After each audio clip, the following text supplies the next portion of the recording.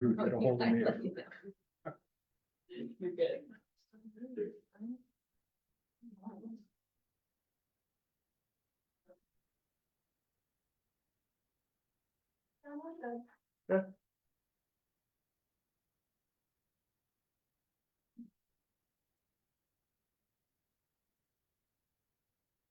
All right, let's call the meeting to order. This is a meeting of the Village of Sherwood Hills Board of Trustees. Tonight is Tuesday, January 20th. It is 7 o'clock. Chrissy, can you do the roll call? Hines, Present. Harford, here. Marcus Hunter, Present. Folk, Present. Mark Letter, Here. Shabnam Mutfi. Kate Olsvik. Here. Okay, item 3, approval of the agenda. Someone want to make that motion? Thank you, Bob. Bob, you're approving the motion? I Approve the make the agenda. motion that we approve the agenda. Okay, is there a second? Thank you, Kate. Ready to vote? All those in favor? You say aye or raise your hand. That motion carries. What are we voting on? Approval of the agenda. Oh, can I make a comment about that real quick? It's the approval of the agenda is not in our template. So if we're going to have this on the, in our process, it should be added to the template, not in it. So Thanks for that. Statement of public notice, just want to confirm that the meeting can be properly noted. Chrissy, Yes. Brian, Yeah. Thanks. Properly posted. all right, thanks so much for that. Procedures orientation, just want to remind folks that the meeting is also being broadcast on the Facebook page, the Village's Facebook page. Any comments or questions won't be shared contemporaneously with trustees at the meeting, but of course, messages, emails can be sent to our village administrator, Brian Mooney. Item 6, public comments. This is an opportunity for community members to speak. Sorry, I'm going to turn up. This is an opportunity for community members to speak to the board. No discussion or action may take place at this time, though trustees may ask clarifying questions only. Speakers may be limited to 4 minutes. I'll raise my hand at the 3.5-minute mark. And I'll just say, you know, that of course, the board welcomes public input. It takes resident concerns seriously. When the same topic has been raised multiple times, our role is to ensure comments are heard, clarified where appropriate, and then addressed through proper processes rather than repeated debate at the microphone. This helps keep meetings productive, fair, and respectful for everyone. Are there any public comments this evening? Go ahead, please. Maybe the microphone for this voices. Ready to Oh, go? we could try, John, it's behind you on the counter there. Okay. Lit up? Okay, good. Is that working? It's working. Well, my name is Felice Borsi Rudin. I'm the municipal judge for the Village of Sherwood Hills. I've been in this position for 7.5 years, and before that I was a trustee for 11 years. I live at 3219 Topping Road. And I am commenting in reference to item, I believe it's D10, the village financial policy. The idea that the village might want to merge with another municipality for a shared municipal court. So I want to give you a little bit of background for myself. I'm also the president of the Wisconsin Municipal Judges Association. And we have over 300 municipal courts in this state. And our municipal courts see about half of all the appearances in court that happen in this state. So for many people, their first and often only interaction with our judicial system is through municipal courts. So one issue that has been happening is that municipalities I guess I'm gonna just try and project. Felice, do you want to take my spot and use the microphone here? Would that be okay? That would be just fine with me.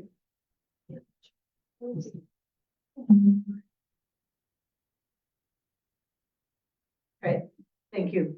One issue that's been happening is that more and more municipalities are considering giving up their municipal courts for financial reasons. And I thought it was really important for me to take a minute and talk about what the purpose is of our municipal court. Our municipal court is not a moneymaker. It wasn't designed to be a moneymaker. It's how a municipality provides a fair and just and impartial process for people who are issued citations in the municipality. And we're talking only about ordinance violations, citations, because anything that's criminal, misdemeanor, or felony, that goes to the circuit court.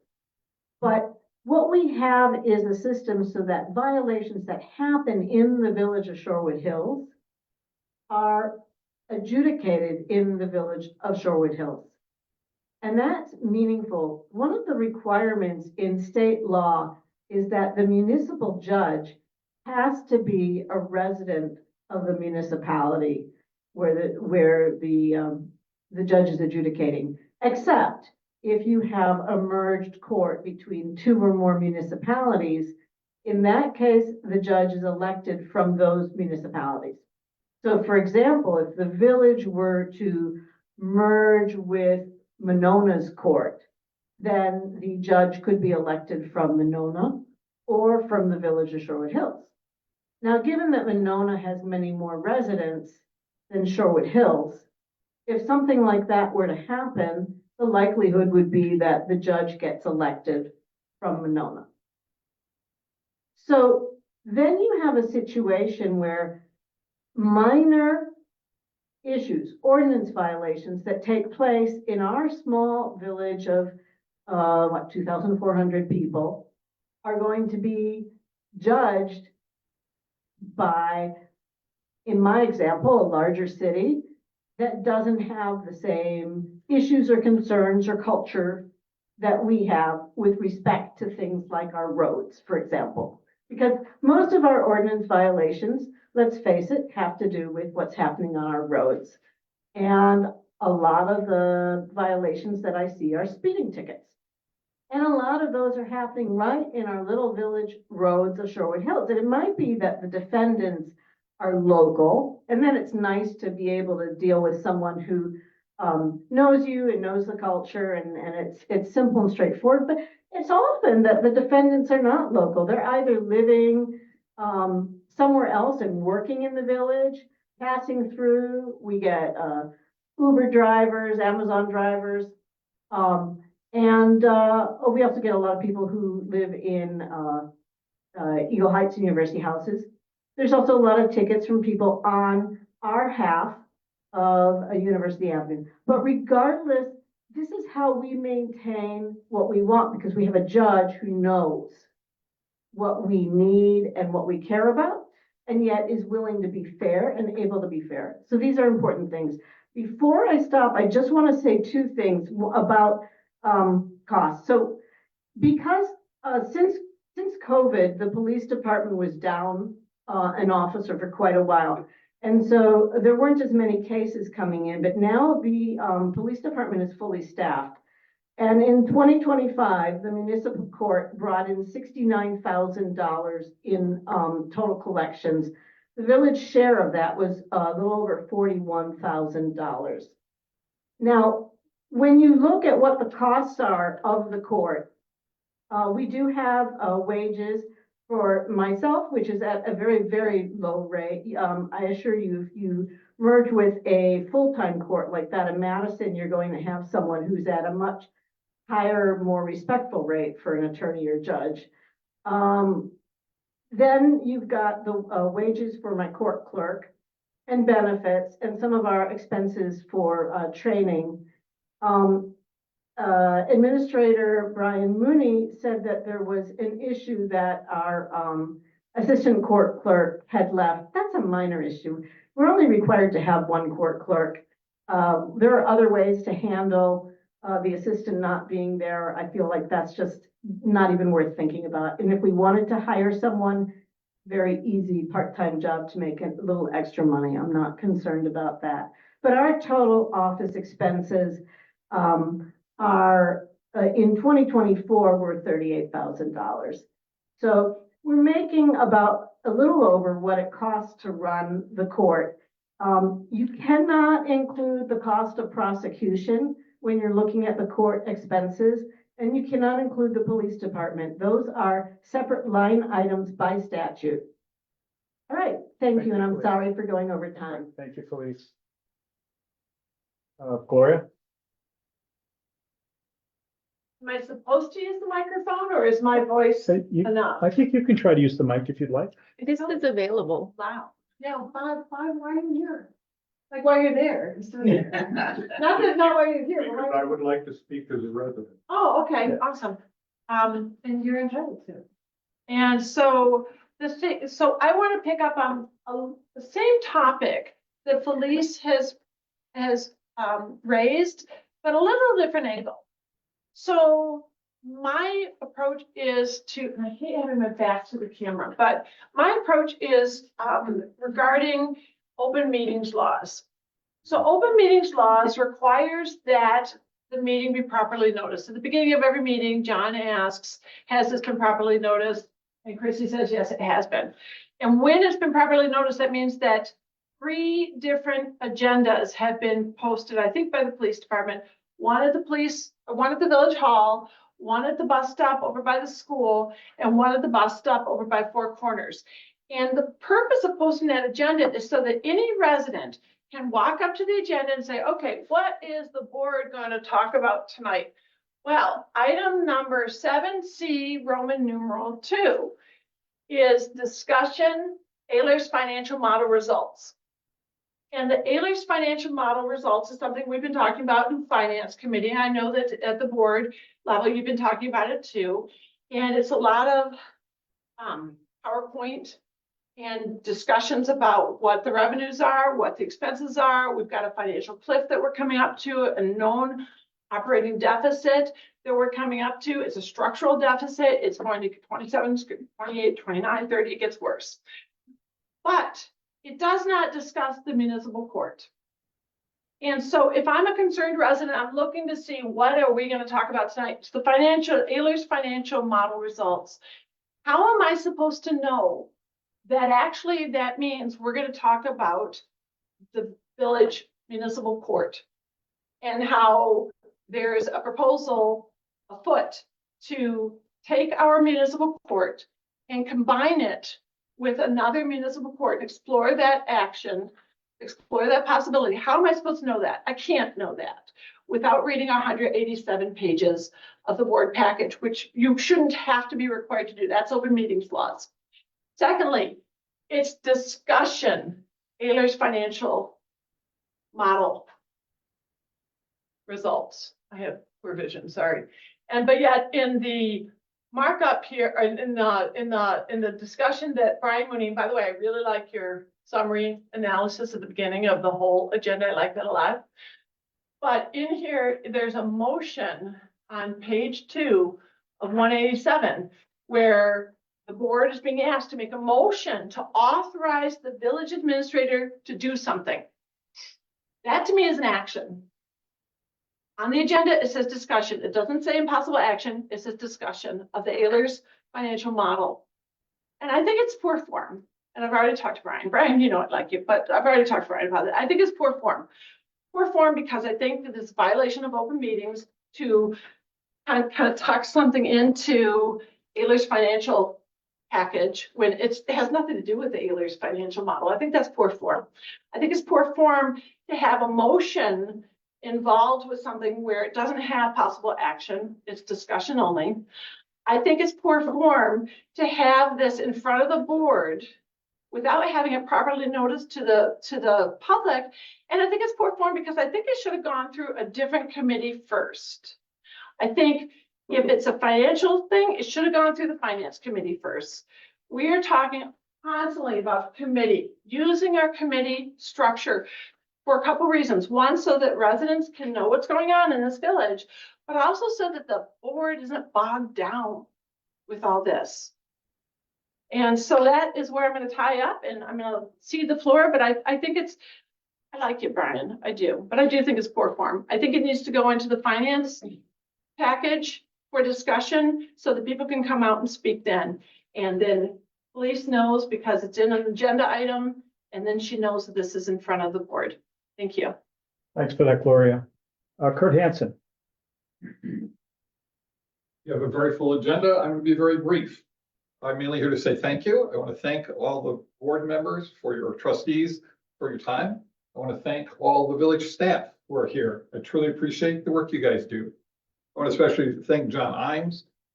John has agreed that we need to bring up the Sweetbriar issue, and it's permissible by the village attorney that we can do so at the February board meeting. So thank you for that, John. I appreciate it. I do want to just acknowledge, I worry about our village right now. I worry that when Dave Sykes retired, we lost a lot of institutional knowledge. With Christie's resignation, you losing a lot of other institutional knowledge. We're really just one illness or one resignation from almost ceasing to function. If something happened to Brian or something happened to Julie, I don't know that we could even get our payroll done. So my words for the year for 2026 are be kind and bring cookies. Thank you. Thanks, Kurt. Bob. Hey, John. I'm gonna follow up with what Kurt just said. Maybe go a little darker than that. I'm speaking now as a resident, not as a board member. So these are my words. None of these folks are the board as a body. As many of you know, I will not be running for a second term, and I would like to explain why that is. I would also like to reflect on the current state of affairs in the village as I see them, and what has transpired over the past many months. As much as I value and am honored to have been elected to this role, I cannot continue risking my health, have my character and integrity questioned, or be treated by some residents as if I'm the enemy. The mean-spirited and unfounded accusations hurled at the board and staff, such as taking money under the table, being in league with developers, hiding conflicts of interest, betraying the residents, are hurtful and quite frankly ridiculous. While I understand and sympathize with the frustration among residents regarding Sweetbriar and Logic, I do not think frustration justifies being uncivil. And we have seen a lot of uncivil behavior. Civil discourse is essential to a functioning democracy, but rudeness is not. I would ask our residents with the loudest and angriest voices to think about the environment that is being created and has been created. Personal attacks, a we versus them attitude, overly dramatic episodes, shouting down those with a right to speak, and lack of civility are corrosive to not only our democratic system, but our village values and its ability to function. Adding to this toxicity is the action of a board member who has usurped their position on the board to make inappropriate demands of staff and village vendors and has harassed and berated them to the level of disorderly conduct. This is not acceptable. This combination has resulted in a toxic environment that is driving away the good staff we rely on to get village business done. Hiring new staff is also problematic because of the village's growing negative reputation in the municipal government world. Applicants only need watch a board Zoom meeting to know that they don't want to work here. We are currently in a very compromised situation with the resignation of Chrissy, and we will be hard pressed to find a replacement as qualified. The staff that currently remain are at their breaking point due to the unrelenting open record requests and other unnecessary demands, too much of which only serves to support dubious claims and conspiracy theories. Morale is at rock bottom, and I've talked to these folks. The negative impact of this on the health and welfare of the village cannot be overstated. I'm sure many of you appreciate I'm not sure many of you appreciate that we are not far away from losing services, as Kurt has referred to. Would you rather have our staff focus on the origins and distribution of a meaningless logic, profit, and loss statement, or have a summer recreation program?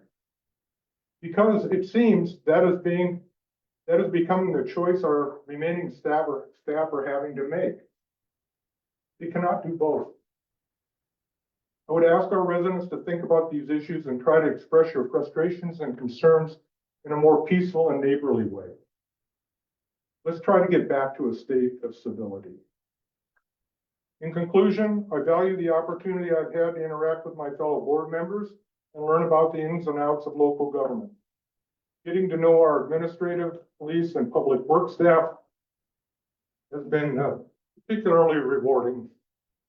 Brian, Julie, Jamie, Chrissy, and Terry, you folks are the salt of the earth and deserve better treatment and more appreciation than you've been receiving. Finally, I leave you with a few words from the actor Jeremy Irons, who said, "Civility, politeness, it is like a cement in this society. It binds us together. And when we lose it, we all feel lesser and slightly dirty because of it." Thank you. Thank you, Bob. No other public comment this evening? My name is Cynthia Kinsey, and I think one of the things we need to get back to is a sense of volunteerism in the community. And I think we used to have that more. We used to have, like, if you wanted an ice rink, we had, I guess we had the fire department at one time to flood the rink. Because like right now, it's like perfect ice skating weather and it's closed. And it was closed yesterday when the kids were in school. And I understand the staff, I mean, it has low on their priority. You know, I understand that, but maybe that's why we need to have a dedicated staff of volunteers. I know when my children, we had 3 little hockey players and we actually had a rink in our backyard, and the ice that my husband flooded at pretty much every single night was the most beautiful ice you would probably find in the county. And I know if we were at that stage in our life, he would have been out there. If he were given that authority to maintain that ice rink, you guys would have had the most beautiful ice rink. And, you know, and I think because we're having to rely on our overused staff, it's not getting done, or it's a low priority, or the ice that is out there isn't very good. If you try to skate on it, it's popped and stuff. So I really think that we need to have, give residents the authority to maybe do some more volunteer things and make some of the facilities easier to access. Like I've written a couple of letters that, you know, for example, I know Maple Bluff has a euchre tournament once a month, and I assume it's somebody who's interested in euchre who organizes it. And somehow it's made accessible. There's like a building there that they meet in. I know if I had little kids, I would lead art classes. You know, I would gather some art supplies and I would meet at the community center. I think it's the perfect space for kids' art classes because everybody says it's a piece of junk anyway. So let kids, you know, do their art and they're gluing and they're glittering and everything. But I don't think that people understand, or maybe we're not authorized to do those kind of volunteer, because maybe we're worried about, you know, liability or something. I don't know. But I just think that we have so many talented people in the neighborhood.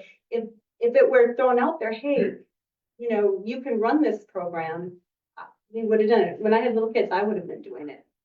But anyway, that's all. And then, like I said, it's too much for the staff. The staff should not be tasked with flooding that ice cream because they're, especially now with the temperatures, I think we had a water main break a couple weeks ago. That has to be their priority, and I understand that. But like now here we have a beautiful ice skating weather and it's not open. Okay. Thanks for that, Cynthia. The other public comment this evening, Mary. Everybody. I'm Mary Wyman, 1223 Dartmouth Road.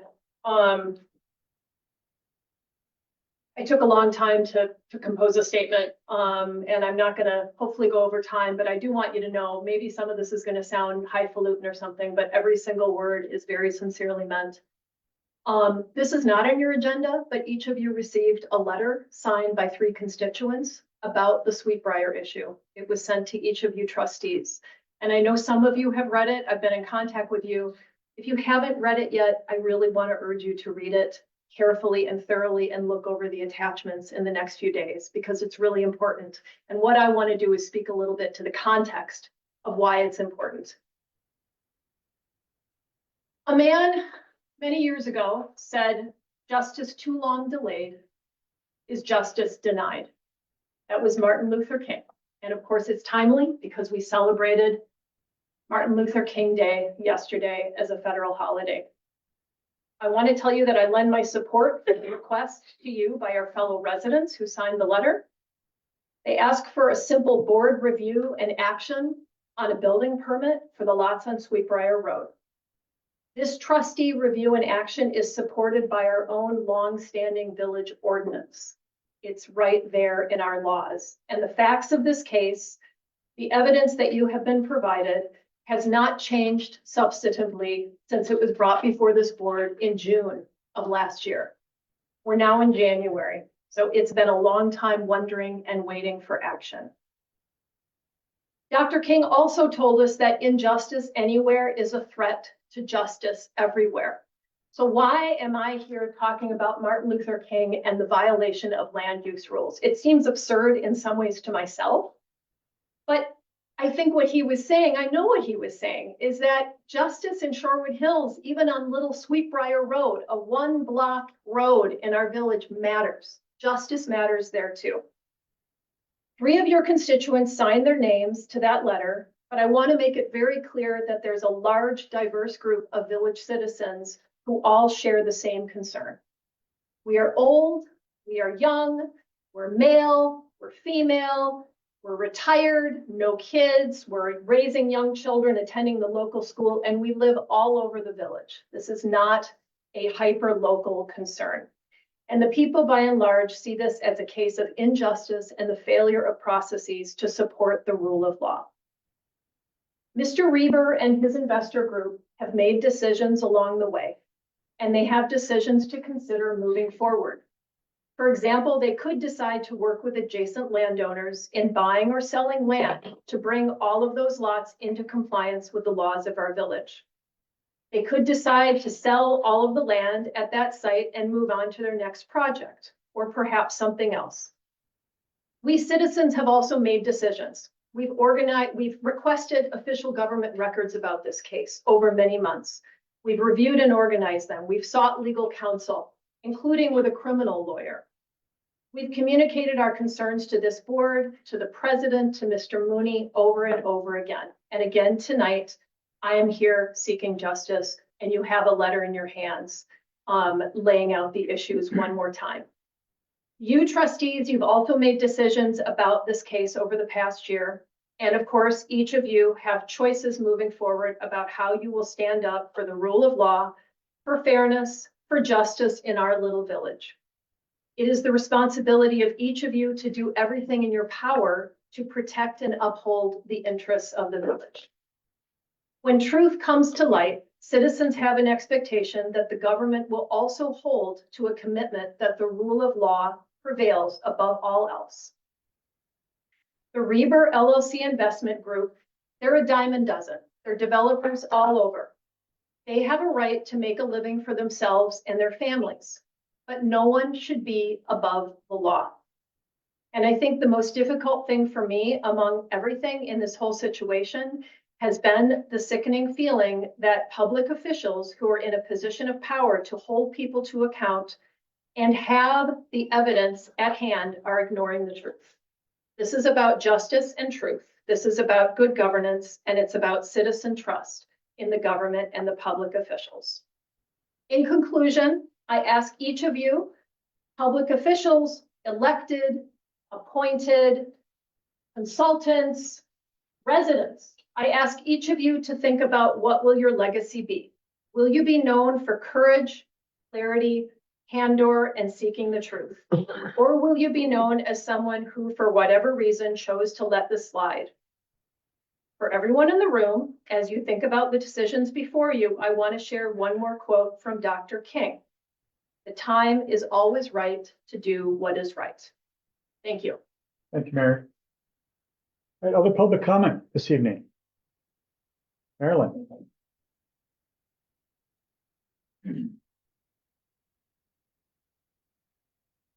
Marilyn Townsend, 1121 Wellesley Road. I thank the trustees as always for the opportunity to make a couple of remarks. It's not easy being a trustee. Bob, I heard your comments, and I know in the 12 years I served as a trustee, there were times where the outpour of frustration from the residents made me at midnight one night want to resign as chair of the Black Hawk Country Club Committee.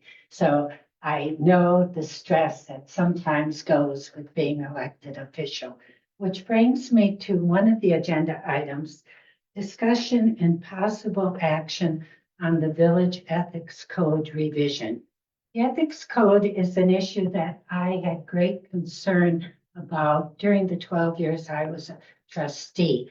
And I scrutinized the state ethics code to see if it applied to our community when I saw members of the country club serving as elected officials and negotiating a lease on behalf of the village. I thought that is a conflict of interest. 10% of our residents maybe are a member of the club. What are they doing? Negotiating the lease. And I went to the ethics board of the state and I said, isn't this a violation? We sat and read it, and the council said, no, Marilyn, I don't see that they have a substantial financial interest just because they pay dues. I said, they control millions of dollars worth of property. No, Marilyn, I just don't agree. So the board authorized me to start drafting an ethics that would address that situation here in the village. And we did it, and that was Ethics Code 108, which essentially prevents a trustee. But these ethics codes, there's problems. And let me say tonight, I asked the trustees not to refer the ethics code issue to the personnel committee. It is not a personnel issue. It's a governance issue. And it's very important that we study the issue carefully and make sure there aren't gaps. I suggest that this board should appoint an ad hoc committee. We've done that with stormwater. We've done that with the cogeneration plan to get input from the residents and then look at the state, look at what we have, and then bring a draft back to the trustees to discuss and consider, but getting input from the residents. Because one of the mistakes I made, I focused on the ethics code, no trustee. All right, so since 2022, I've been wanting to be a member of the Village Blackhawk Committee, never got appointed. And then there was a vacancy, and the village committee, which takes up 3 people, this board voted to put on that committee a member of Black Hawk Country Club.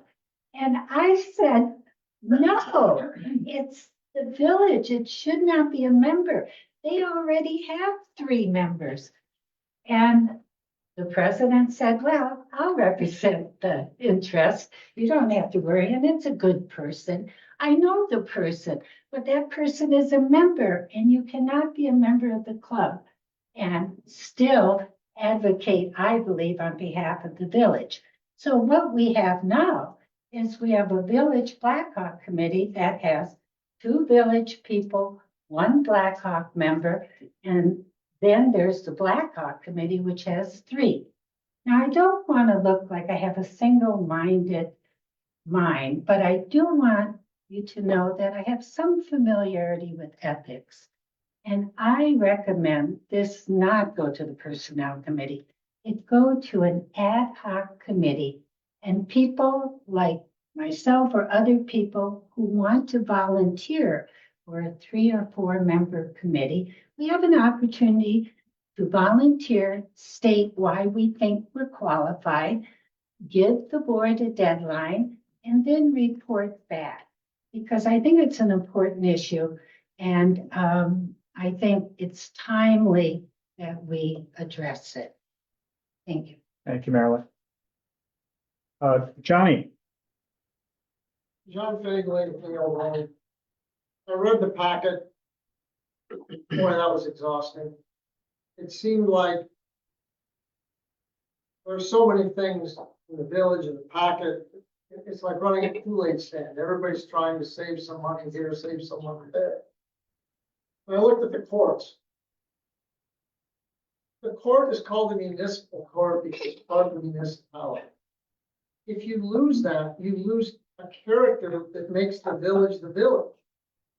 And once you lose it and it goes somewhere else, who knows who sits on that court?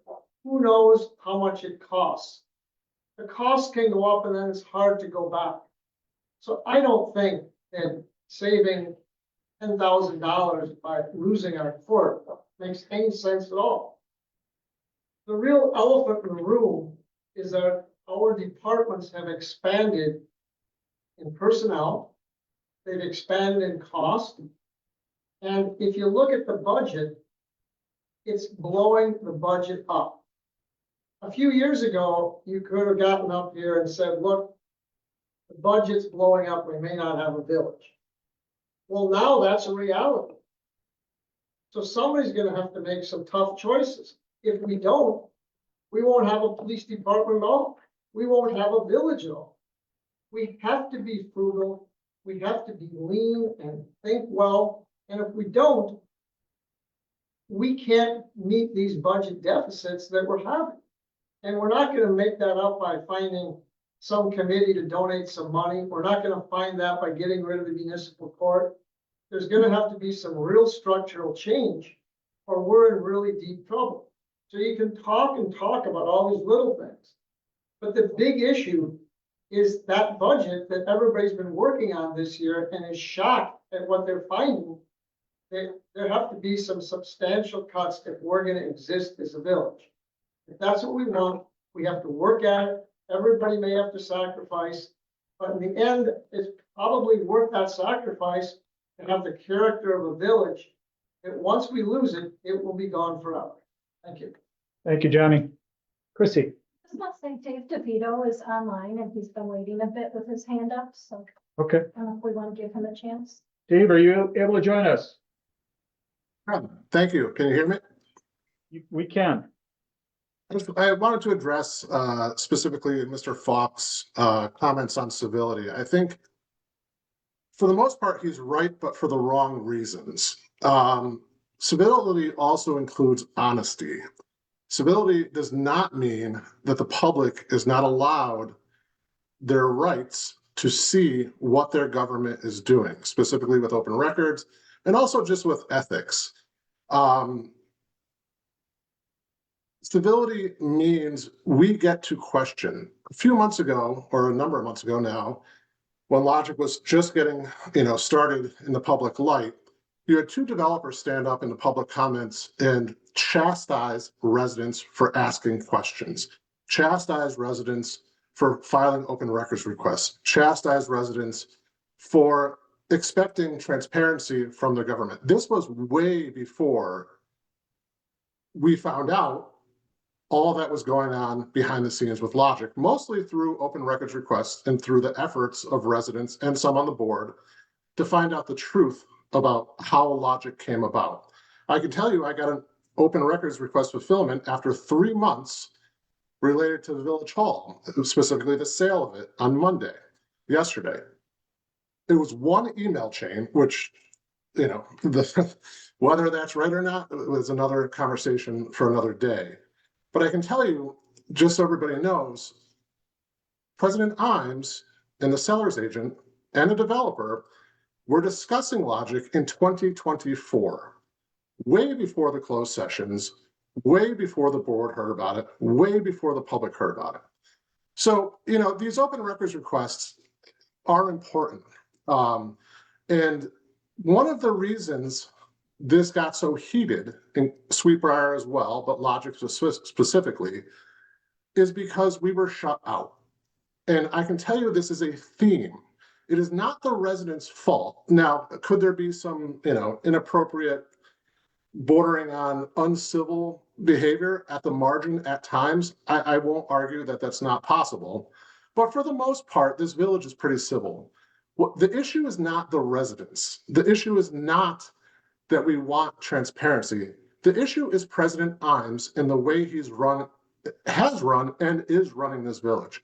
If you go back to earlier in his term, you had multiple trustees resign in protest. You had multiple committee members resign in protest. All the records are out there. It's the way this village is being run from the top that is the problem. The residents who are concerned about transparency and how this is being run should be applauded, not chastised, Mr. Falk. That said, staff deserves better. Trustees deserve better. Residents deserve better. But the issue is how it's run, and it goes straight to the top.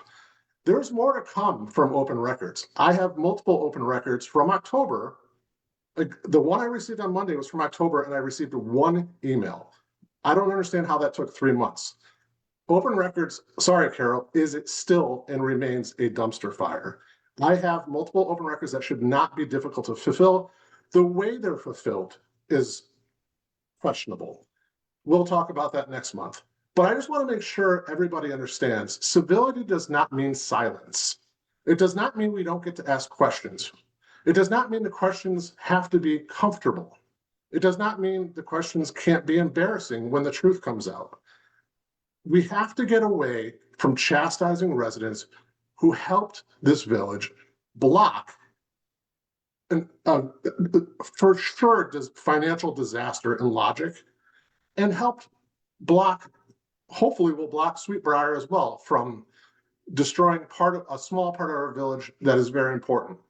So, there are a lot of lies coming out of President Imes, and I'm not going to rehash those, both publicly, in private, in the papers, that have not been corrected.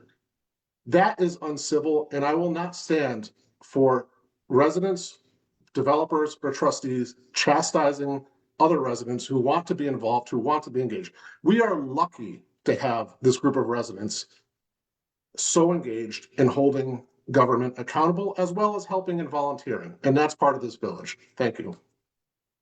Thank you, David. All right, other public comment this evening. Chrissy? Craig? Ready to join us? Yeah, hello. Two items on the agenda. One is about changes. Sorry, Craig, could you speak up just a little bit louder? Oh, sure. Is this better? Thank you. Okay. It is. Sorry about that. 7C8 about public comments. The city of Madison, for their committees and meetings and so forth, they first have a public comment period for items not on the agenda. And then as the agendas progress, they have public comment on those agenda items, usually after a staff presentation. So it usually goes agenda item, a new agenda item comes up, there's a staff presentation talking about it, then you have public comment, and then you have the members of the board able to ask the public questions if they want to, and then the member of the board, talk amongst themselves about the agenda item. One other key thing that Madison does, that Shorewood does not, is all public comments submitted through email are collected and attached to those agenda items and are viewable. Right now, only a few emails related to agenda items actually make it into our packets. That's something where I think we could probably do better, and that might encourage people to send more emails instead of taking up meeting time. So those are just some suggestions for when you get to that point of your discussion. Secondly, the Certified Survey Map Guide, 7C3 from Shabnam. I think a formal guide for CSMs is good, but since there's money attached, I think a simple and cheap action could be to simply adopt a policy that public hearings are required for all CSMs that result in newly conforming lots. A lot that today couldn't host a house, but after this change, it could. We have so few of these, and eventually they're going to be out in the public. Right now, public hearings are optional. They can be called for by the Plan Commission. When the Sweetbriar CSM came up for us, actually the Columbia CSM, when that came up a year ago, we weren't made aware of the fact that we could have called for a public hearing. Otherwise, I suspect we probably would have. So anyway, I think making public hearings mandatory or compulsory is a common sense policy we could adopt to get CSMs into the public sphere prior. Finally, streetlights. I would love to see more light in the village. I love dark skies, but the reality is we're surrounded by city. We have lights all around us.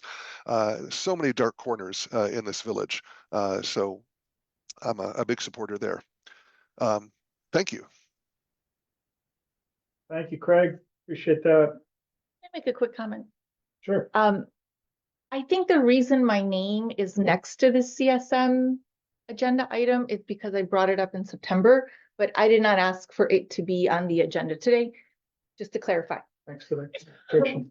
All right, other public comment? Other public comment this evening? One last time, any additional public comment? All right, let's move on with board matters then. 7A, payment of bills. Mark, did you want to kick that off or? Sure, I'll go ahead and make the motion for the payment of bills in the amount of $4,666,899.41. Or a second to that motion? Thank you, Bob. Any further discussion? Ready to vote? All those in favor, please say aye or raise your hand. That motion carries. Consent agenda. Someone want to move that? I would like to take an item off the consent Yeah, agenda. why don't you? The December 16th meeting minutes. Do you want to make a motion then? To approve the consent agenda minus item B3? Sure, I make that motion. Okay, someone want to second that? Thank you, Bob. Ready to vote on the rest of the consent agenda? All those in favor, please say aye or raise your hand. That motion carries. Shabnam, speak to 7B3. Sure. You know, I spoke at length at that meeting, and I think the description of what I said, just being a disagreement, isn't really cover what I stated. I wrote a paragraph that I would like to include as what I said.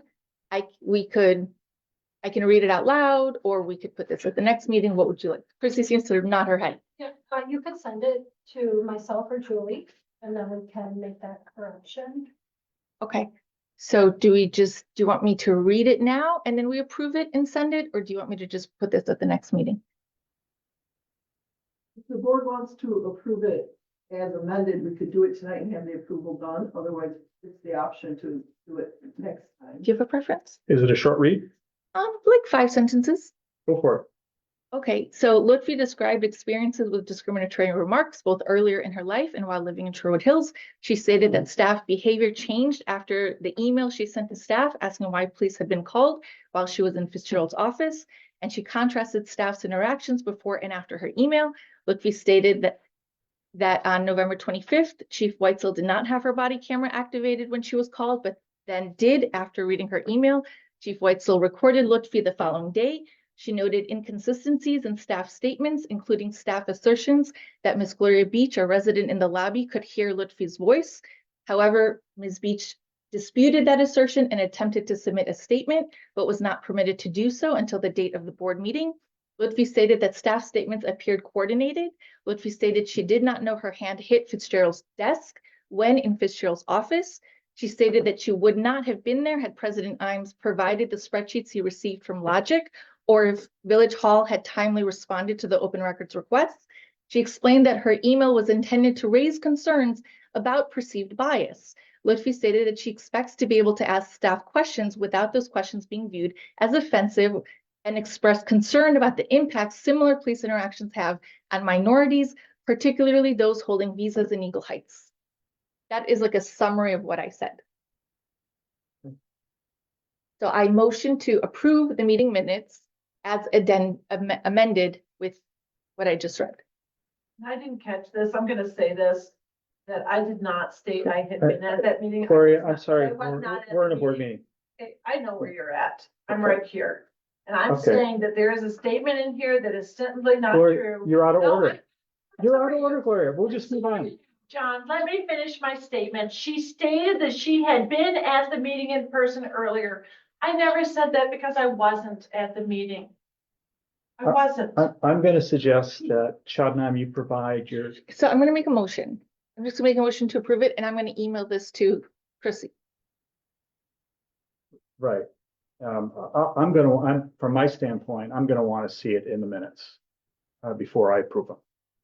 This is can I ask you if I had any questions with what I just said? No, It was but a summary of what I know it was a lot more than 5 sentences, and so I'd like to see it in the minutes and be able to look back at my own notes. That's just my perspective, just me. So I'm Anybody- totally comfortable Sure. with you providing that to Sure.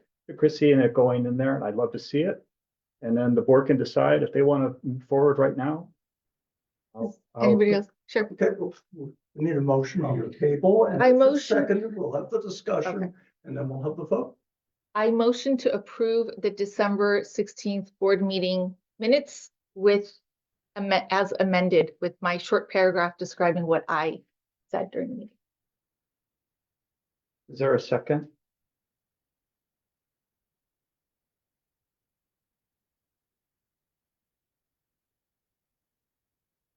So I don't see a second, so that kills the motion, but Are we going to make an motion to approve or to amend in the future?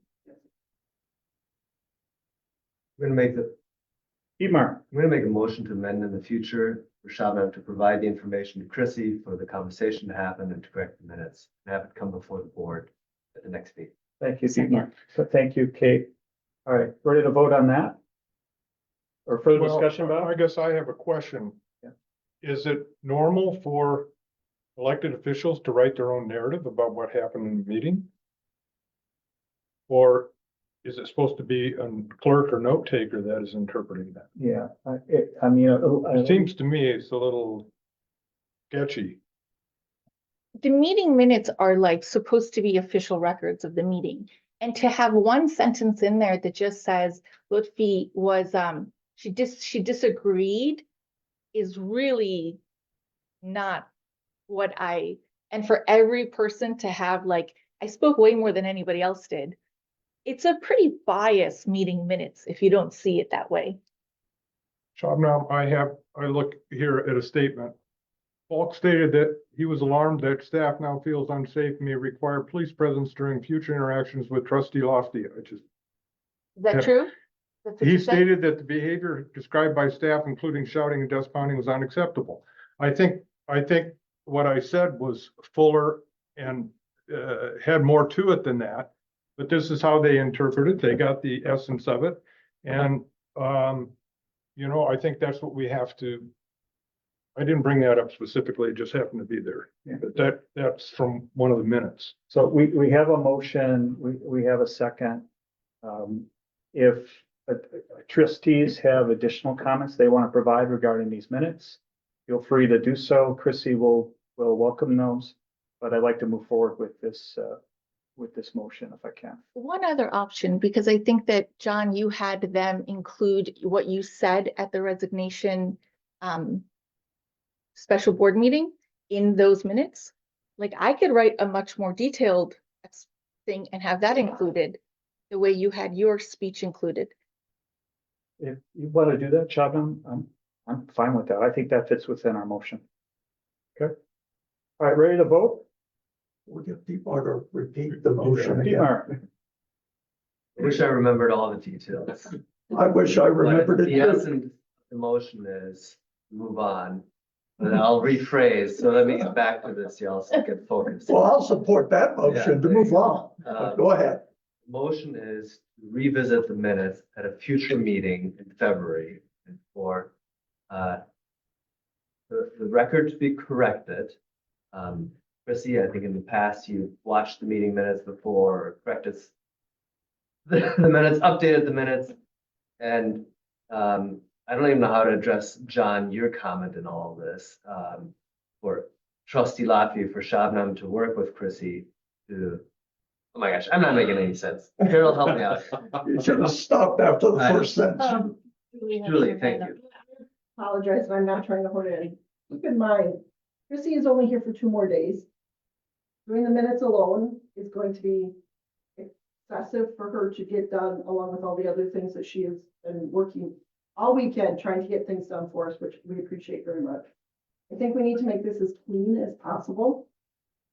So please keep that in mind with your motions. And to be honest, Chrissy's not going to have time to review the minutes. She's going to be lucky if she can get the regular minutes done, let alone review minutes from a previous meeting. So please keep these things in mind as we're moving forward. I'm not sure what the exact solution is, but she's not going to be here to fix this. Understood. I need to recalibrate. If anybody else wants to put a motion forward that's more concise, please. Oh, I'm going to make a motion. Hold on.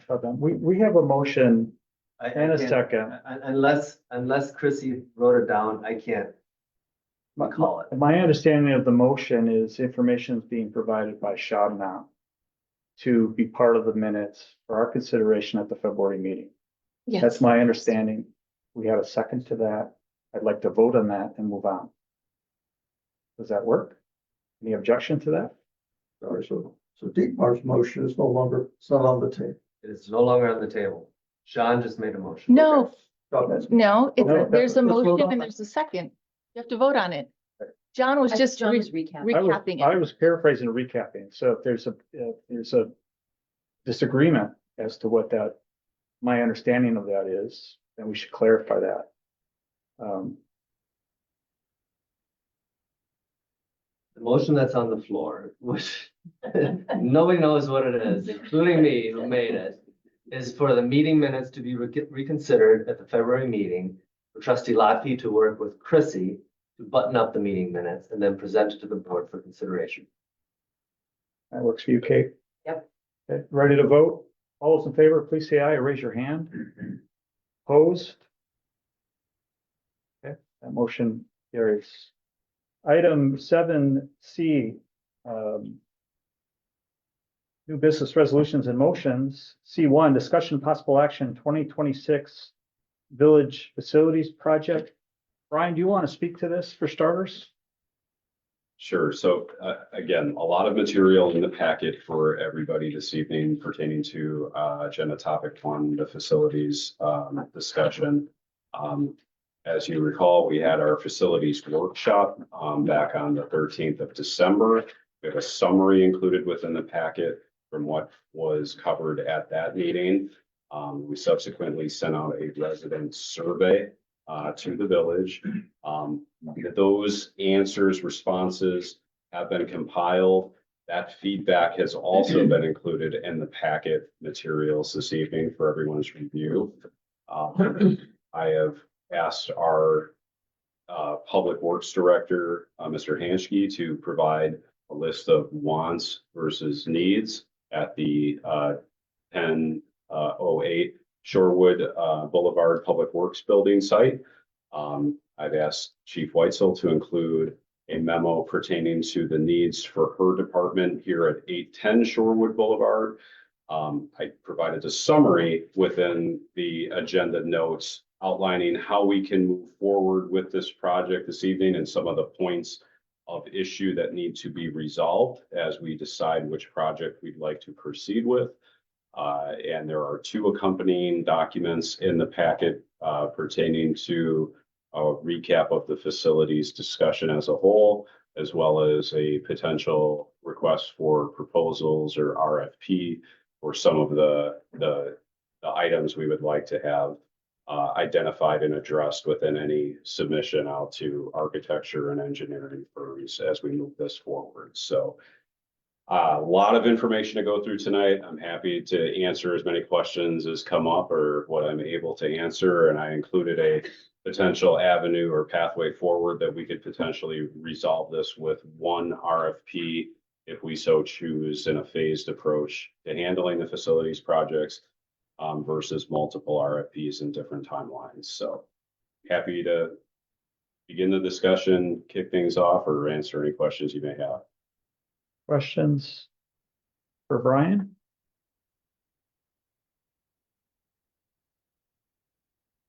Carol? Yeah, just in general, and I know Brian and I talked about this a little bit this morning.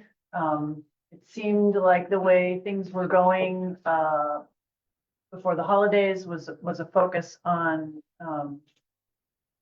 this building first. And we, of course, got back all of our survey results and we have a lot of information swirling around, but if you could narrate a bit, Brian, why you think the DPW building is a good first focus for 2026. Sure. And clarifying on that, because in your notes on page 1, it seems that there's a motion that could be either 810 or 1008, but in the packet materials, it does feel very biased towards 1008. So I'm just wondering, how should we read that? You know, are we supposed to look at these buildings equally, or are you actually saying that 1008 should be the priority?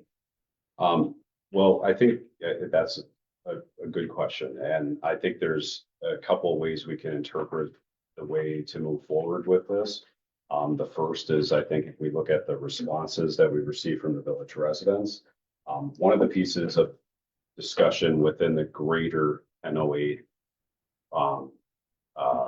priority was the future site of the village and whether or not we're going to have a community center at any project over at the public works site. The feedback that we received from the village residents survey appears to indicate more strongly that they would like the residents as a whole to move any community center to the site of the public works building in some fashion of redesign, renovation, reconfiguration. I know that that has been an issue for a long time. Ever since I've come on board in the village, I've heard about the need of getting the community center addressed.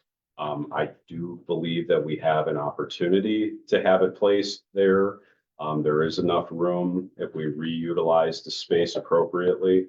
I also feel like the code update needs and what I have been told from our Public Works Director, Mr. Hanschke, and then also some of the unresolved, not 100% clear guidance on where we want to take things here at Village Hall leads me to at least think the Public Works is probably the best approach for the first project in 2026.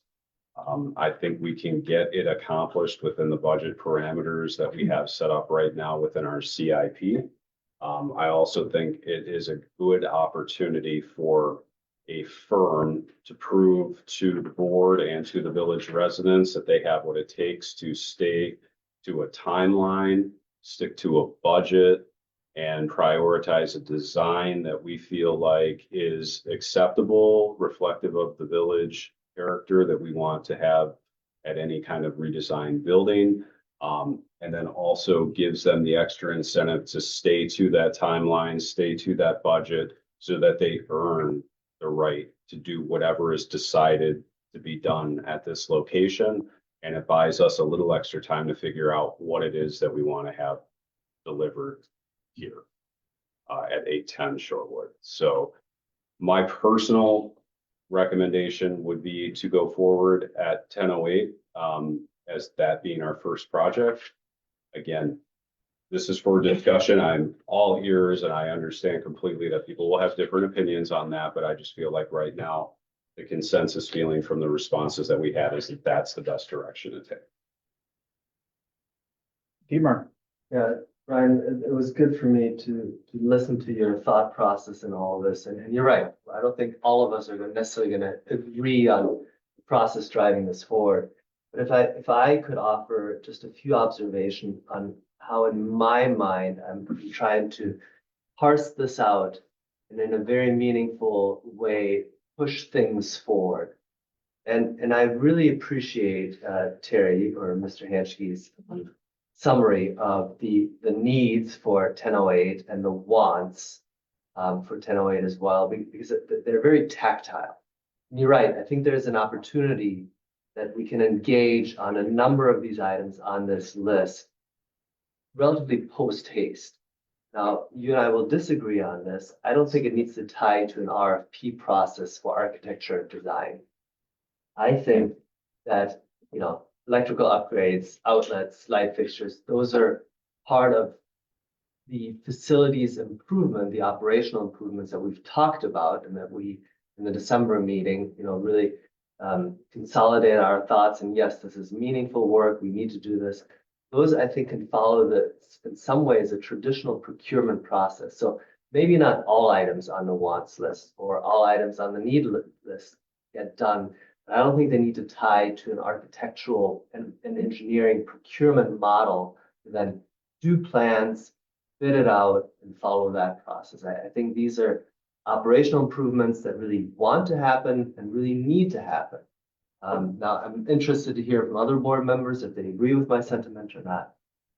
Separately, 810 Sherwood Boulevard, I'm almost a little bit of, it feels like Groundhog Day all over again. We're throwing out the kid with the bathwater. Tom Deegan, our consultant for phase 1 and phase 2 of the feasibility study, I think landed on a plan iteration. It's maybe the most recent one, the last one. I'm looking at Tom over there, hoping that he coached me through it as well. That I think in general terms, we're all in agreement with. There are operational improvements that want to happen at 810 Sherwood Boulevard.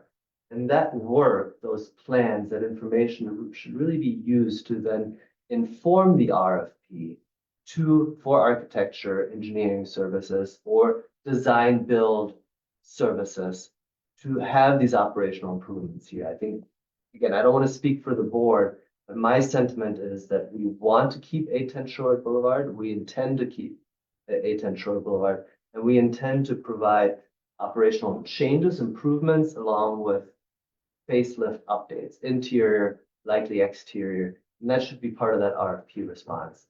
Then the third portion to all of this is the community center. And I think that takes more time and will take more effort and will take more engagement. So that's the third and separate track in all of this. That process to engage the community, to have conversations, to have meaningful conversations, will take longer than all the other two processes that I described. That's my sentiment. That's what I would propose for the board to discuss and really lean into the work that Tom Deegan, as the consultant for 810 Sherwood Boulevard, the plan that he's put together, lean into that, use that, and play that forward. Those are my thoughts. Thank you, Dee Brian. Kate. I want to respond to that. I just have a quick question. In the packet, page 102, I was just wondering who authored this, a shared facilities plan for Shorewood Hills. Was that Brian? There was no author on it. So. Which page is that? 102. Is that mine? I think that one is. Right. Yeah, that was the inclusion. Yeah, Doc. I worked on that. Yep. So John, That was a this is your framework. point Yep. of view. Okay. Yep. I just didn't have that title at the top. That's what made me, Okay, yeah. hesitate. Okay, that's really helpful to know that it kind of read as part of, a different part of the packet. So, okay, that's really helpful to know. So and thank you, Brian, for laying out your logic and thinking here. And I think, I'm hitching in a couple places, and at the start here, I just want to say my bias for action here is strong. I would like us tonight to come up with a decision and move forward. So I am not trying to be a barrier, and that is all at all. But I think if I rewind the tape to early summer, and we were considering the purchase of Logic, the narrative being told at that time was that our village staff needed better facilities to do their jobs, and that we needed more space for the police department. And so if that is the correct read on what is going on. That's why we were focused on potentially acquiring a new building to secure the new facilities needed and extra space. So it is just a little bit of a head scratch now that something else is jumping in front of that, in my opinion. And so I'm just, that's just a little curious to me. And I think what I thought that we had come to a general board understanding at the December meeting was that we were really interested in investing in money to make operational improvements here, which sounds like Dietmar is recommending an RFP process for that based on some of the plans that Tom has already put forward. So that does seem like we could move rather quickly. In looking at what our police chief has put forward and what Terry has put forward as well, I think those are represented in a lot of what Tom has already put forward. There was nothing in Jamie's memo, for example, that I felt like wasn't addressed in some of his plans. Sure, we can get tighter. We could probably move a wall here or there. That's where an architectural person would come in, I think, and, through the bid process, we would figure that out. I guess it's just I think that the community conversation, so it's clear to me now, I think that when you're saying the 1008, kicking that off in an RFP process, I think the understanding that I'm taking away is that would not only include what the upgrades Terry needs, which seem pretty straightforward, but also this community space. And I do think that that is a larger conversation. And so in the interest of, if we're solving for speed right now, I feel that 810 is farther along and we've understood the needs because we spent the last 9 months diagnosing that through the acquisition process. And so I feel a lot more comfortable getting on board with a plan to do some of those, start the ball rolling on that. Of course, I'm also in favor of adding some more outlets, and a few things on the needs list. I think a lot of those are no brainers. We got to put some dollars to them to officially prove that. But that seems like a really straightforward process in the interest of time. I worry that the community center piece of 1008 would really slow us down, and it is sort of tied into pool. And so there's just a few other things that I think we need to use the next 4 to 6 months to sort out, on that front. And so I think for me, I'm much more in favor of investing the dollars that we have initially in 810. Thank you, Kate. Other comments? Reactions, thoughts? Shabna? I think Mark was there in 2019. John, you were there in 2019, 2020. If we go and look at those CIPs, there was like a $2 million placehold for the DPW building, and that we didn't have the money to do it at that time, but that we could borrow in 2024 or 2025. So I think if you go back 5 years, John is nodding his head, the priority was the DPW building. And then this last year that got swapped. But so that's just some history. I do want to say I agree with a lot of the comments that Dietmar made. And maybe we don't necessarily need architectural plans. We can just get a bid for the work that needs to be done. It's just kind of getting what we need a little faster, but it's just about getting a bid out. It's good, depending on what comes back and how much. I think we're going to have another discussion unless we have some of that information. If it comes back 3 million, 4 million, 5 million, you might have a different discussion. I thought that at the last board meeting, Kate said, let's proceed with multiple processes happening at the same time, just get it started and then see where the cards fall. So tonight's conversation is just how to get that process started. Or are we picking one building over another right now? I personally think for the staff's sake of managing and staying on top of what's happening at any location or any given time and keeping timelines consistent, it would be helpful for us to have one project at a time approach. The other consideration that I had with the potential for a public works project first was the opportunity that was if they could phase out what they were going to handle and in the order in which they were going to tackle that building. The public works crew could then move their vehicles potentially to the pool parking lot in the off season when the parking lot's not in use for the pool, so that they could work on the bays and everything. And then the crew can work out at the community center in the off season, and relocate there and then move everything back before the pool season starts anew the following year, if they were able to keep to that kind of a timeline. The concern I have with 810 Shorewood is what kind of disruption might that have on the existing operations between the police and admin team, depending on what's being worked on at what times, and where is the alternative location that those staff members can work out of. And what, I don't think we quite know exactly what we are fully committed to doing here. I mean, I've heard different things about maybe you could put something above the village hall. I don't know what if we're all behind the plans that were drawn up by Tom, or are we still debating the best use of the land? Okay.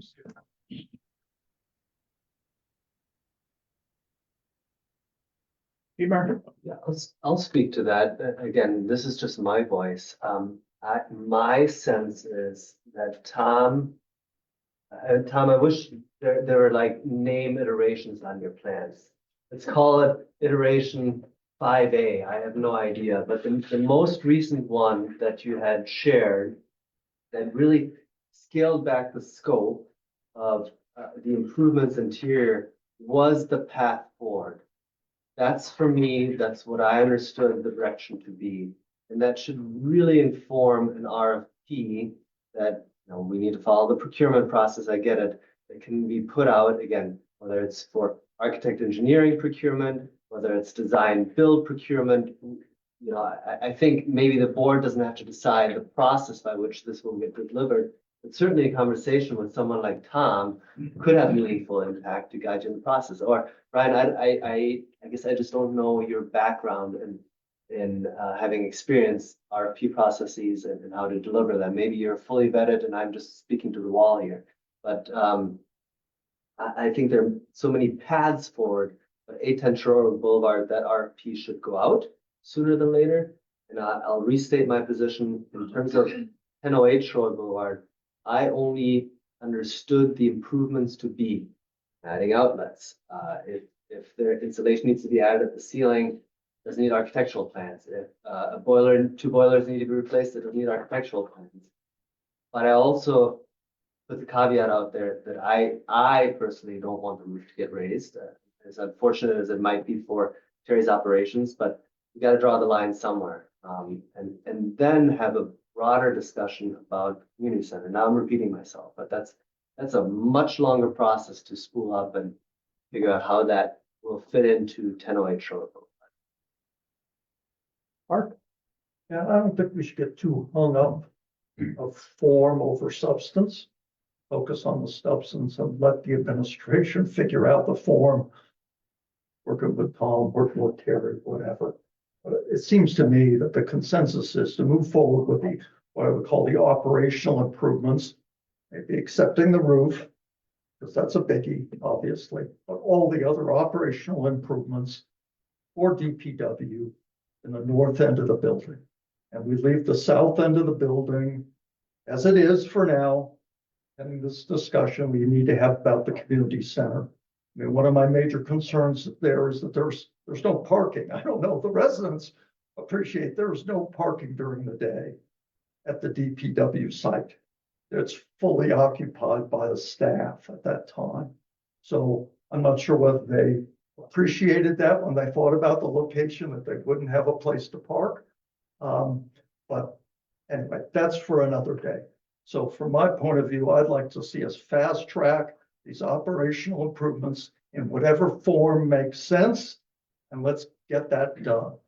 And at the same time, we'll be working on the community center. We'll be figuring out a village hall. But I think it's important just tonight to get something approved, and that should be these operational improvements. Carol? Thanks, So Mark. the operational needs list of Terry's, perhaps accepting the roof. Is that gonna add up to the amount of money that we need to spend? If we're not doing community center rooms on the south end of the building, can we do?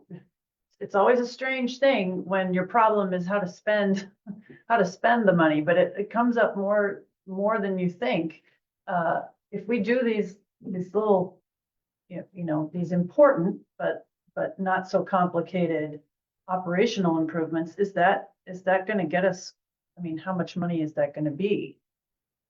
In broad strokes, is that our $3 to $4 million right there? And we don't go into arbitrage because we will have spent all of our money. It kind of doesn't sound like it to me. So I hate to bait and switch on Brian after talking to him this morning, but thinking about it today and talking a little bit, it seems to me that we have 810 and we have 1008, and there are uncertainties in each case. In here at the Village Hall at 810, it seems like how to provide for police functions is the main nut to crack with getting started here. Because everybody else can work from home for a while. It's been done before. Nobody likes it, but it can happen again. And the remaining difficulty is how to operate the police department with renovations going on. At community center, I'm sorry, at 1008, at the DPW building, we don't know exactly what we want yet in our community center rooms. I mean, even though we know that residents kind of like the idea of utilizing space that we already have, that was one of the themes that came up over and over. We don't know exactly what we're doing there yet. And nobody's demanding that happen immediately. I mean, I didn't hear that at all in the survey that, we got to have those community rooms right now. So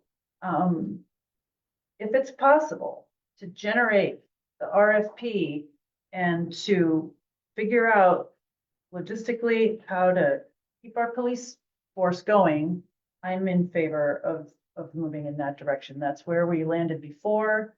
It seems like we can spend the money that we need to spend, assuming we can get it done fast enough. Thanks, Carol. Bob. Reflecting on this, Tom came up with his initial designs that I think were pretty heavy construction options at 1008 with either a 3-story or totally tearing down, rebuilding. The numbers were big, but the presumption is most of the activity, or at least police and public works, would reside there. It seems that the latest designs and discussion has been about this space, and at 810 would be just police and administration, and that we would do a remodel that would hopefully address some of the shortages and space needs that the police and administration need. That's fine. So what does that leave us? It leaves us the firehouse, or 1008. And I agree with Brian and Mark. It seems to me that we may not have decided yet whether or not we want a community center at the logical place to me of 1008 is at the south end, or do we do it at the pool? And so it doesn't seem to me that we need to decide on that in order to get working on 1008 for Terry. I think we can get started on that. More the question is, do we think 5 years from now that we want to go with Tom's original big designs at 1008, or do we want to build some grand facility there? And it seems to me, if that's even in the cards at all, that we ought to answer that question. Do we anticipate putting big money later at 1008, or should we do the lighter restoration here to solve our problem. Do some work at 1008 to satisfy Terry's needs. And then keep discussing the community center, whether that will be at 1008 or the pool or a shared usage. Thanks for that. Kate? Yeah, I'm just sharing my screen because I just want to make sure we're kind of thinking when we say operational updates, Mark. So, okay, this is the list from Terry on needs, right? And so is this what we're saying are go-dos? I mean, I'm thinking yes, but Dietmar's shaking his head yes. Well, I think that there's two levels of work here. You know, doing electrical upgrades, insulating, lighting, those seem to me to be relatively straightforward, simple, probably lower cost. Now, when you're talking about changing the roof, that's a Correct. different kettle of fish. It's So I not- think we have sort of two levels of investment here. Right. I just want to be very clear with like what when we're referencing certain things, right? The roof, raising the roof is not on the needs list. Is that? No, Well, it's I would item four. say- 4 to 5. Yeah, 4 and Oh, 5. okay. I would say that we could get an estimate from somebody what that might cost. I thought that was here on the needs, the wash bay, which was part of the salt, no? Well, those are his wants. These are Right. needs. I think we just need to get very specific because I'm also not in favor of raising the roof there. So if we're looking at the DPW building updates right now, I think to Carol's point, I mean, this also seems just like how this should be, this seems like maintaining a piece of property. Like I can't believe that they don't have the electrical upgrades that they need, at this point. So to me, this seems like besides the roof portion, go do. Like we should just spend the $500,000 to $800,000 to make this happen. Then we have the rest of the money, the 3 to 4 million floating out there. And so that's why my bias is that, we have some great initial concepts. Let's leverage those and bring 810 tomorrow. I don't see how we spend $4 million at 1008 right now. And my comments in December about doing a couple of things at the same time, that did not mean dual RFPs for staff to manage. That meant the pool committee and Carol and myself potentially continuing the conversation around community center and how that nets out between pool and 1008. So it buys us some time. So it's like we get some of these things are like, this is just like on fire for our staff. Like we have to fix these, in my opinion. Buys us some time. It's the same model that we're using at the pool, where we're not going to spend $1 million at the pool next year, knowing that whether it's next year or year after that, that building's coming down. Why would we throw good money after bad? So I don't want us to spend a ton of money at one facility if that is just going to get reworked, eventually. So. Well, Kate, that's my point about. Yeah. We should decide where we're going to do things, so we don't end up in this situation where we're putting money in at 1008 and then later down the road, we're tearing it all down to rebuild again. So it seems to me those basic questions should be asked first. Where are we going to put this effort? And you say that you're against raising the roof. I would say, why? I mean, can't we get a bid and find out where it sits relative to everything else and make a decision there? Because it's more of a money factor. It's a need for what he has. But is it an affordable need? I don't know. I think it's going to be expensive, but does it fall within the parameters that we're looking at? I don't know, because we don't have a bid on it. So that seems like a simple task to me while we're getting these other estimates, maybe to get that bid, and then we can consider that along with everything. Carol and then Dietmar. So I have two really different pieces to add that I hope will advance the conversation.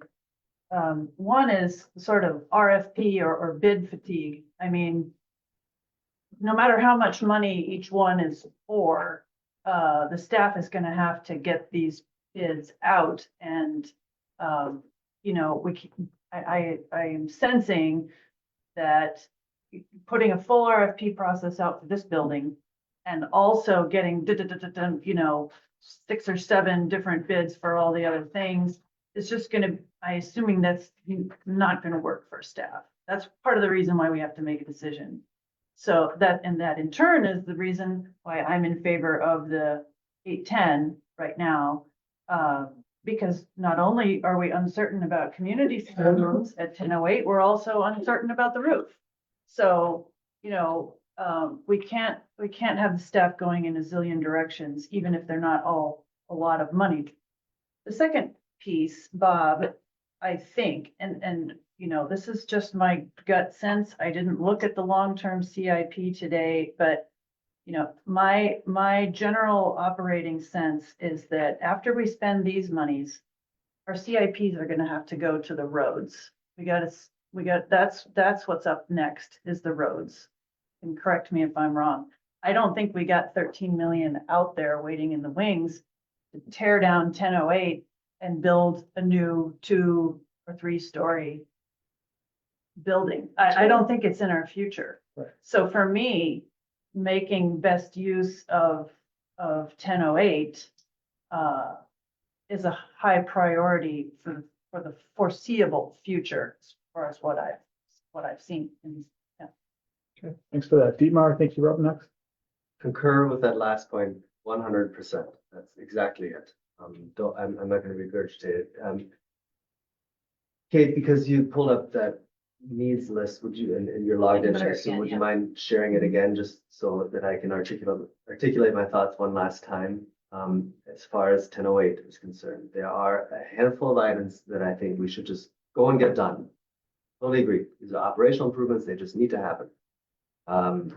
In terms of lists of priorities, I'm sure there are some that are lower cost and some are higher cost, right? A new RTU might be too much at line item 9, but you know, certainly plumbing upgrades, number 2, number 3,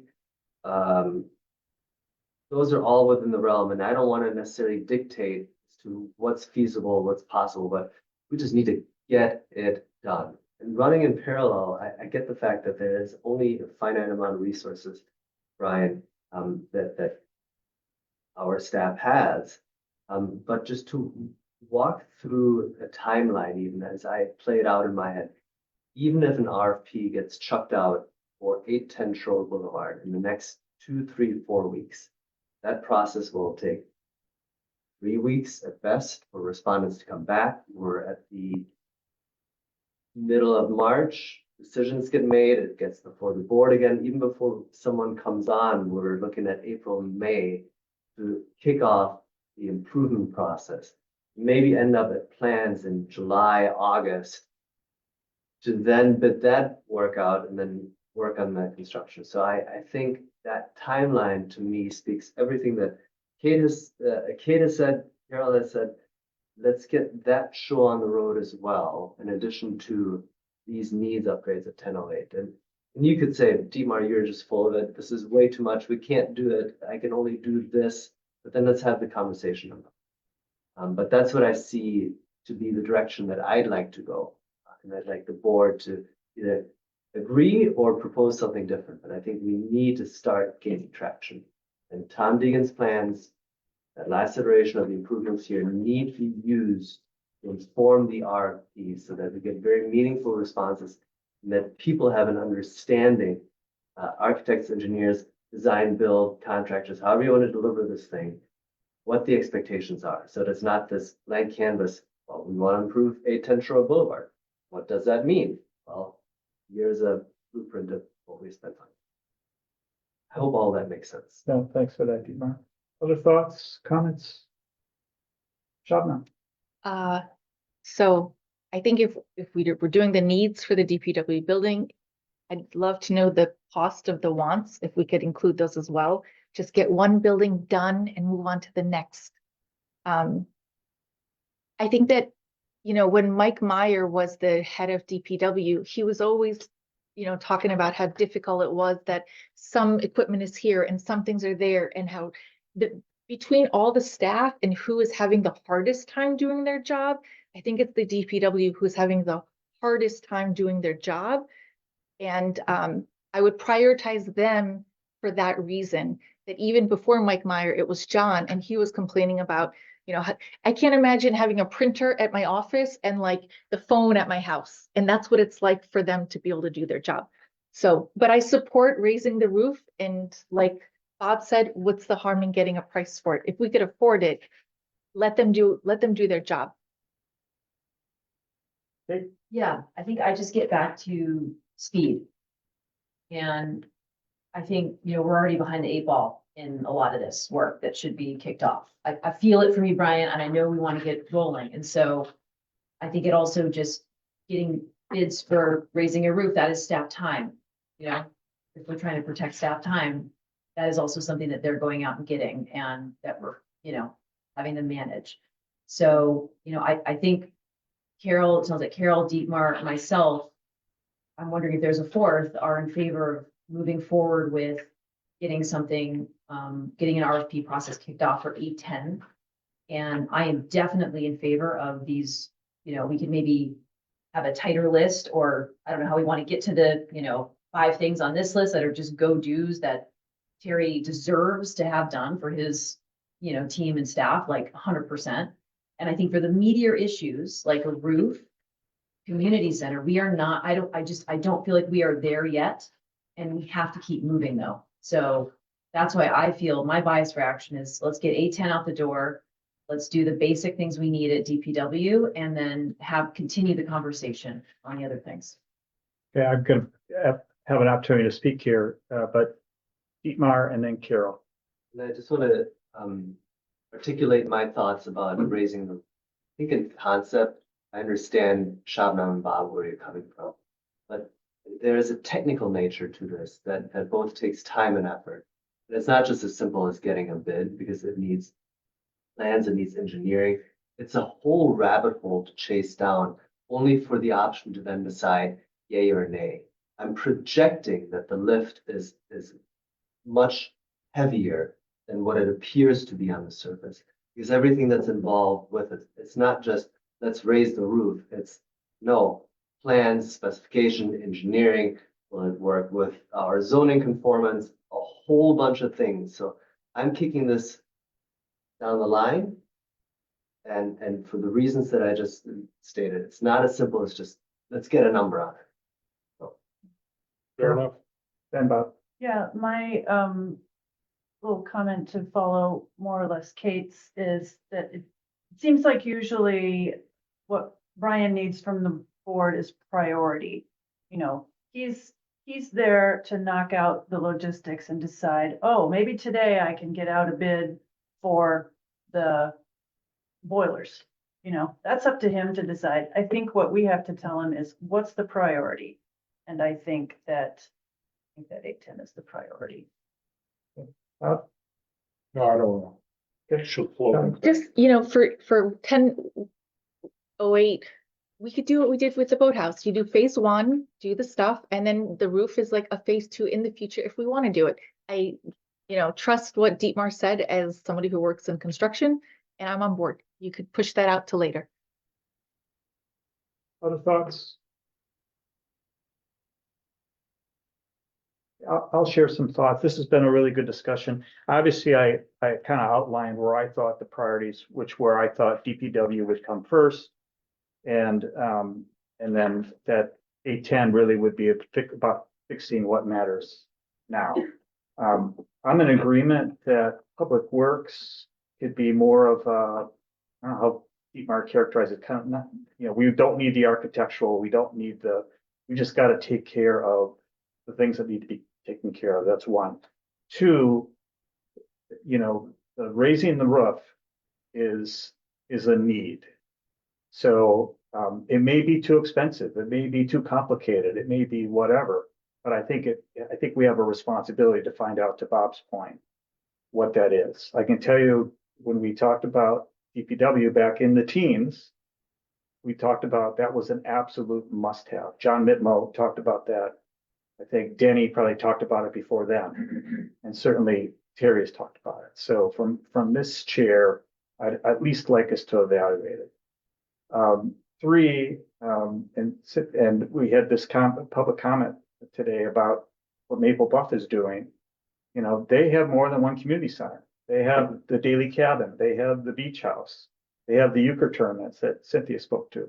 So, while I agree that we don't need to do the architectural for the public works, we need to, as a community, find what that community's use could be on the south end. And that's going to require some architecture, that's going to require an elevator, it's going to require an update of the bathrooms. It's going to require some things. What we saw in the surveys was, what was it, 54%, 57% of the respondents said community center at 1008 was their preference. You know, that was meaningful to me. And so I'd like us to be able to explore that. I realize that's going to take a little bit longer. And then to your point, Shabnam, we could find a way to phase that, really focus on the heavy stuff that needs to be done and needs to be done. And Brian working with Terry and working with those providers. The other thing I'd like to suggest, since there is an interest on behalf of the board to move forward on things at 810, and I realize it might be more of a staff issue, to manage these RFPs, is we find a way to do both and fix what matters now. We said we're going to fix what matters now for the police and for administration. I think we can do that. I think we can do that in a way that's not too heavy in terms of workflow and in terms of money. I share Carol's concern about this dragging out too long and getting to an arbitrage situation. And now we're throwing money around, to try to get things done. I think we have a duty, a responsibility to move on both of these and just do it as efficiently as possible, support the staff.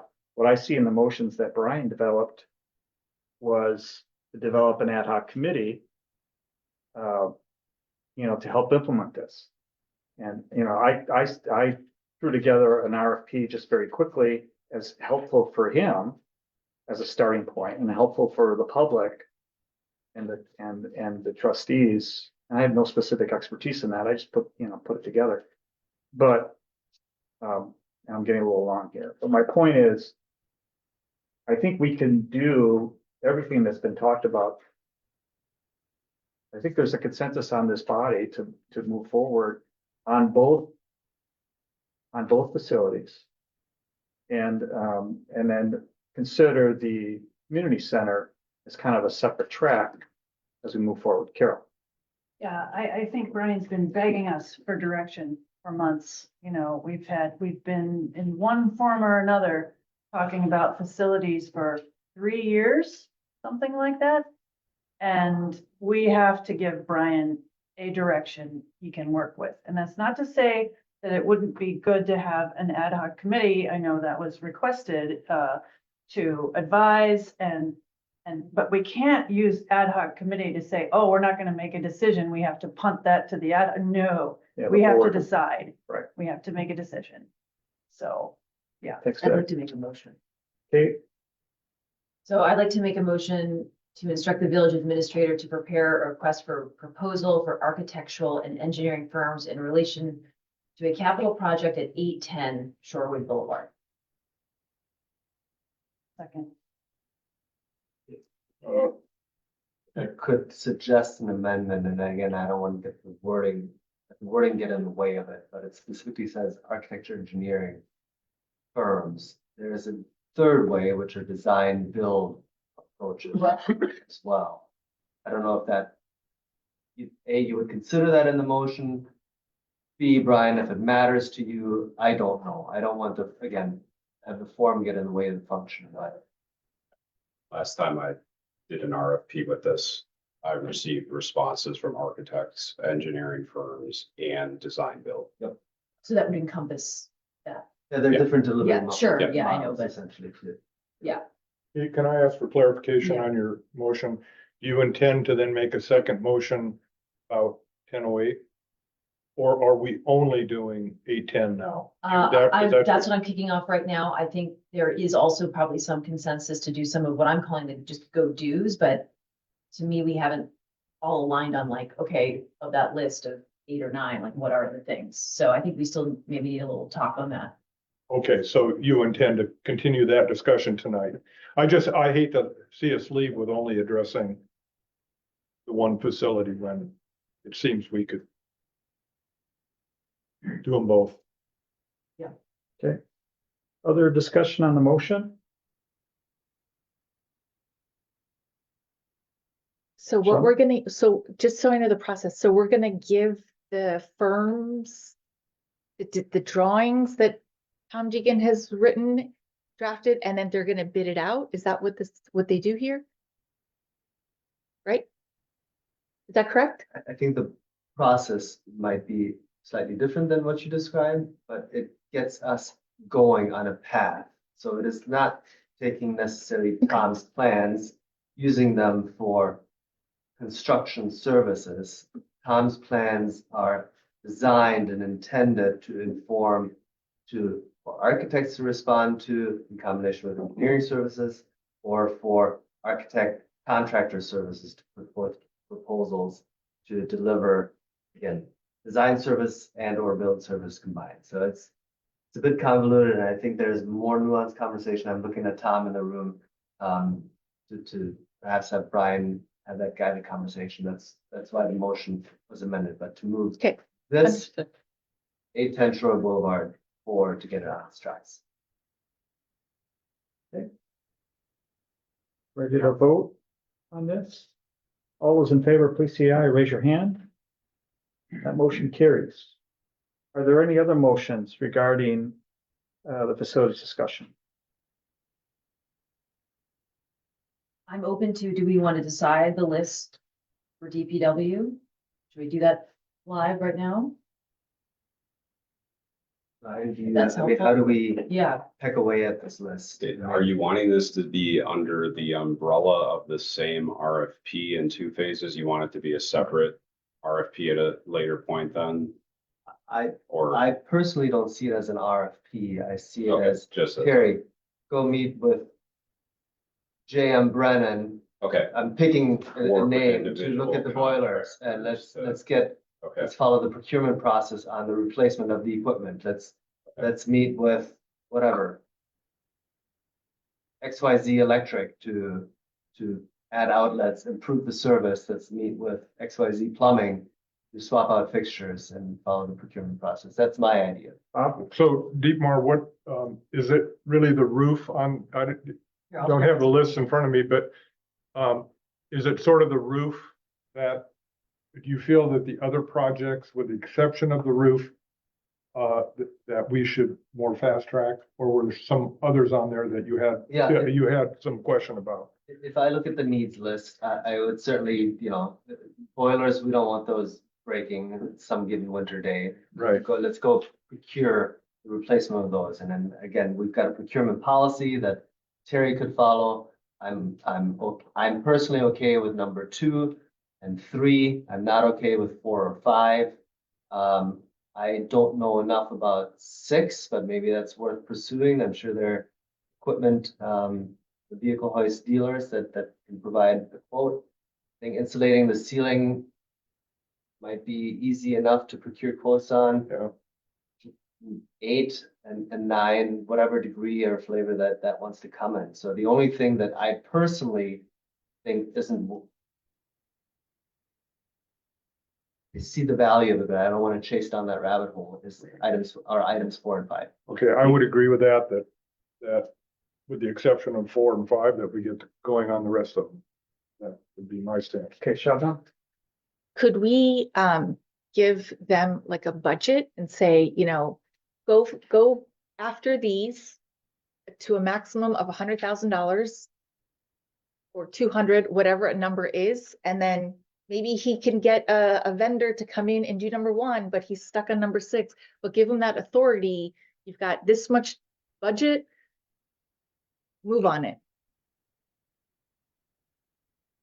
I think we have a procurement policy that Terry or Brian would follow to procure bid proposals on any one of these given items that comes before the board again for approval. And that's that. But it doesn't come before the board if it's under $50,000. It's gonna be more than 50,000.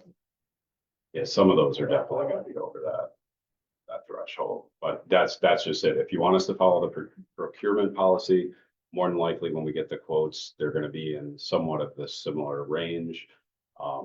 And then we will make the selection based on availability, best price, best product. And then I can have Terry start doing that immediately. I mean, I think we will have the budgetary capacity within our CIP to address these issues, get it started, and then we'll have even leftover money coming into 2027 that we can decide how we want to finish things up. Do we want to facelift over at 1008? What kind of money do we have left? And what we should hopefully have a better idea of what we want included within any community room that we add to the site, parking considerations. We can keep that conversation going while the other pieces start to be addressed. Sean, Dietmar, can you enlighten us on what RTU is for the whole? Rooftop unit. Okay. So HVAC, heating and cooling. There's other ways to do that too. Go ahead, Shawna. So I would like to make a motion to authorize the village administrator to initiate procurement of the items on the need list minus number 4 and number 5. I'll second that.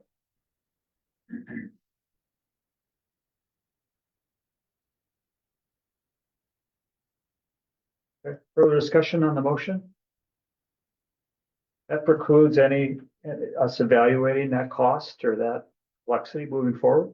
I think they're saying it's going to come back. That they're just going to get the numbers and they're going to have to come back to us. Sorry, Shab, now, was your motion to initiate the process or is it to spend the money?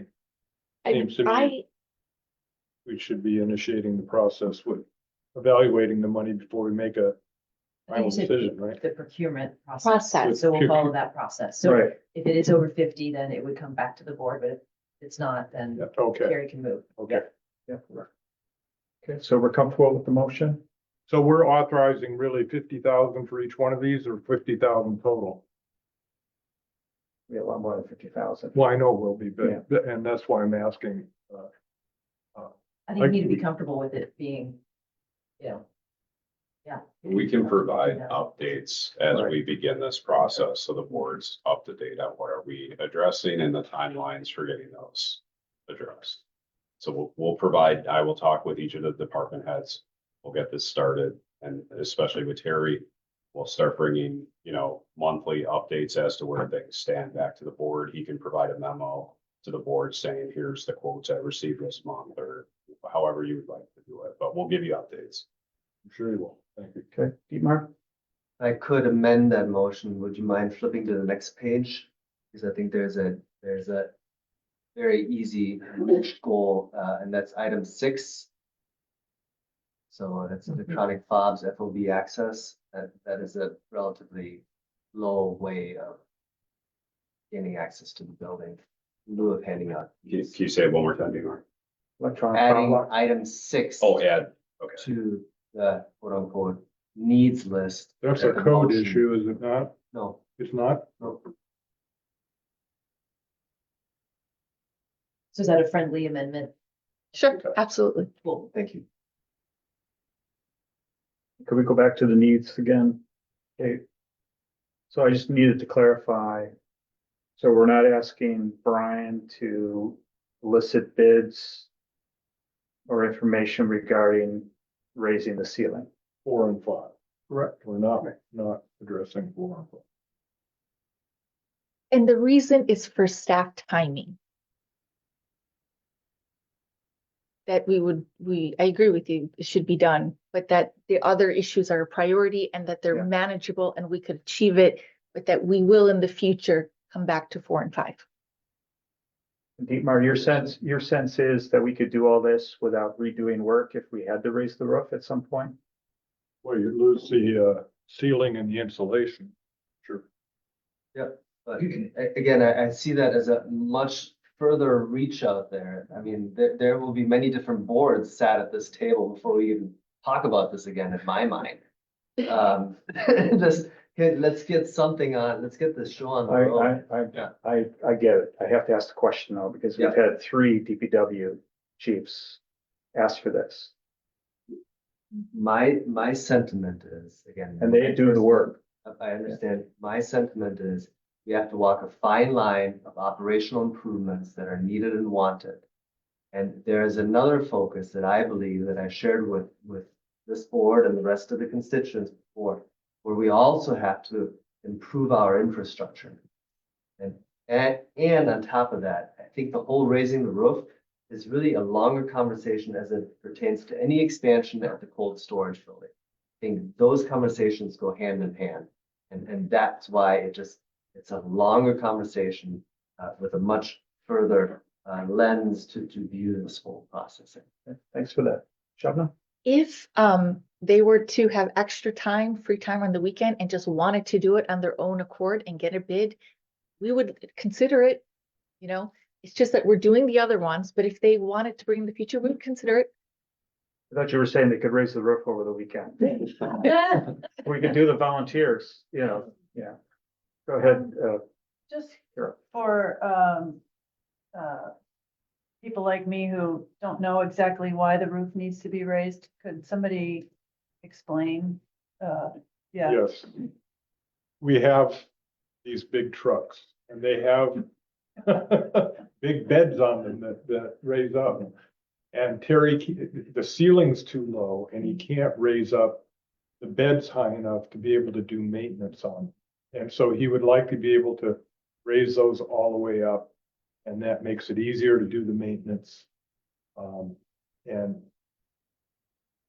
he would like it there, but as Steve Mars said, that maybe that's something that we would want to do out of cold storage, avoid the huge expense here. You know, but that's the basic reason. Exactly. And I think washing them too, to wash the beds. So, and to not do it out in the cold or whatever, but I think exactly, it's hand in hand with cold storage. There are other ways to crack that nut. So I think we need to look at it more holistically and speak with Terry directly. I would like to hear from Terry.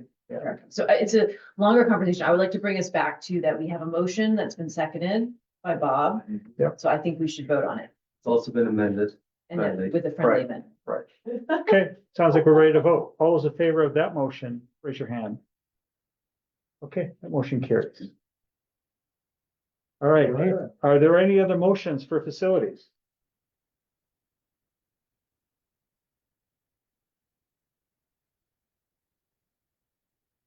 Okay, let's move on. Where are we here? Eller's financial model, results. Mark, did you want to speak to this? No, there was no action on this that was talked about? I'll let Brian speak to write up on this one. Yeah, that's fine. Start it off. I can cover this. So again, Brian. in the greater, I know we had some comments earlier, feedback noted. Thank you for sharing that. Again, this is just one of the placeholders that we've had on the agenda for a number of months since Ellers first came out, to share some ideas about our structural deficit. One of the ideas, again, that is currently being discussed within the Finance Committee and will likely be continued at this upcoming Finance Committee meeting is the issue about possible TID closures within the village via inter-TID loans. So we're looking at the possible solution that is bringing revenue to the village on an earlier timeline than currently planned. In the general discussion about ways that the village can look at saving money, I thought it was also prudent to say, what could the village potentially look at from a opportunity of a internal cost cutting variety. And that was where the municipal court fit in. The municipal court, again, this is not to say I have made any decisions. I have not. I just know that we have some pending upcoming departures within the department, or we've already had a departure that was unplanned within the department. So the potential could exist at this point to look at this as a possible candidate for an innovation grant and a partnership with a nearby municipality. I am just asking for the board's either guidance or direction as to whether or not that is something that they would like me to look into further. Thoughts, reactions, Shabnam? Which municipality? Say that again? Which municipality? Which municipalities? The local options that I believe exist are Middleton. You would have to go out to the Cross Plains, or you'd have to go over to Monona. I don't believe there's any other close enough, like City of Madison options that we could partake in. Mark? Yeah, so we're gonna have these conversations in Finance Committee. Let's be meeting next Monday. Not only talk about this bigger TID closure issue, which just remind the board is a marathon, it's not a sprint. Which is to say, any TID closures are not gonna happen this year. Very unlikely, probably not happen next year in the sense that the money from any closure will probably start in 2028. So in 2026, this year, we closed the budget by drawing down projected $125,000 from the unassigned fund balance to square the budget. We haven't figured out yet how we're going to close the budget in the following year. Okay, so in 2027, we're talking about maybe $100,000 of unfunded balance that we're going to have to deal with. Now, maybe we can do it the same way with unassigned fund balance. Maybe we can do it with operational savings. Maybe we can do it with the wheel tax. Everything will be on the table in the Finance Committee as we talk about how do we get to the TID closure? What's the bridge to the TID closures that would be a more permanent, hopefully, solution to the problems we face on the funding? So all those things will be on the table in Finance Committee, and we'll be reporting back to you with some recommendations, I think, at the February meeting of the board. So that's where we are on that story right now. Carol?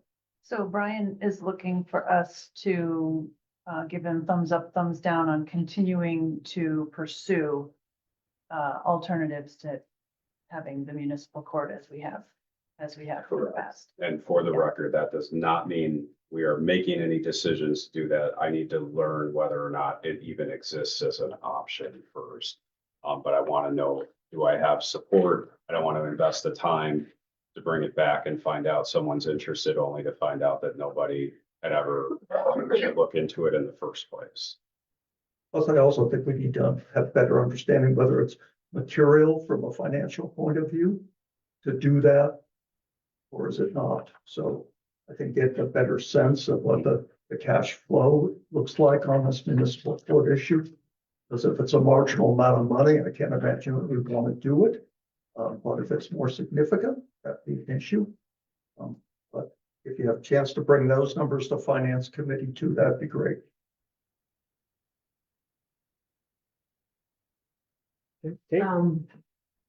I very much appreciate the creativity on it, Brian. I think we have to think that way across the board. I guess a couple things. I really would prefer to have finance, instead of drip, like savings here, say, like have more of a comprehensive look at, what is a really sustainable way to do this? And I know that's what you guys are continuing to talk about. I personally am not seeing the cost savings there just with some of the numbers you've been given tonight. And we're worthy of such a pretty profound switch in how we would, have our municipal work. So right away, in terms of eliminating work for you, I would say, don't look into it. What about Carol? I think knowledge is power. I would respectfully disagree. I also think that having the court has knock-on effects on the renovation here in this building. So that also needs to be part of the arithmetic. I think I'd like to put this motion out there, so that we can have a second and discuss it. So I move to authorize village administrator to review cost savings associated with pursuit of an innovation grant, including a potential merger of the village municipal court with interested local municipalities. I guess my only concern, Carol, is to take up Gloria's earlier point, is that this wasn't marked for action. It was discussion only. So I'm a little concerned about So that aspect of it. I was actually 2 seconds ago gonna ask whether a straw poll is sufficient, or does there need to be a motion? Thoughts, Julie? Well, we didn't put action on there. so Yeah. Really, so I think a strong poll is gonna. Straw poll. All right, I take it back. Would you like to amend your, from a straw poll No, standpoint? we Just- don't really need a motion, seems like. Okay. Shawna? You know, I think Felice's comments were meaningful, and the judiciary is never designed to be a moneymaker. The cost is $30,000. We spent more on one consultant a year, and we do 5 maybe consultants. I think the residents would be very concerned that we are looking to merge services with another municipality to save $30,000, yet we will not consider doing that with the police department when that's like a $1.5 million or more cost. So I think there's a little bit of illogic to it. I understand that. Bob? Well, I think it's not just the money, but the space as well, right? Space required. To be able to have a proper courtroom and space for clerk, and that has to be factored in as well. Yeah, Carol mentioned that as well. You're The moves that would have to happen in this building in order to accommodate it. Okay, other discussion, other thoughts? I mean, I understand what you're saying. I mean, I would like, just from my standpoint, I'd like finance to take a look at it. And I think Felice made her comments. I think Marilyn made comments, and so those are going to resonate with me. But I'd like finance to look at it and see how it kind of fits in the old picture. The other thing is we'll have a better handle in terms of improvements in this building, what those real costs are to accommodate that function moving forward. And that's going to be something I think we need to understand. Just to be clear, the finance committee is only going to look at it from a financial standpoint. Yep. All the other issues are to the board. So we're just going to try to get just some numbers, and the board will have to take it from there. Emer? I'll just share my opinion, and I guess my opinion is really, I'm rather lukewarm. I appreciate both having some level of additional information. I think the sort of the overall budget concern, it's real, right? And understanding options. But I also don't want to chase down again the wrong rabbit hole on this if that lemon just isn't worth a squeeze. So I don't want to. You're very quotable tonight. There's too many members. Well, I apologize. limited to 2 or 3. Yeah, thank you. Nice, still young.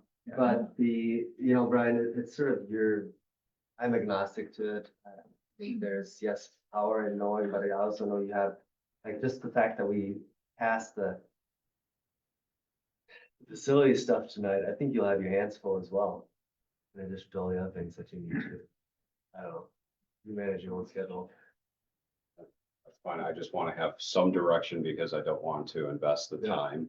Right. That's precious right now into doing something that no one had an interest in me looking into in the. So I'll probably just lean more towards I don't really want you to invest the time in it, but that's more of a lean. And that's, I'm one person on this whole thing.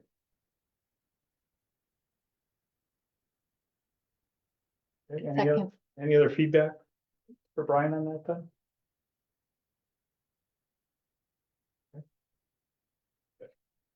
Don't do anything at this point then. Okay. All right. Mark, nothing else on the model results? No. Shabna, for the CSM, there's a description under 7C3. There's also a possible motion. You spoke to that. Or why don't you speak to it? Let's do it that way.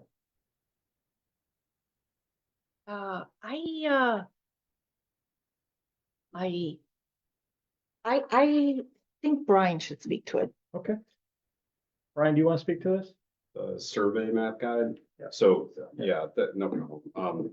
So again, obviously, we still have people that are very much interested in seeing that the village pursue all avenues to ensure that all certified survey maps receive proper review, proper guidance, and a proper policy that follows that the village residents fully understand.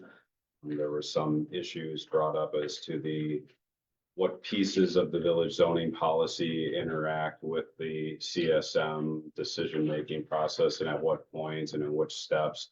I somewhat informally reached out to our village attorney, our village planner, asked both of them if they would have an interest in helping assist us in putting a formal guide together, some document that's very accessible and easy for people to understand how that process works.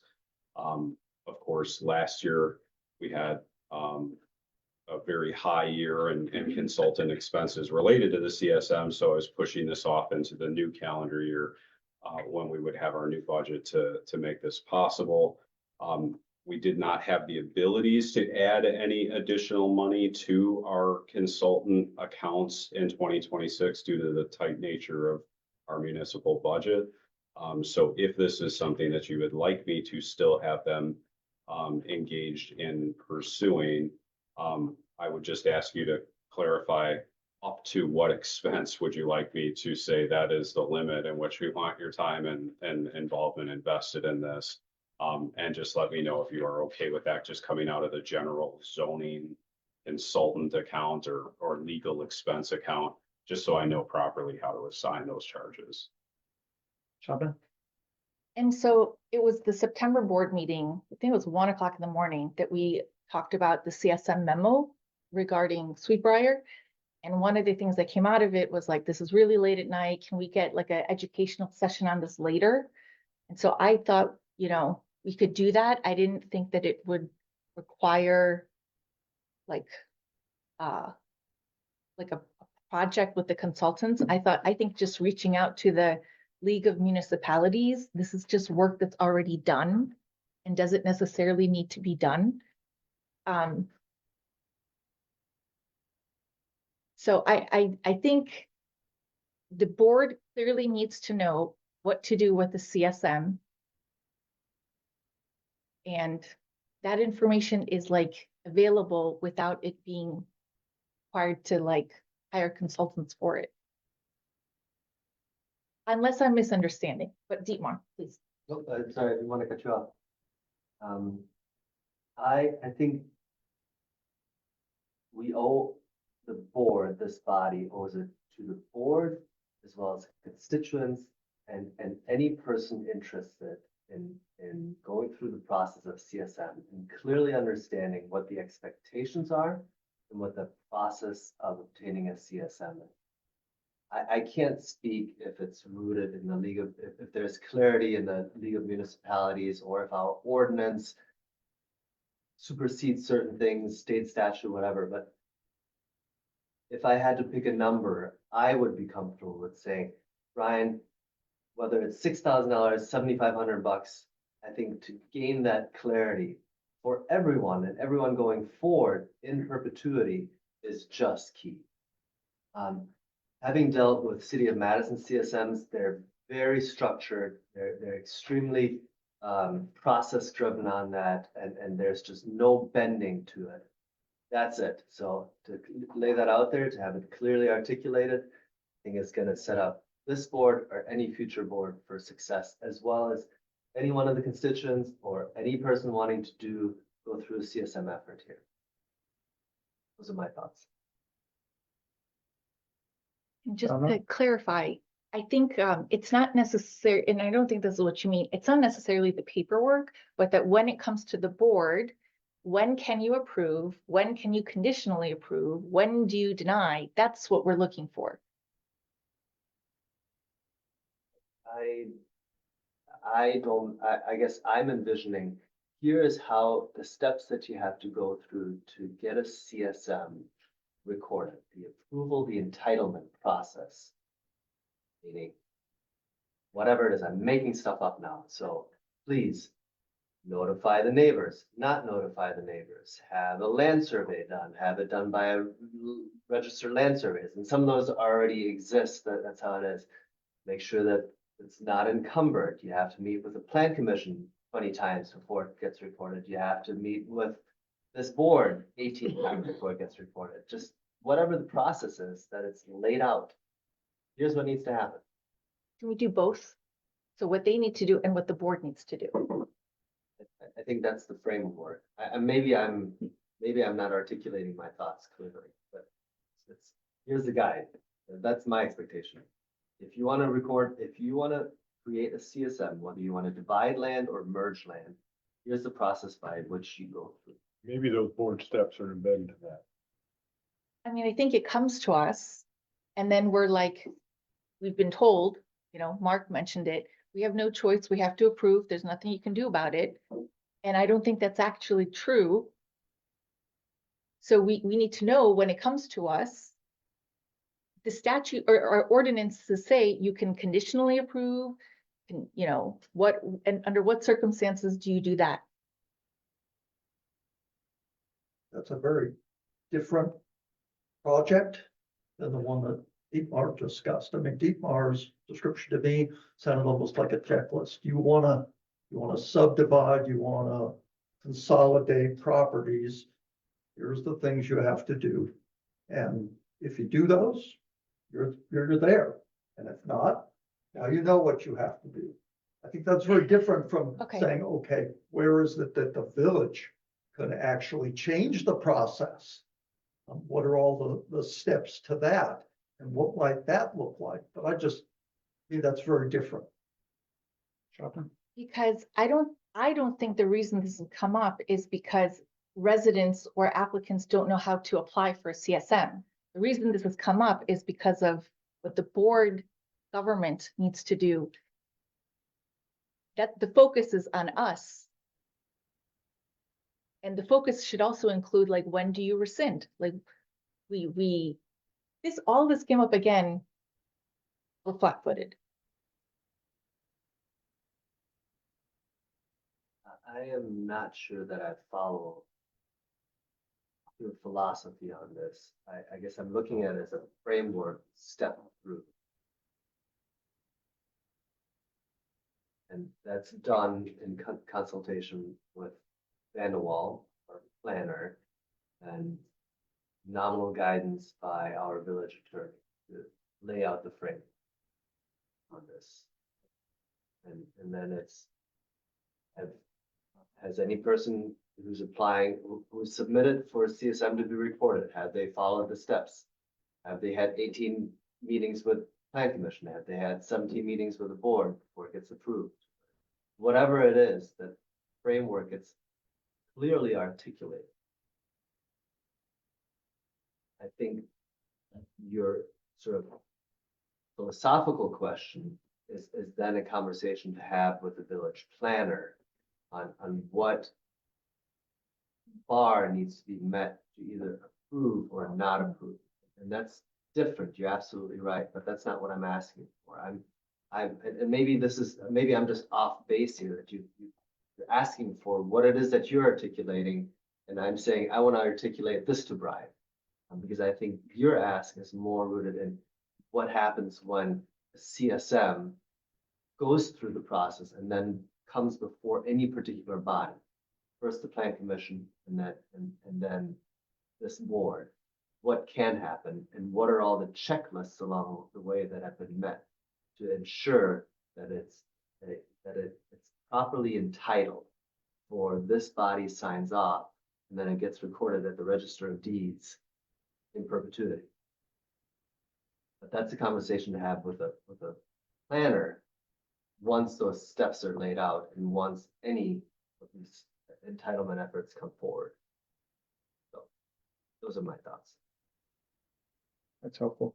Mark, other thoughts, other comments on this?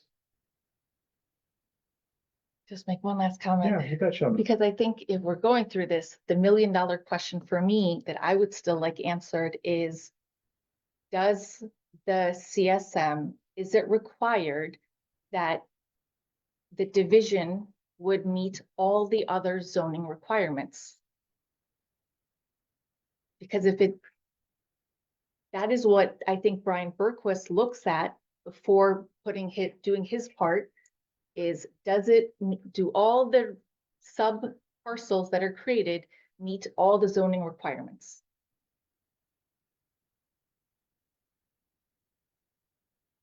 That's part of the review process by the zoning administrator.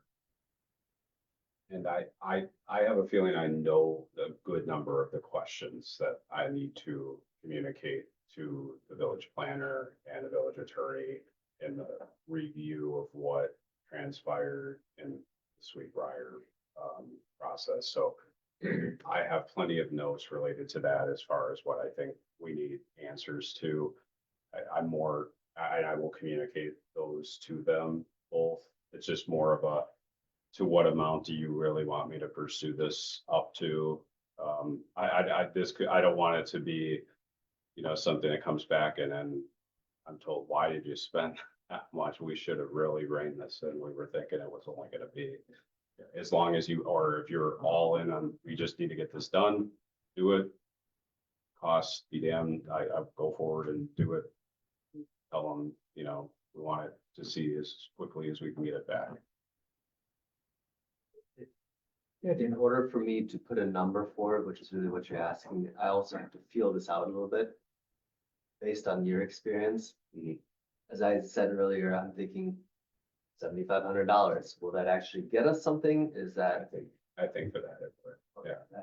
I believe, again, I don't believe this to be a waste of money. I think it's an investment to really clarify a process that is much needed. And I guess the only thing that I'd like to add, and just because it's come up a couple times tonight, CSM doesn't necessarily just, not only can divide or subdivide land, it can also merge lands, right? It's just so that we get that nomenclature out there, or the correct understanding of the nomenclature out. So that's the only thing that I wanted to say. You had your last one, Sean. No, I'm just Sure, kidding. No, go ahead. No, go ahead. I ask that if it turns out the board, the CSM previously should not have been approved because it did not meet all village zoning requirements, that the board issue an apology and a correction of the record.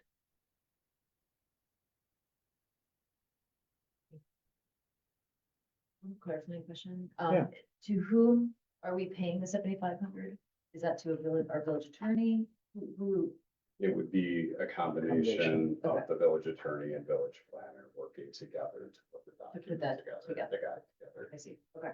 And process-wise, Brian, are you anticipating this will come back directly to the board or go to plan commission first and then the board? I was thinking straight to the board, but we could certainly run it by plan commission if you'd like first. Any expressions of preference? So, Mark, question. If this guide, this checklist, whatever you want to call it, if all the conditions have been satisfied, does the board have any discretion?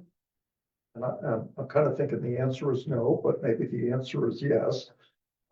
But if it truly is a checklist that, you have to do this, you have to do that, and you've done all that stuff, then isn't it automatic that I guess that's my question. Okay. Is there if this is satisfied,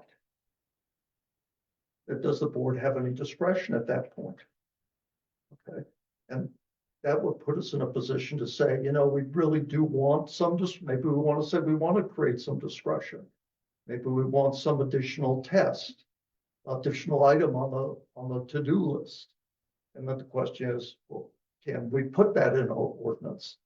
Are we permitted to add that requirement? And I think the beginning point is having the list. Once you have the list, then we can ask the question, okay, if the list is satisfied, does that remove all discretion from the plan commission and the board? Okay. If it doesn't, if the board still has discretion, we want to understand that. And then if we don't have discretion, at least it would put us in a position able to say, well, I think there should be another step here. I think there should be another requirement. And then the issue is it possible to put that in our ordinances to amend our code and without conflicting with state law? But I think that is the second stage. The first stage is just, what are all the steps? If you meet the steps, is it automatic, or is there still a judgment call? And then after all that's done, we can decide, is there some other requirement that we either want to pull out or put in, and whether we're able to do that. But I think that's down the road. So it sounds like someone should make a motion. Emer, Yeah, I'll make a motion. thank you. For consideration here. I'd like to make a motion to authorize the village administrator, whose name is Brian Mooney, to have consultants work to establish a new CSM guide framework in 2026 at a maximum amount of $7,500 to be drawn from, and I'll look for some coaching advice from Julie. Where can we draw this from? That's a good question. I was gonna say, who's ever making the motion, right? Across from Mar. That's the problem, is it's unbudgeted, so if it comes out of your consultant fees, and I don't have my laptop in front of me, I can't even tell you what that budget is, but I'm thinking it's $3,000 roughly. So basically, you're gonna be using a third of your budget for this, and then what happens to something else? Otherwise, it can't be the unassigned fund balance, correct? I would not recommend that. We're already taking $125,000 out of that this year, and we have, few rough years ahead of us according to predictions. I would not recommend that. That's why I was concerned when Brian was discussing this with me. I'm like, there's the funding coming. We have to say where the funding's coming from for this. So it is up to the board to decide, for the number of CSMs that we have, is this worth spending a third of our budget on? If it is, it is. Yep, I think given the nature of what everything has happened going forward, this clarity is needed. So at the risk of causing pain, but it seems like the consultant's fee might just be the natural spot for it to live in at this point. Okay. So that's Mark? I don't know if you got that motion, Chrissy, more or less. I think I missed where it's coming from. The Consultant fee, planning consultant, general ledger. I can't tell you the accountant, I'm sorry. I can make up a number. Yeah. So that's my motion. Second. Thank you, Shannon. Further discussion? Yeah. Mark? Yeah, so the only thing I remind the board is that this whole bid closure process also was not budgeted and will require funding of the support financial entity, call it Ellers at the moment, to do some additional financial analysis. Will probably require some funding from our planner to do, to look at the eligibility to do this. So there's other drawdowns from unbudgeted funds as we go through this process. And again, we're reminded it's only January and we have another 11 months ahead of us. So something we need to be cognizant of. One benefit of having a decent rainy day fund. I mean, our fund balance is the highest it's ever been. But we want to keep it that way. So that's the rub. Are you ready to vote? All those in favor? There's no second. Oh, no, there was. There was a second. Yep, Shannon, second. Thank you. Ready to vote? All those in favor? That motion carries. Thanks for that. Shabnam, did you want to speak to the board memo template? Sure. Sorry, I'm a little cold, like chilly down here, like shivering. Well, we brought this up before. I think that sometimes at the board, we're going around in circles and circles, and it's taken up time, and we're here till late hours in the middle of the night. And sometimes I think how we could prevent that is really requiring a little bit more work before something can be put on the agenda, where, if information from residents supporting the issue or not, a survey could be included. If there is uh,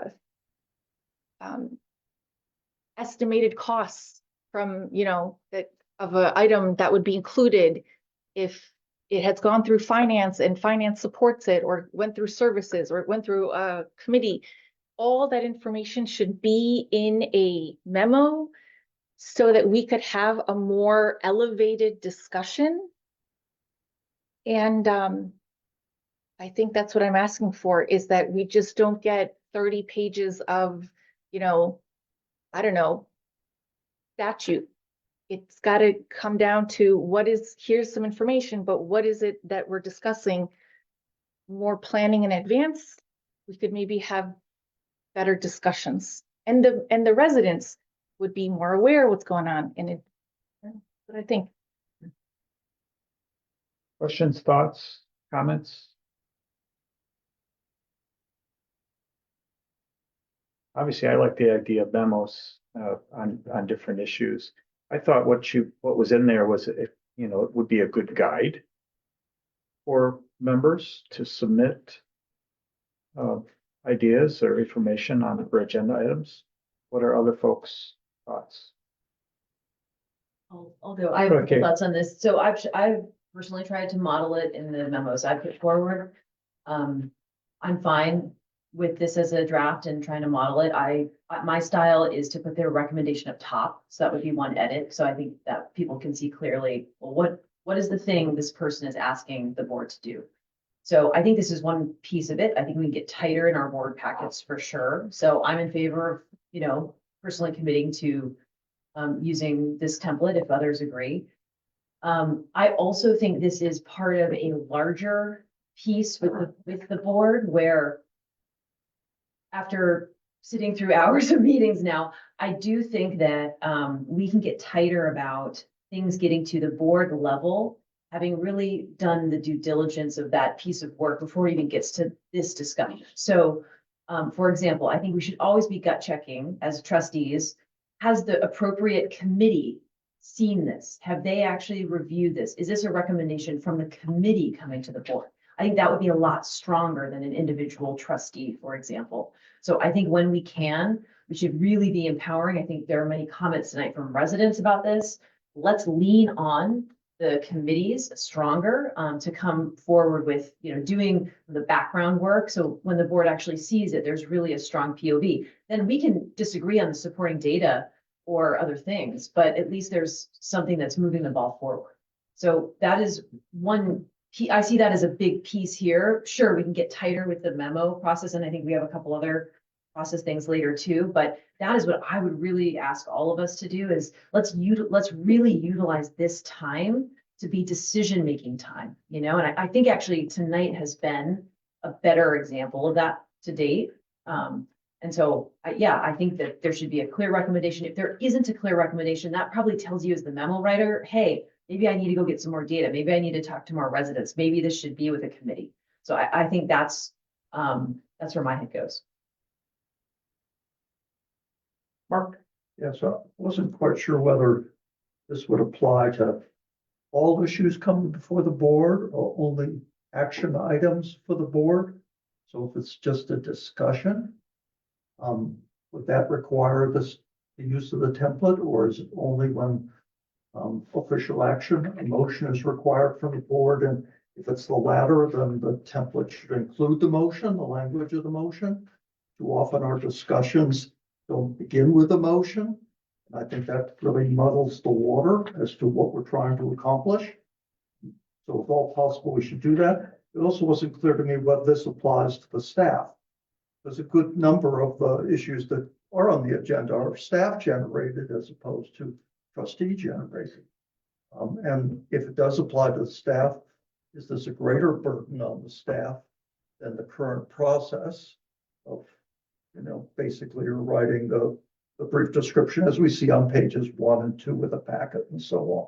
So I think I'm particularly sensitive to that we're going to be short a clerk soon. And so I don't want to add to the burden of the staff any more than we already have tonight by asking Brian to take on a couple of additional things. I know we're going to have the discussion about priorities later, and I think that's a very important one, but those are some of my concerns. Any other thoughts?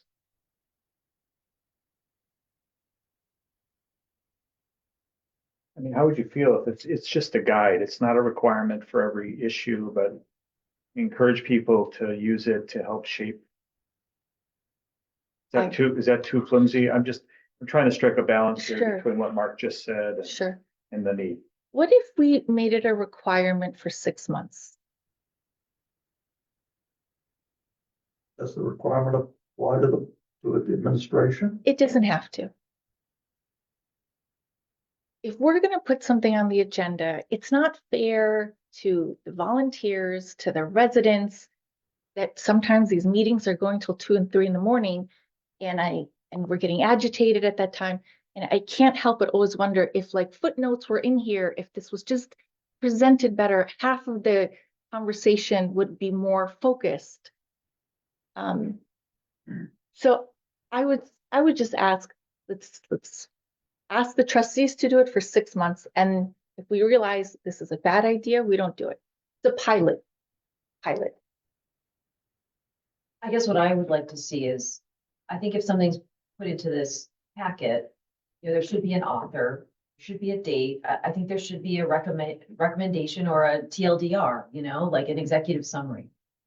That's why, John, I asked who authored the other pages, because I didn't know. I didn't know if it was Brian's or someone else. So I think it's important to know when something is coming from a specific trustee. So those would be the main components that I would like to see. And I think it's a fine guide. And I think if we strive to do that, I think we should try. Dietmar? Yeah, I can get behind that, for sure. I often struggle with no date, no authorship. Where is this from? And again, this is not Brian's stuff, right? This is like other trustees bringing stuff forward. Let's guide it. Let's just get a little bit more professional on this. And you can, I guess, if we're not as rigid to say, hey, this is the template, you must follow this, and then we get into this whole conversation of agendas and so on and so forth. I guess I don't want to get there, but let's amp up the game of put forth information. You can even have this in an email format, but just to like manage this process a little bit better, like pushing out information and recommendations. And we all have projects that are near and dear to our hearts. So let's look more professional. Yeah. This is the recommendation. Let's give it a whirl. All right, 6 months, Bob? I would agree. I am been struggling with this in Public Works. They've done a whole bunch of work on Lake Mendota Drive and speed humps and bringing it forward to the board. And you guys have done all this work, but I need an executive summary. I need something that I wasn't involved in all that discussion. So put this together in that type of format. I think to get any movement within the board, you guys have to be able to understand what the issue is, the importance of it. Did we do a survey? What's it going to cost? And who's moving that forward? So I think it's a good idea, and I would be behind trying it. Okay. All right, so Shabnam, is there a motion here?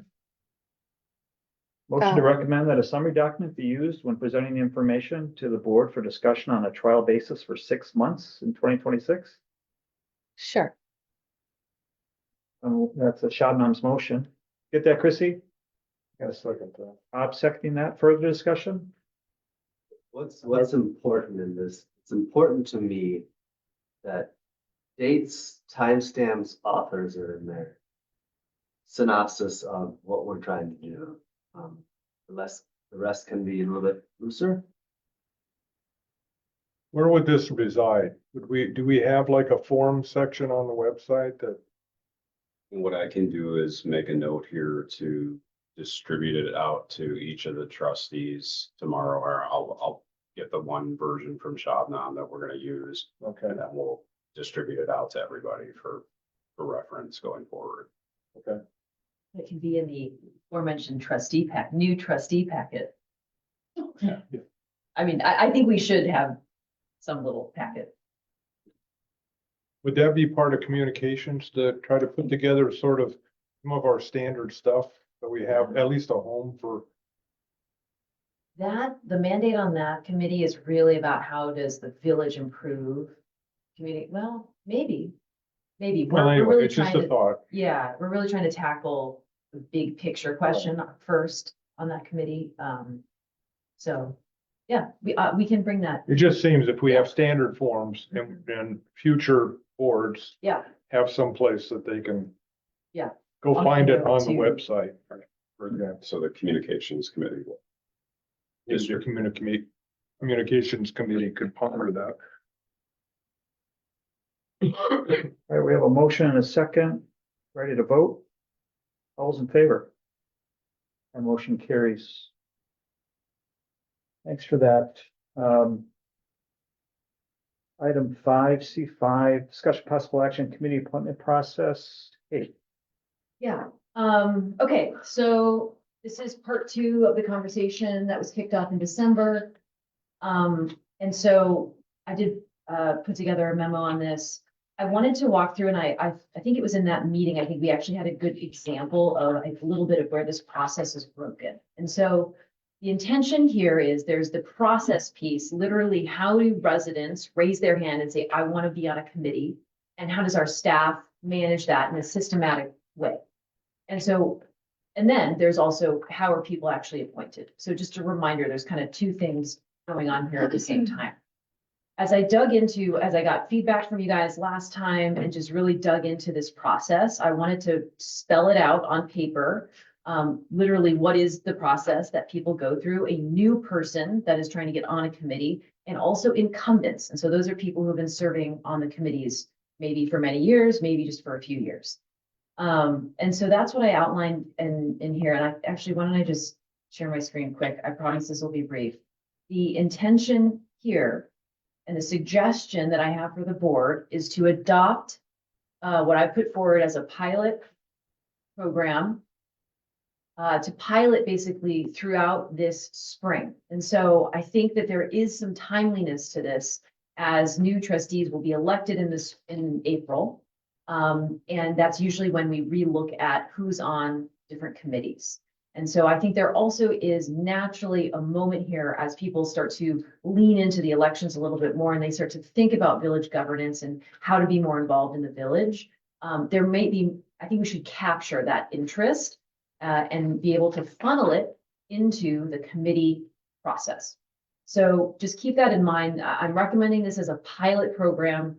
Again, we can call for the next 6 months, but it's really kind of throughout this spring to see, does this new appointment process work? Again, both in how people actually can apply, but also how people are appointed at the board level.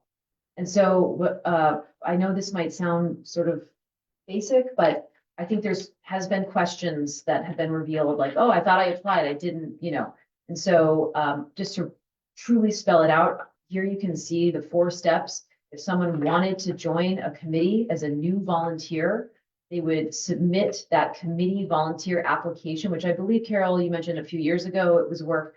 I have edits to that are in line with this new process. And so those are the pages after this memo. You can see what I redlined. I wanted you guys to see the process and then see a clean version. So that's why there's 2. So they submit a volunteer application form either, to Village Hall. That is the only way they apply. It is not through an email to an individual trustee. They have to fill that volunteer application form out and hand it in to village staff. Otherwise, you're not on the list, right? Village staff then manage the list of prospective or interested residents by committee. Okay. So when board deliberation or discussion happens, the staff then should provide the full applicants and other relevant materials. So for example, in our application form, it states you can have someone submit like a letter of recommendation on your behalf if needed, right? So that would count as like other materials. And then the board would deliberate and appoint new members. You'll see I'm recommending that we pilot a ranked choice voting system later. Okay, so what's the important difference here is that applicants are looked at then within a pool of people who have in the last, and I've spelled this out, 2 years. I think we should capture that as in a 2-year cycle. So if someone, applies this month, village staff would have that on file for 2 years. And after that 2-year mark, they kind of roll off. And so you have to actively keep, applying if you're still interested and you for some reason aren't onto a committee within that 2-year span. Okay.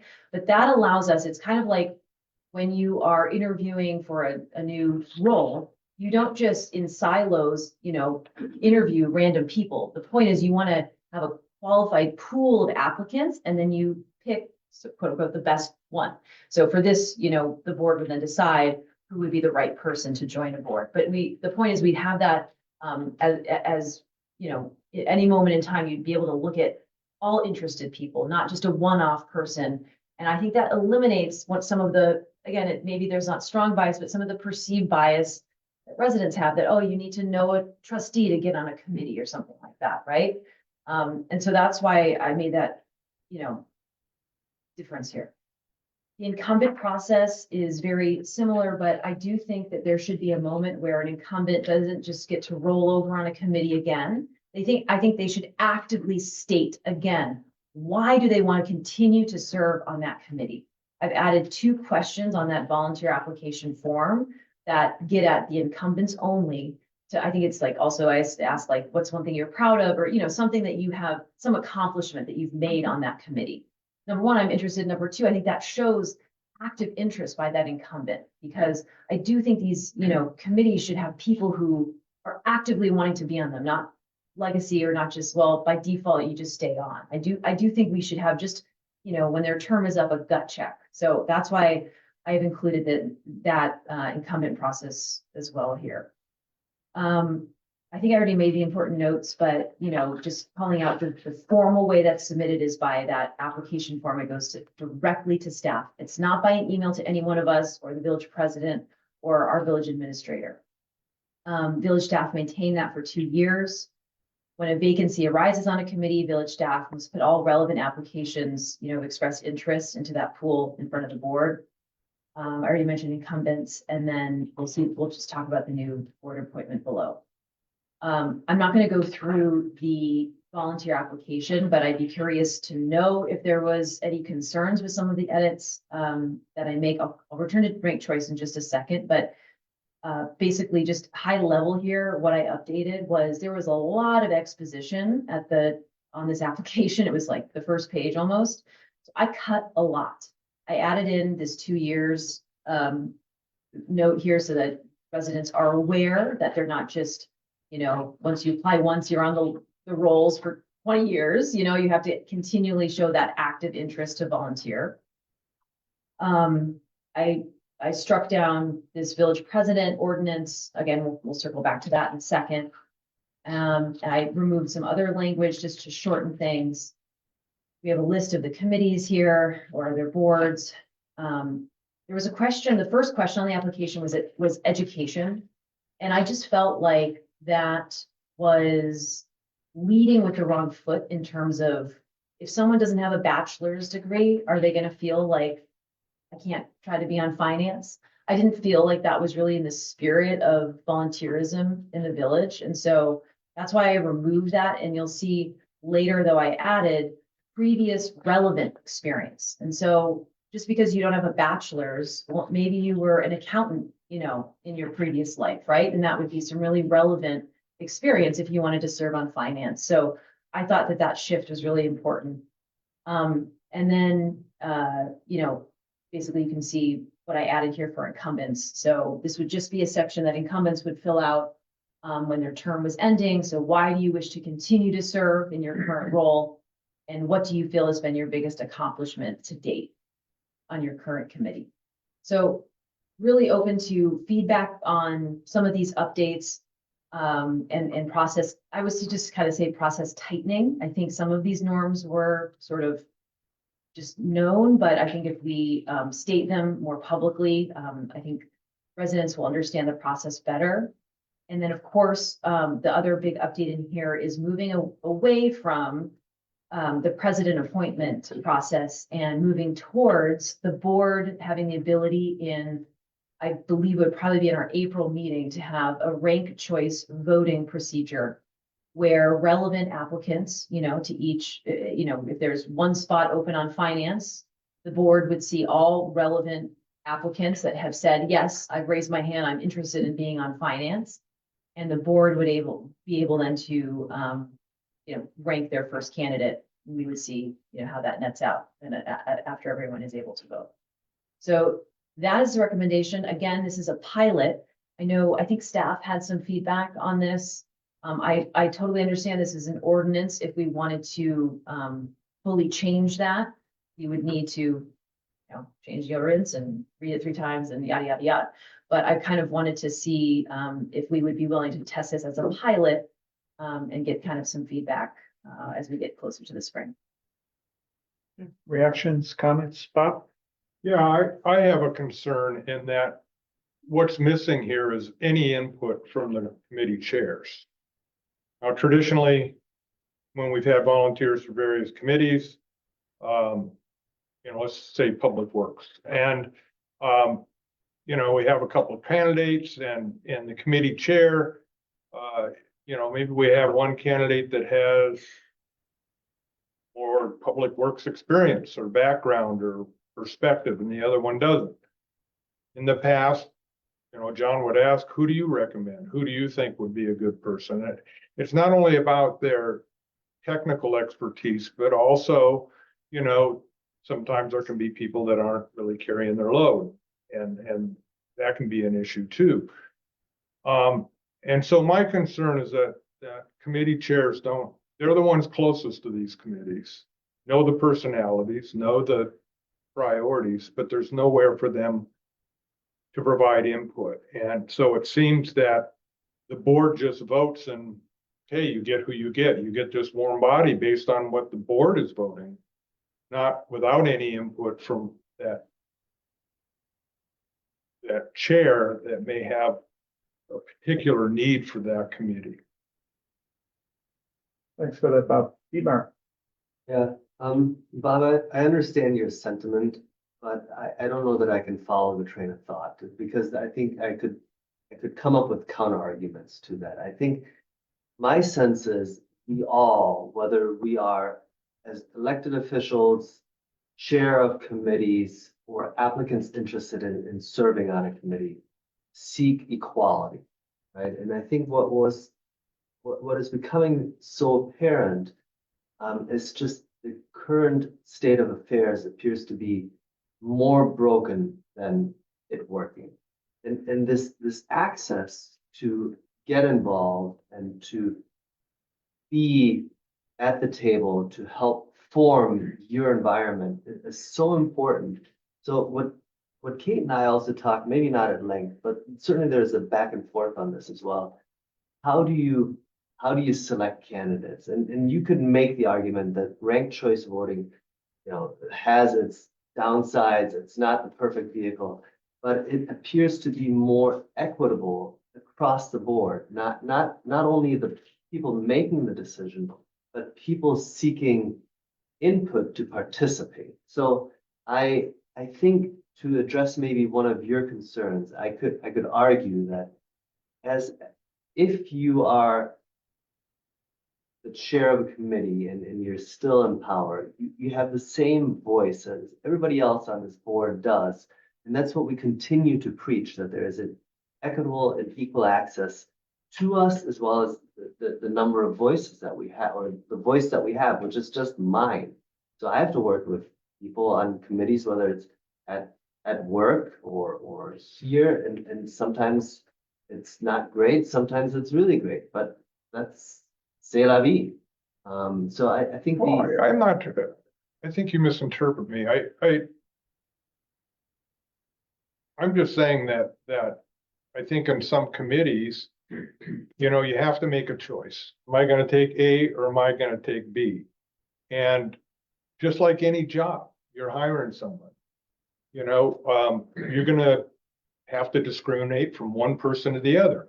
Who would you like? You would like somebody that is more in line with the job that you're getting them for. You know, in the case of Public Works, I would rather pick somebody that has 10 years of, you know, somebody with your background than somebody that knows absolutely nothing about it.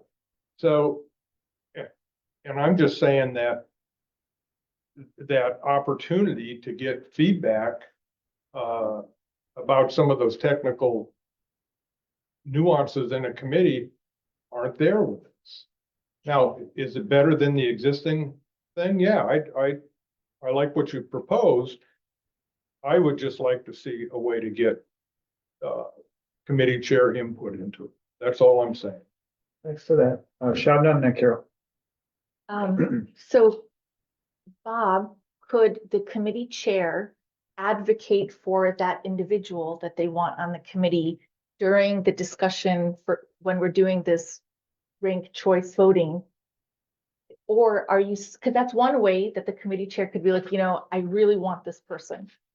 Or are you asking that in this process, there's a formal process where the committee chair has a little bit higher of a voice?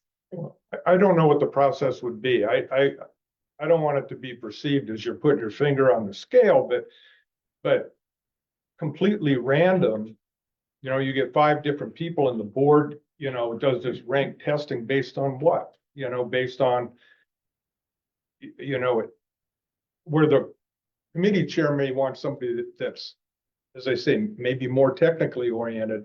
That doesn't come through this voting process by the board. And because, and I don't know quite how to do it, but I'm just saying to me, it's a little bit of an issue. I would like, not an issue. I guess I would just like to see if we can figure out a way to get committee chairs input into this. So Carol, then Kate, then Shabnam. So if I can comment on that, I think that the committee form, the volunteering form, does enable you to put down your relevant experience. So everybody on the board will see that when they vote. And, you know, it's not the same as being experienced with a person, but when we do the ranked choice vote, everyone will have access to that same information. I think the biggest thing that committee chairs see is who attends, who shows up. And that whether that's that you attend, that you're excused, that you're unexcused. And I think it could be incumbent on the committee chair at the time of voting to bring a report on the incumbents and say, this person is showing up or excused or whatever, so that that important piece of information from the actual experience of the committee chair doesn't just slip away out of the view of the whole voting, the voting procedure. So that doesn't capture everything, but I think it captures the most important thing, which is are people showing up at the committee. I'm for trying it and see how it works. I mean, it's better to get people involved than not get them involved. So I'm not trying to put a, you know, chilling effect on it. But I think that input is relevant. Committee chair. Yeah, what I was gonna say. Julie, did you want something to add? I just have a question from a procedural standpoint, as a person who's probably gonna still be in the clerk seat when this comes around in April. So in April, we have what, 13 committees, 2 people from each committee are up. Does this mean we're gonna be doing 26 ranked votings that night? Fair question.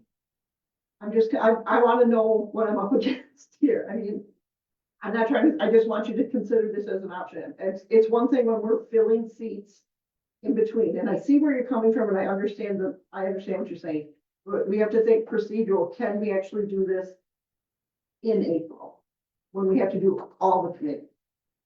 Well, I think that's a fair point, but I think there's ways to manage it. So number one, all trustees will have that in the packet or sent to us beforehand. We're not gonna get it live in the meeting, right? I think like when you guys did the ranked choice voting for the trustee seat, there was an Excel spreadsheet created. And it's not like we have to do each, like we could everyone could put in their data. Anyway, I think there's a way to speed up 26 rounds so that it's not an individual round. That's, I just wanted to thank you. Yeah, but yeah. That's good, yeah. Kate, was there anything I more? was gonna say to Bob's point, within this process, another way to solve for, like, if a chair really wanted to have someone, they could write a recommendation letter, and that would appear in the packet. And so if we're reading the packet, we could say, oh, wow, the chair really wants X person. Maybe that's the way to solve it. That was just. Good one idea. solve. Good idea. Yeah, I might have a follow-up on that idea. I think it was Carol shouting on Denmark. So just to address Julie's concern, I believe we would just be doing one ranked choice voting per committee. Correct? And the top two candidates would then fill the empties, the empty seats. So it would be one voting per committee. And realistically, not even that many, because we're not going to have an overage of candidates in every single committee. So it might be a lot of voting, but it won't be that many. So. You look skeptical, but to be determined. Down and then Mark. You know, we could have a little bit of discussion and stuff, but then when you go to vote, you've got, you know, you just do it all at one time. It's not a one vote and then you do one vote and then you do one, just to address that. I do want to say that I thought Dietmar spoke really well. He just kind of nailed it, that it's about equality. It's about people feeling that the system isn't fair and that certain people get priority over others. And like, yeah, maybe one day I don't get the person I want in my committee, but it's the lack of trust that we're trying to rebuild with residents. So thank you for that. Just two comments on the actual stuff.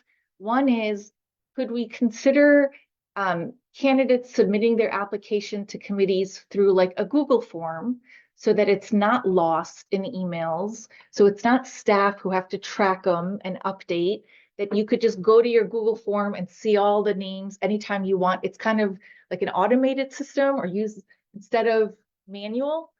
And then the second change I would suggest is that because 2 years goes by so fast, that maybe instead of the 2-year mark, your name stays on for 6 years, which means you got considered twice before your name got off.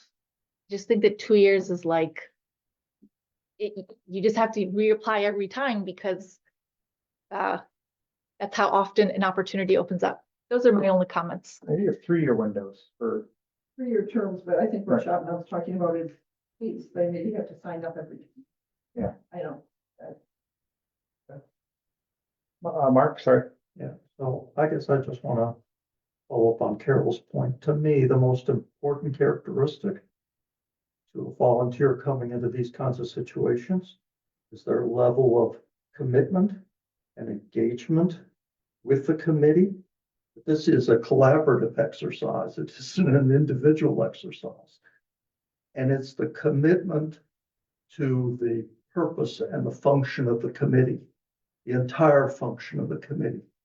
So if somebody wants to join Public Works because they want a sidewalk on their street, you know, that doesn't cut it with me. I mean, it has to be their commitment to all the responsibilities that Public Works is focusing on. And it applies to all the committees. So, and I think, you know, some residents may feel like, well, if I join the committee, this is the way I can get this done. And I'm fine with that they're enthusiastic about the committee because they have that point of focus. But it has to be the commitment to the entire responsibility of the committee. The other thing I want to say is that we're going to have some turnover in trustees here, which means we're going to have some empty chairs.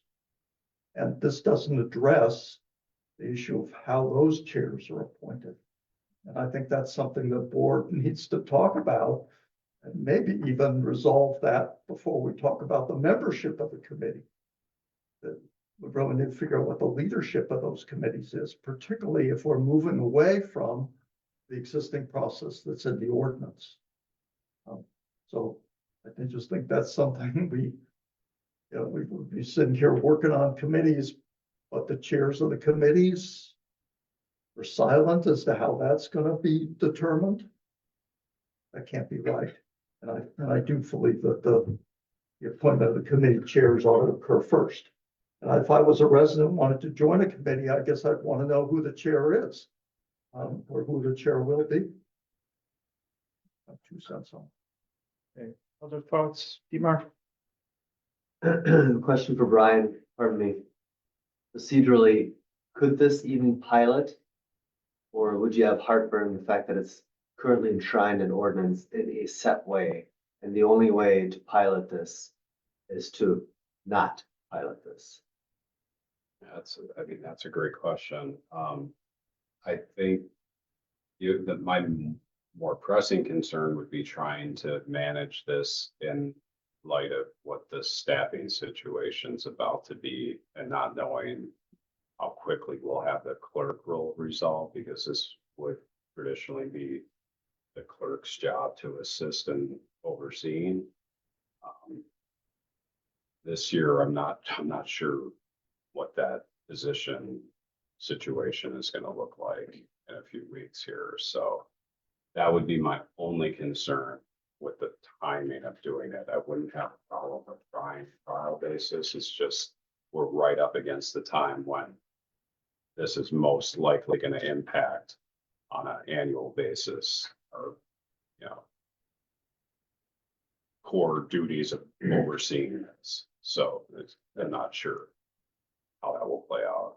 So if I could characterize your position as the administrator, you wouldn't see an issue with piloting if the board agreed something like this, getting this updated. Your worry is really implementation and timing thereof. This year. Mark?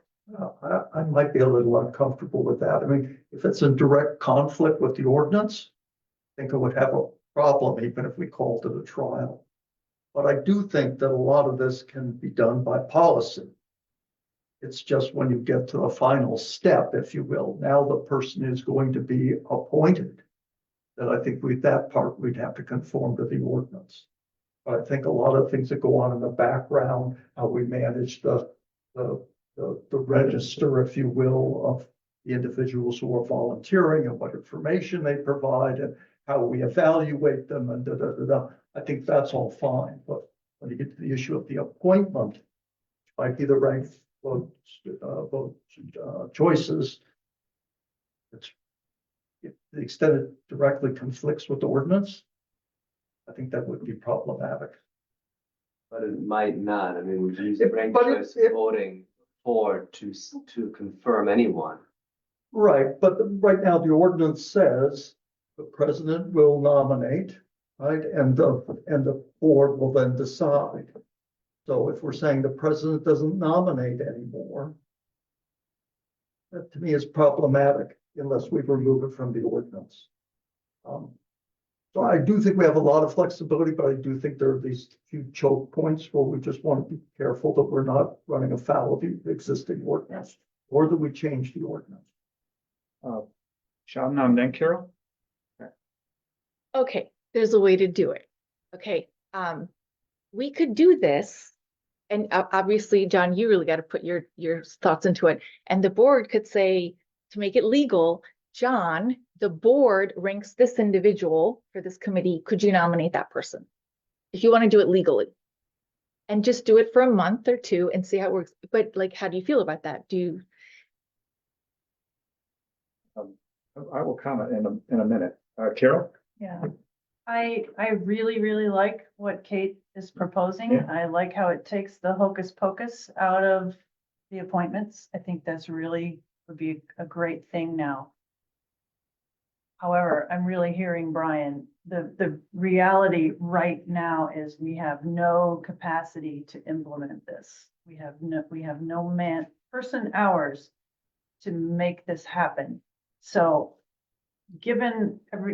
for myself, given everything that's going on with the staff right now and the amount of work that not only that they have to do, but that we just gave them to do with facilities, I don't know if I can put anything else on their plates.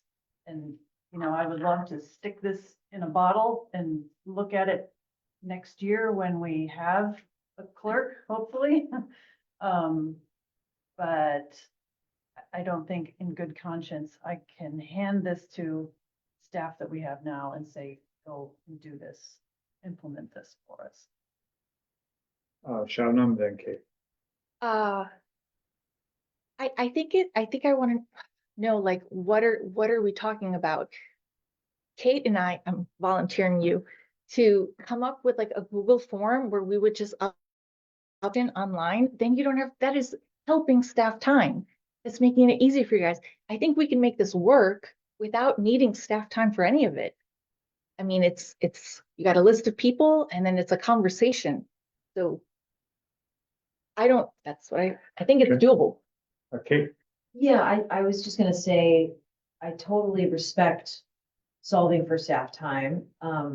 I also, can talk to Brian on a one-off basis to really get into the weeds here. We don't have to use board time for that, but just, I guess to play a little bit of devil's advocate. Number one, I've already made the edits to the volunteer application. So if you guys approve that, accept edits, boom, we have our new volunteer application. Staff doesn't have to touch that. They have to print it. And really it's just tracking in, is it going to be 20 people that come, 30 people? It's taking their application.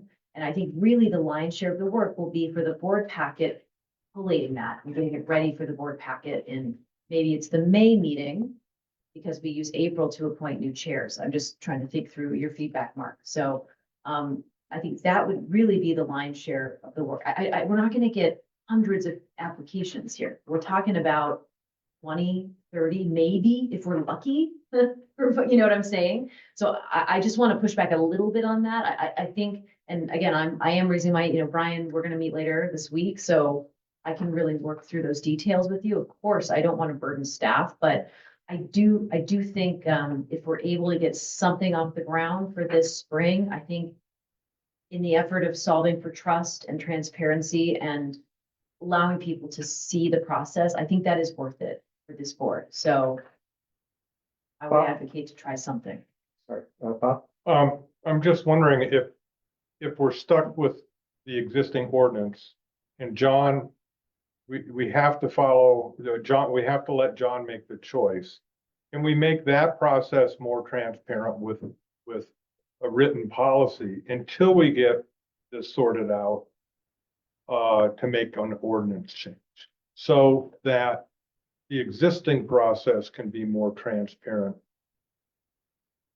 until we make this fix. Do you follow me? Yeah, I mean, I think I think you're, all the application form and everything, that's not affected. But if we have to follow, or if we don't want to go follow of ordinance, and we need to continue to respect John's decision, then let's make that process more transparent.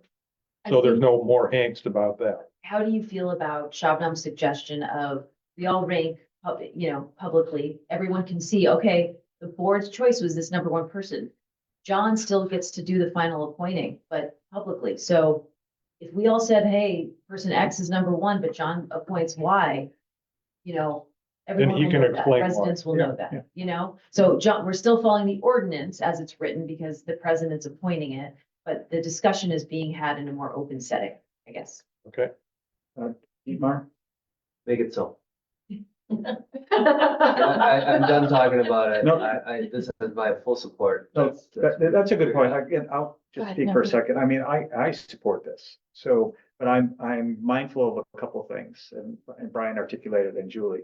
We have to be really sensitive about the staff. So if that means this is a great lift and this is, really good detailed, but now someone's got to follow through, and I'm looking at the person that's going to help make this follow through, and also work closely with me to make sure that we implement it right. So that's one thought. Second thought is the committee chairs, I think, have a say, and I think we should get them their list. They know their list, and have them weigh in, even if they're an outgoing trustee. I think there should be some ability to inform me, who's showing up, to Carol's point, who's engaged, who's not engaged, just to get some feedback from that chair before they go out.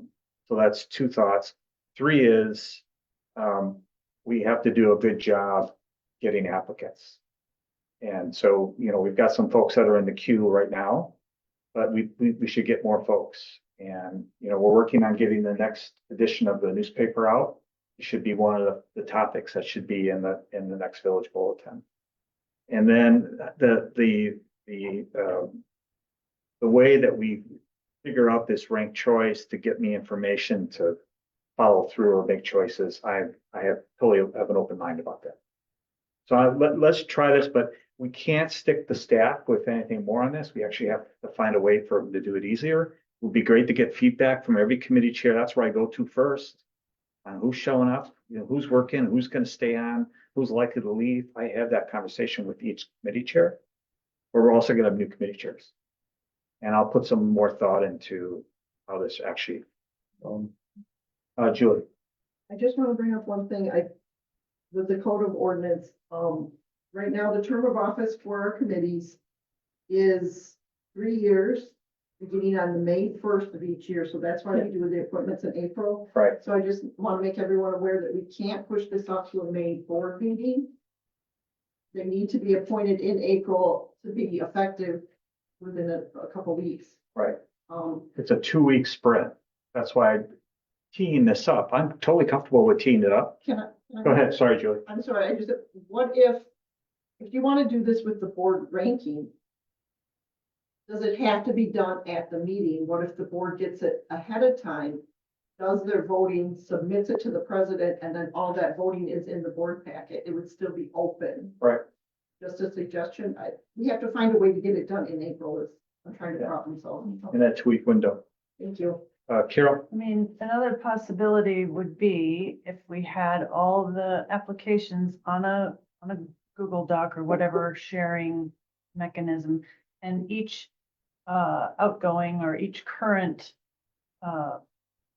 committee chair was responsible for gathering up the list of the people who had applied for their committee and prepping that essentially they would be responsible for prepping the vote for their committee.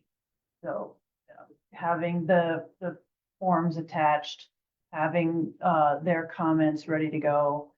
We decide to append the attendance record for incumbents, that each committee chair would be responsible for all of that, and the staff wouldn't have to touch it. We're back to Dietmar now. We got to bring this to a close. Mark, I'm sorry, go ahead. I was making the comment that was like, we're ready to resolve. So is that enough of a discussion for you, Kate? One Mark, go ahead. further point.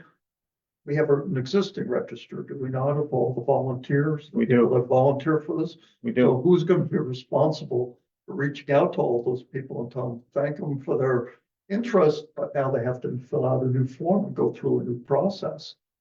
So that's just another to-do Well, associated we with can also this bring Brian in. changeover. So. but yeah, so it sounds like, Shabnam, do you want less? I was just gonna say, we always have this issue every April because the statute requires committees to start then. I would be happy to draft an ordinance. It's like, you got to redline it, one sentence that would give us authority to have committees start in May so that we don't have this issue every year. So what does that work? I need to add one sentence to our ordinances, and then we got to have a waive the reading at one meeting and 2 at the next, so that we don't have that 2-week sprint of everything's got to be done in April. So that's one thing. Go ahead, Julie. I'm not sure off the top of my head, because I wasn't prepared to participate in this discussion. There is something in the state statutes that requires that we have a reorganization meeting, and I don't know if it applies only to the board or if it applies to the subcommittees, and so that's something we have to check on, but it's in state statute that we do have to do the reorg meeting by, I don't know if it's the 15th or the 20th. I don't know if it's a date, it's like by the, whatever, second Tuesday, Was it third dated last Tuesday. time? Yeah, Yeah. thank you. I don't know it off the top of my head, but there's a state statute that specifies the reorganization meeting. So we have to double check on that. And okay, we can double check it, because I think it says you could do it unless otherwise. There's an unless otherwise, if you write in your ordinances that you want to do it a different date. That's very possible. Yeah, I just don't know. To move this along. Yeah. Since there's general sentiment in support of trying this thing, there are hurdles to jump over. Yep. But I trust that all of them will be thought about and figured out. Let's put our best foot forward. That work? I'm sorry, can I make one more comment? When this came to the board, it wasn't about an individual. It was about board power into the future. That committees and trustees wanted to have some input into who's on which committee. Why aren't we just changing the ordinance? It's one sentence. We're going through a lot of hoops, instead of just changing one sentence. And if it's an issue of staff, I totally understand. I'm happy to redline one sentence and give it to you guys and just do it. I think my thinking was, let's see if we like it, let's see if it solves for that. And instead of changing it. And I think, John can still appoint the person from a legal standpoint, but it's been a more open process if we do something like this. So that was my thinking, but. Okay.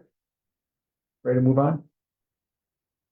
So All right, so 7C 6, discussion possible action, village ethics code revision. It says in the notes, see my memo, I didn't have my name and date on it, but it will be going forward. I spoke to this at the last special board meeting that we had on January 7th. Carol's done some good work on this, so my memo's in there, but I want to defer to Carol, get her thoughts on it. And there's also a motion here for referral to the Personnel Committee. We had some public comment tonight, but Carol, do you want to take it from there? Yeah, so the work that I did centered on comparing our ethics code situation with the city of Madison, is where I went. And what I found there was they have a code of ethics, which is essentially the same as what we've been calling conflict of interest. And I also ran into code of conduct for the Common Council, which is analogous to our board. And so I asked to have both of those documents in the packet. The reason I think that their code of ethics, in other words, the conflict of interest piece is relevant for us is because we heard that residents were interested in disclosures, and we are also interested in penalties for actually having, not for either penalties for engaging in conflict of interest or however, whatever verb it ought to be. So I'm interested in discussion about whether people would like to incorporate those elements into our, I guess it would be into ordinance in the case of the Madison ordinance, and into policy in the case of the Madison policy. I just do want to point out that in the disclosures, which would apply to elected officials and committee members and staff, at least how they have it written for Madison, that includes your employer, any interest that you have in any outside organization, financial interest. It includes any loans that you have outstanding over like $10,000. It includes any securities, stocks that you're invested in over a certain threshold. Includes any real estate that you own outside of your primary home. So it's, we want to think about that. And as we mentioned at one of our last meetings, the potential chilling effect. What do we really want to know about people in order to evaluate their potential conflict of interest? And I have to say, I'm embarrassed to say that I couldn't really tell in the ordinance how public this information is. Is it Is it only, is it just splashed up on the website? I don't think so, but it's not clear to me under what threshold this information can be accessed in the case that there is actually a perceived conflict. So there are some things that we would have there are lots of, there's study that needs to be done, and there would be a lot of decision points along the way. As far as referring to the personnel committee, that was not my idea. On the other hand, I do want to put out there that we have on the personnel committee some folks who have a lot of relevant experience in exactly this issue, you know, conflict of interest, conduct, you know, personnel type stuff, obviously. So it's not a bad, it's getting late, yeah. It's not a bad choice if people don't want to go with an ad hoc governance committee, which I've also heard mentioned. Personnel committee is not a bad choice. So this is all preliminary and up for discussion. Thanks, Carol. Reactions, thoughts, questions, comments? This seems like something to move to personnel and have a look into it. Since you're so proudly volunteering. Yeah. They may wring my neck, but yeah. Mark? Yeah. I'd say I'm not quite sure what the problem is that we're trying to solve. Next question. What are we trying to accomplish here? My perception is that residents would like, some residents at least, would like more safeguards against conflict of interest. They're not satisfied with the parts of the state code that are incorporated by reference in our ordinance. Just to compare for people, the actual thresholds for conflict of interest would be the same. It's just that the Madison ordinances require disclosure up front and also are more specific about penalties, censure, reprimand, you know, expulsion. And so, I mean, we do officially have conflict of interest rules incorporated by reference from the state. And when we take our oath, we are under those rules. It's a question. I am trying to be agnostic here. Do we need the disclosures? I don't know. Somebody is going to have to talk about it. But I'm just trying to be responsive to residents who feel like this is needed. And then I guess my second question would be, we haven't had great success with the civility code and the application of it. And it's not clear to me whether if we construct an ethics code, what impact would it actually have? I mean, if you run afoul of the state statutes, that's one thing.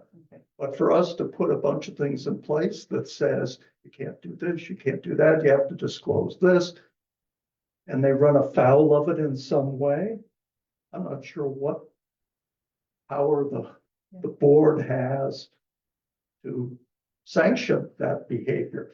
So let me just make this, but used a template, maybe this would have been clearer up front, but there are two documents from City of Madison. One is Code of Ethics, which is essentially what we would be calling conflict of interest or have been, and that's over here.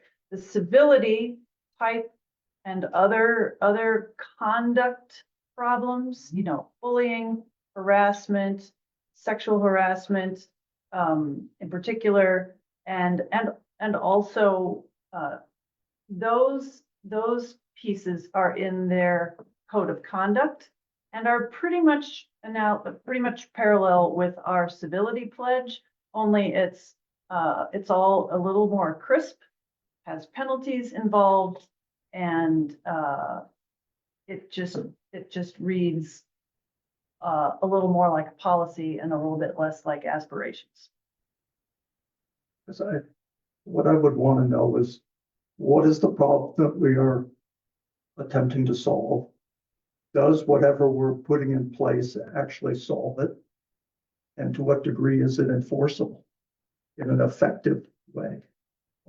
And those are the things that would be on my mind as I think about this issue. Bob?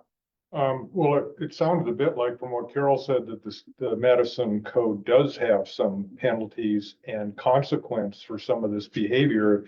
To me, that's enough I think that's something that should be added. Well, Because right now we don't have anything, right? Except for the high bar that the state statute violation has articulated. We have those censure powers and those reprimand powers, but I'm not, based on my experience, they don't appear to be terribly effective. So I'm not really interested in doing this just to do it and just to say we have a code or we have an expanded code. I'm only interested in doing it if it solves the problem, that it identifies the problem, and that it truly solves the problem and isn't just a face-saving, well, we said that conduct was unacceptable, but we really couldn't do anything effectively to stop it. So Mark, your reading of this Madison document is, you got the feeling that it really didn't have, for lack of a better term, any teeth in it to be able to actually be able to assign penalty or assign consequence. I wonder how effective it is, and maybe that is in part the willingness of the governing body to exercise, in fact, the powers that it gives them. So that would be one concern, but beyond that. Well, I agree with you. If it's not going to be effective, there's no point in doing it.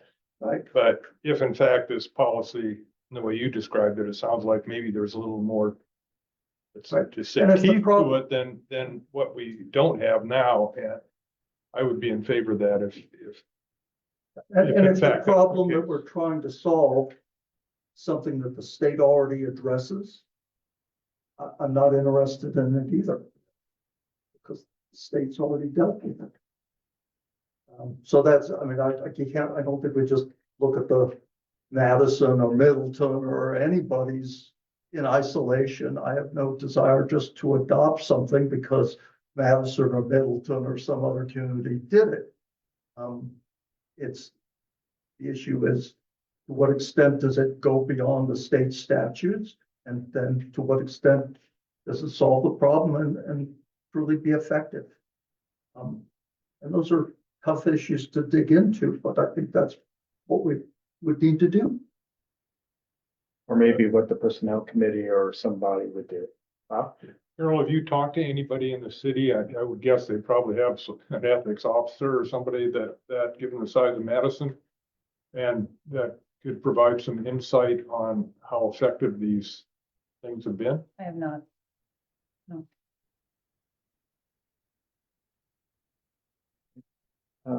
Other thoughts? There's a motion.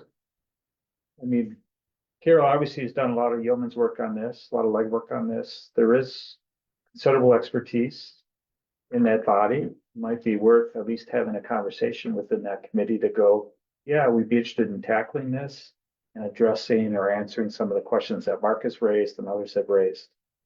Or get out of here, we don't want to really do this, and then report back to the board.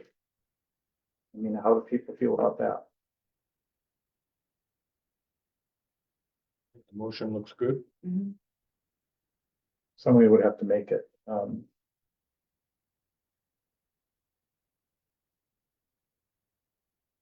Shabnam? Well, what is the motion? Let's see what the motion is. The motion says to Refer review refer. the village Bob, Ethics Code 1.08 to the Personnel Committee for research and recommendations. And it's just for ethics? Is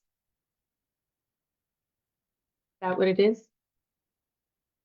think it should include the code of conduct as well. Yeah. Yes. Part and parcel.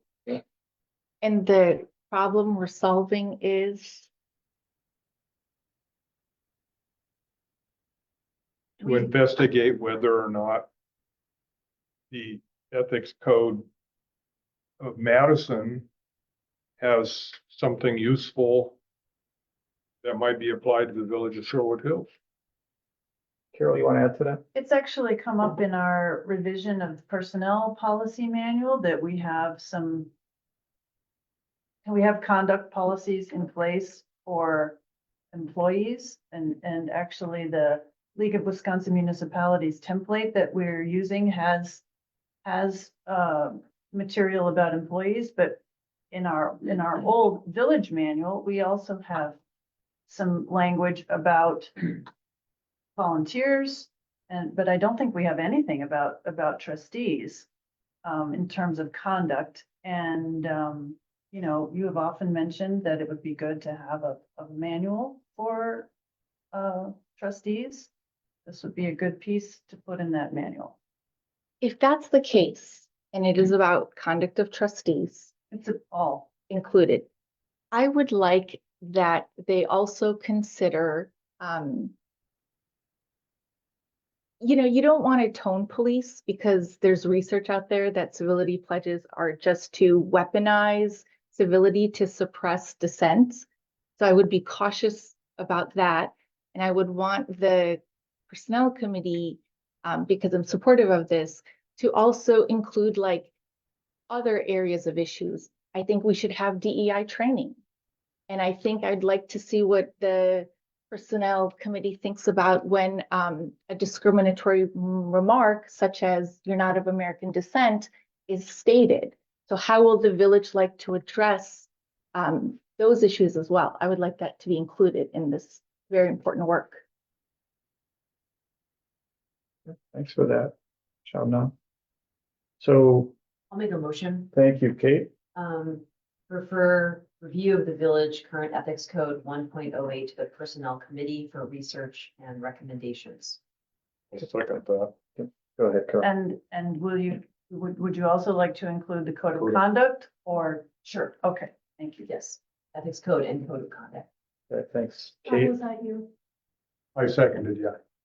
And Bob second. I would like that to include DEI training.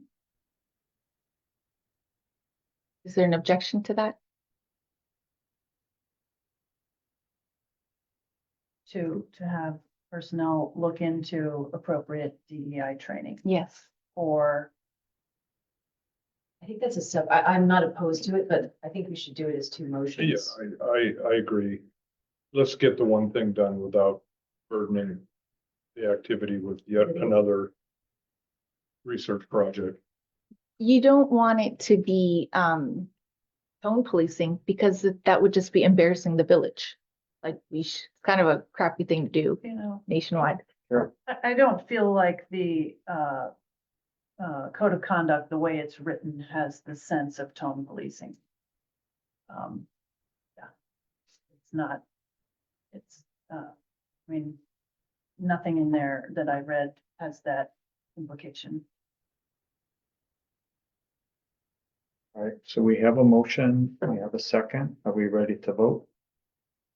All those in favor, please say aye, raise your hand. That motion carries. Do we need a follow-up motion on the DEI? Go ahead, Shabnam. I would like the personnel committee to look into DEI training for village staff and trustees. There's a motion. Um, I'm gonna Is second. that, oh, it's not on the agenda, is it? It's related to ethics. It's related to conduct. They're in the same category. I could be convinced on that. Carol? what was I going, or is that also to extend to volunteers? That's for the personnel committee to decide. Percy, did you get that? Okay. Is there a second to Shabnam's motion? Second that. Thank you, Dietmar. Further discussion? I'm very much in favor of that. I personally in the interest of open meeting law, I think it is a separate issue. I think it is worthy of its own agenda item. So I don't think we can blow up ethics that big, but obviously I think we should have DEI training. So if we want to put that on a future agenda, I would go for it. I agree.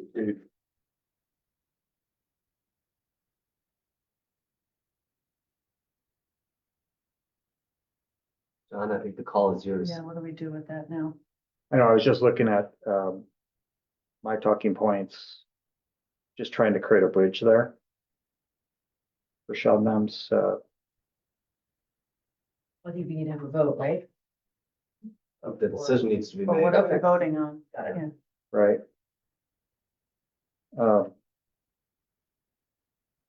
I don't know, in my sense is, it's, go ahead, Carol. I mean, the sense is, as Gloria stated earlier, if somebody wanted to be here while we talked about DEI training for everyone, they never Knew it was gonna be. knew it was Yeah, coming. that's my So, yeah, Not that it's not worthy of discussion, big I think issue. it's a timing thing. So, to that point, Sheldon, Sure, I will put it on the February agenda. there we go. Okay. We can move on then. What has to be withdrawn? I withdraw the motion. There we go. Thanks, Dietmar. All right, Centennial, Planning Committee, discussion possible action. So I worked with David Botwell on this. I've put a memo in the packet. And it has my name on it, and it has a date on it. And, Brian, staff is recommending consideration of developing a community-based committee in lieu of an official village committee. This would allow the committee to operate outside constraints of open meeting laws and be more flexible. The board can opt to fund and support the efforts in the future. So David and I put this together, and I welcome your thoughts, comments, reactions. The 100th anniversary is right around the corner. The official date is June 28th. I think we're anticipating that stuff would start in January of 2027 and continue right through, the anniversary and maybe even the 4th of July activities. Thoughts, reactions, questions? Sorry, Mark. Yeah, I think my immediate concern is staffing and the fact that you're creating another committee. And that's just another committee that staff would have to support at a time when it's down to clerk. I just think we're just piling on too much right now. We have some time on this issue. I think we should punt on this for a while. Other thoughts? Carol and then Dietmar. I think Dietmar had his hand up first. Dietmar, okay. Have we, anyone reached out to the league in terms of taking the lead on this? I sent Chaz an email last week. I haven't heard back yet, so I included this memo as part of it. Their annual meeting, or their planning meeting, is always in January. Anticipating that message is going to go out. I usually attend that one. I mean, we're all welcome, we're all league members, but that's one I always attend because I have a better handle on what the budget is and what the activities look like, and their, decisions they're going to make. So, but yeah, I pitched it as, is this something that maybe the league wants to take on? And I'm anxiously waiting her reply. Dietmar? Similar comment. I could punt on this law right now. And staff's main concern with this was just if we could try to make this into a work group versus a formal village committee. So that we didn't have to assign a minute taker and all the other various coordination pieces to. Make it easier. Kate? Concur with my colleagues. And I think we should consider maybe not having any presence of the board on this informal committee. And keep it truly community based. to remove any politics. Just a suggestion.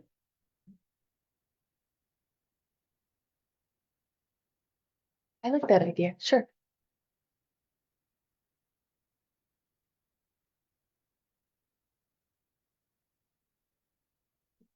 Your punt. But right now until we hear back. From Chaz, yeah. Yeah. And I'll talk to David about this as well. He'll have some thoughts, I think. All right.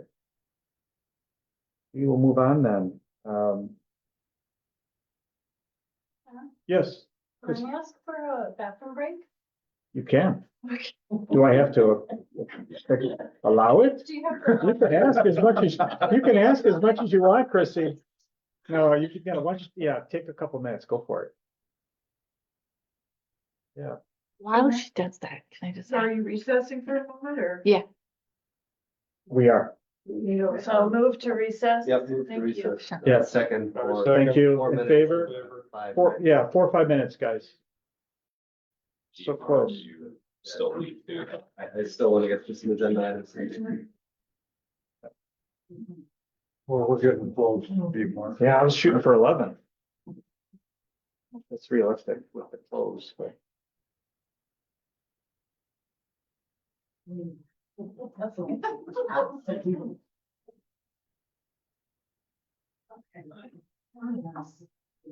A lot on this agenda.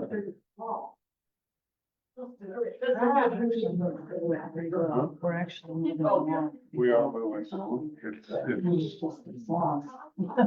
That's a lot on here. Closer to 10 than 8 to 1. Look on the bright We are, side here. we're having good discussion You like though. my sweater? We're going Yeah. pretty nicely. We don't wear my dolly. I've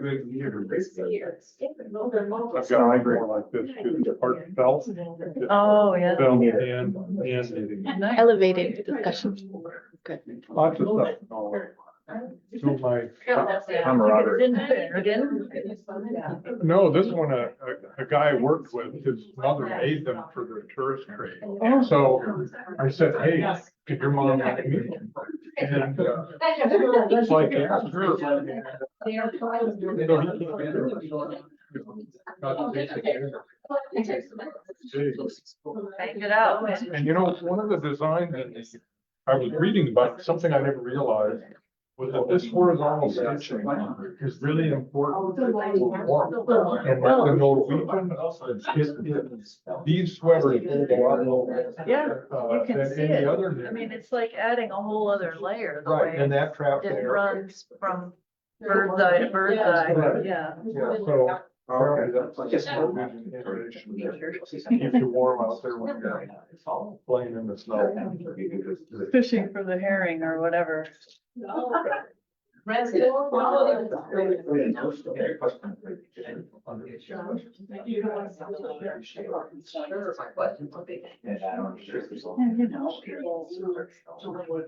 Water at these. I know, I kept thinking as I drag on the weather.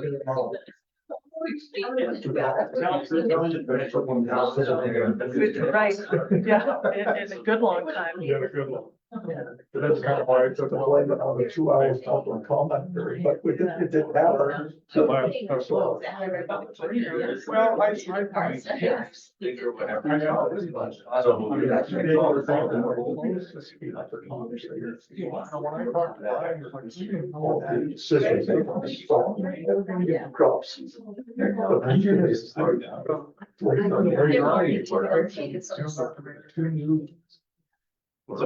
Training situation. I think Brian was saying today. I got a. I told him one of the. Oh, it's like right. Yeah, one t-shirt. And the memo went to Brian, David Sykes, Julie Will, and Chris. And Brian, and he's the only one that- he told me that too. Yeah. Am I gonna be, ordering? Dangerous, so it's really nice. And this is why I wanted. There's no good. Yeah. Yeah, but as far as I'm concerned, and sometimes I don't buy exactly what the problem is. First, once we know what the problem is, then we can talk about solutions. But I have to know the problem first. Very difficult issue. Interactive ones. And some of these people are. I felt that too. They want to know more things, and that's fine, but as Carol said, we can discourage people from joining them. It was like, oh, I gotta disclose this, I gotta disclose that, and then people are gonna be. Really, because there's a lot of big people that don't join village government or municipal government or state government. They won't run for president. If they want to go through that process, they're not winning. Be absorbed by the state. And then that function is on.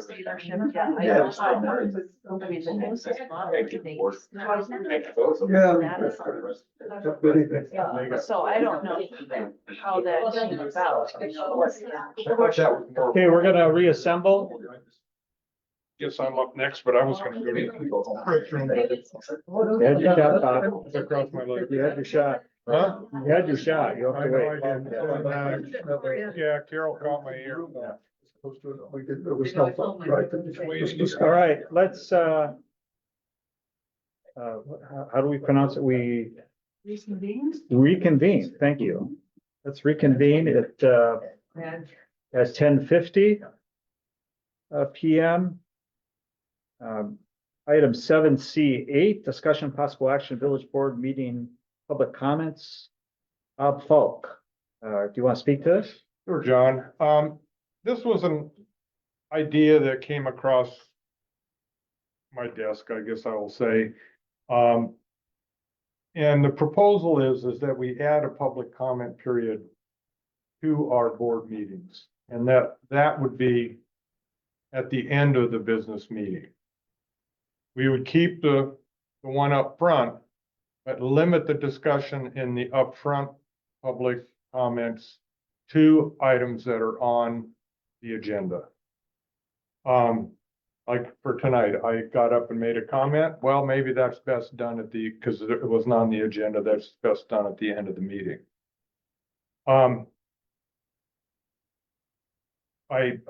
know a mayor in New Jersey, in a township that's about the size of Shorewood Hills.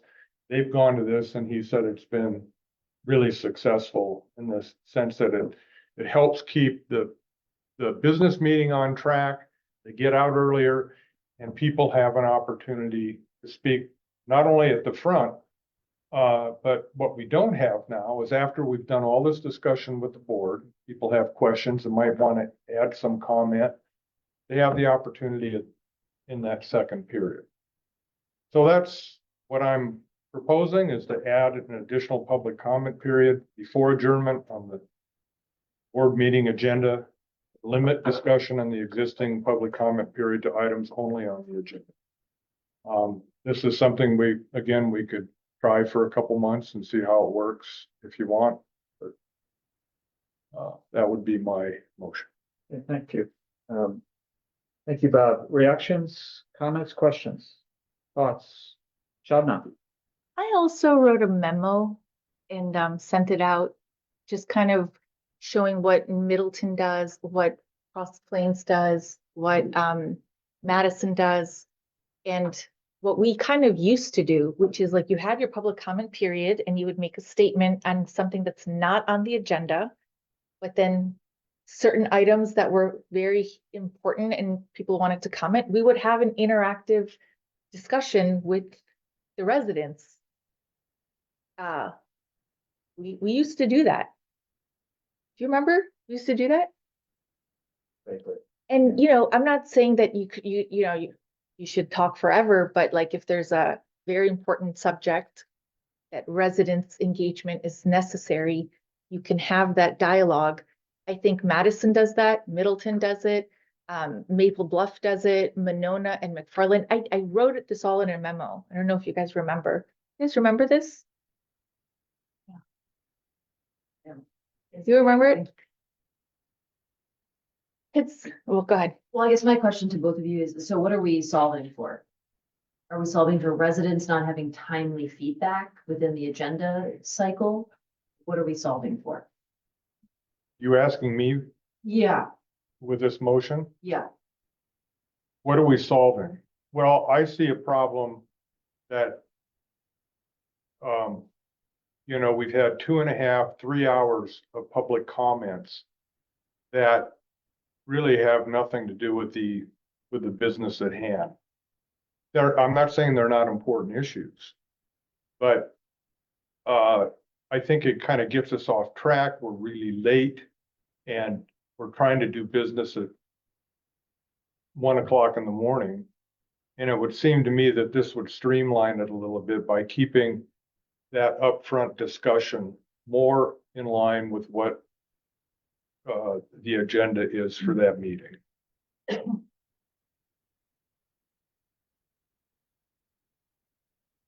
We would still be listening to those comments at the other end, but I think it would help us in getting through the business part of the meeting in a more reasonable time frame. So we're not here till 2 or 3 o'clock. Emer, There's a consideration that hasn't, I'm sorry, there's a consideration for the agenda template to change, which Brian had worked on. We took it off in the December meeting. Brian had reached out and asked if I wanted to on the January meeting, understanding there are a lot of topics already on the January meeting. I said, nope, let's not do that. Perhaps there's a place for that conversation to happen collectively with the agenda, an updated agenda format as well. I'm fine with that. This was an idea. I don't want to necessarily kick the can down the road, but I think it's more cohesive, that conversation then. Yeah. It's just looking at it. Sure, I'm fine with that. It was an idea.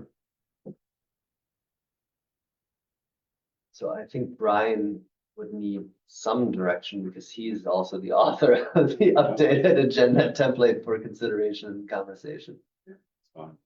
We can put it on or combine them, consolidate it into one topic for the February meeting. And as I say, I would be very open to being a trial thing. hey, Yeah, I think I appreciate, again, the like creative, we could have a brainstorm sesh too on it, but I do think there also could be real life implications to, is someone gonna sit 4 hour, hopefully it's not 4 hours, hopefully it's a shorter meeting. Like if we're trying to solve for in total meeting time of board meetings, I definitely think we should shorten them. I don't think we're doing our best work at midnight here. So I think there are other ways that we can shorten the agendas too, like holding people accountable to certain, time limits when they're speaking, making sure our conversation is intentional. My comment earlier about, I think things on the board agenda should be scrutinized and have gone through committees when they can, right? So there's real recommendations. So I think there's actually a lot of things we should be doing to expedite meetings. But I do think, who's going to be sort of policing and managing, oh, look, that comment, that's not, I can see that happening a bunch. And then people waiting 3 hours to make a comment to us on something that we previously have discussed. I'm not sure how many residents would stick around. So then it has the unintended consequences, kind of silencing people, so to speak. So I'm open to, is there a better model? Do we have a bit of an open comment do we have larger, topics like the facilities conversation tonight was pretty meaty, but then we've had smaller ones. So do we have public comments associated just with that topic? Do we cluster comments when people come in? Right now, it's a real ad hoc calling. Do they get a number? Like you're ordering an ice cream cone and you're number one and you go first. So it removes bias from how people are called, right? I guess I'm just throwing out there, if we want to brainstorm, I am all for it. So I think this is like one nugget of a very large conversation about meeting hygiene, how we can expedite things, how we can elevate these conversations and get to the right things at the right time, and also engage residents and get the right opinion. Someone else mentioned that, public email comments were included in board packets. I think that is actually even a better idea to reduce time. So I think these should be looked at in totality. I don't know who does that, but there's a lot of ideas we could implement. I like ice cream at the board meeting. I think it's a great idea. Other thoughts? So those are, I would retract my motion and suggest that we kick it down the road a little bit and talk about it in context with With the a other larger meeting discussion. agenda, the larger topic about meeting agendas. yeah. It's an interesting idea. I mean, maybe one way to address Kate's concern about that long spread is people decide where they're gonna submit a written comment and what they're gonna submit for a, for a comment on a particular issue. So but let's talk about it more going forward. But interesting thing to think about, Bob. Appreciate your thoughts on that. All right, street lighting, 7C9. We've got a memo from trustee Lufty in the packet. There's no motion with it. Want to speak to it at all, Sheldon? Sure, but I actually don't see it in the packet. It's page 160. Oh, okay. My search isn't working. Okay, perfect. Thank you. Well, so I don't want to reiterate it because I think it's very short. Street lighting is an issue. It come up repeatedly. It was in the village survey. I think there was a resident, if you guys remember, who brought it up that he fell and injured. It was either him or his wife. There was the accident on University Bay Drive. So clearly it's an issue. It's also a contentious issue. And so this wasn't so much to have like a really long discussion, but to say, here are some questions that I think need to be answered before it comes to the board for discussion. Is there anything else that is missing? There is a typo. I think I felt that I wrote Public Health and Safety Committee, but I think I should have wrote Public Works. That Public Works could help with, because Terry's in there to figure out like, where are the street lights? Where is it really dark? Do we need 5 lights or do we just need 1 or 2? That is like the list of questions I came up with. And if there's any other questions, please let me know. And do you guys agree that with the idea that Public Works could assist with this? Thoughts, reactions? I would, Sorry, no, go ahead, Bob. Bob should go Bob, first. go ahead. no, as Public Works, I think this makes sense, probably, but falls a little bit maybe into public health and safety. I think it's appropriate to have the committee look at it, come back with recommendations and not burden the staff with any of this. If that's a proposal, then I would be in support of that. Good, thanks. Other thoughts, reactions? Emer? Yeah, I think the only thing that I might add is, again, where do we spend our powder on, and is it meaningful? Is it the right thing to follow through on, or are we just going to get to an understanding of, yeah, lights should be added, but we don't have any money anyways? I guess I'm more grounded, and we have more than just policy. There's the complete streets guide. So any new road that gets put in and no street lighting, pedestrian safety, that's all part of it. And I guess to some extent, Bob, if you both as chair on Public Works and Health and Safety want to take this on, great. But I guess I would default to, yeah, I walk my dog all the time around the neighborhood. Is it dark? Sure. But whenever we do a new street, we've got the complete street guide policy, and that's when it takes shape. Yeah, that was actually my thought as well. I guess what I was saying is that Public Works and Public Health and Safety may be the logical place if we decide that as a board that we should pursue this. If we think it's enough of an issue. I shared my sentiment in this whole thing. Wasn't trying to volunteer. I was. You did. Okay. Sheldon? I mean, it could be that we need 1 light and that my estimates were like 3,000 to 6,000. It could be we need 2. It could be that there's grant money available. But I do think it's necessary that we do the work. It's really hard that residents come here and say, this is important to me and I've fallen, and you got to look them in the eye and tell them like, I'm going to do something about it or I don't care. And I think it's the residents who we are accountable to say that the comments they make to us matters. And maybe we do come back and say we have no money. Maybe we come back and say we'll schedule it for 2028. Or maybe we'll say, you know what, these 2 spots are where all the residents keep complaining about. We're gonna find a way to get those 2 done. I think that's a discussion worth having in those committees. Kate? Yeah, I think because this is a safety issue, I would err on the side of caution. So I do think you should kick it to the appropriate committee or committees. I will put it on the agenda and bring it up for discussion. Thank you so Does much. that work, Sheldon? Yes, thank you. Awesome. Let's move on. There's no motion there. 7C 10. Financial policy. Mark Lutterer. Yes, me. So I'll go ahead and make the motion. And if it's seconded, we can have a brief discussion. Thanks I for don't that. think it will take long. So Yep. the motion is to approve amendments to section B, V, and D of Roman numeral I 3 times of the village financial policy as presented. Thanks for that. Further discussion, Mark, can you speak to it? Yeah, I can, but it's that paragraph is right there on page Yep. 3 and page 4 of the packet. Yep. It's very simple. When several years ago, we decided to reclassify the debt levy and take it out of the general fund and book it into the debt fund.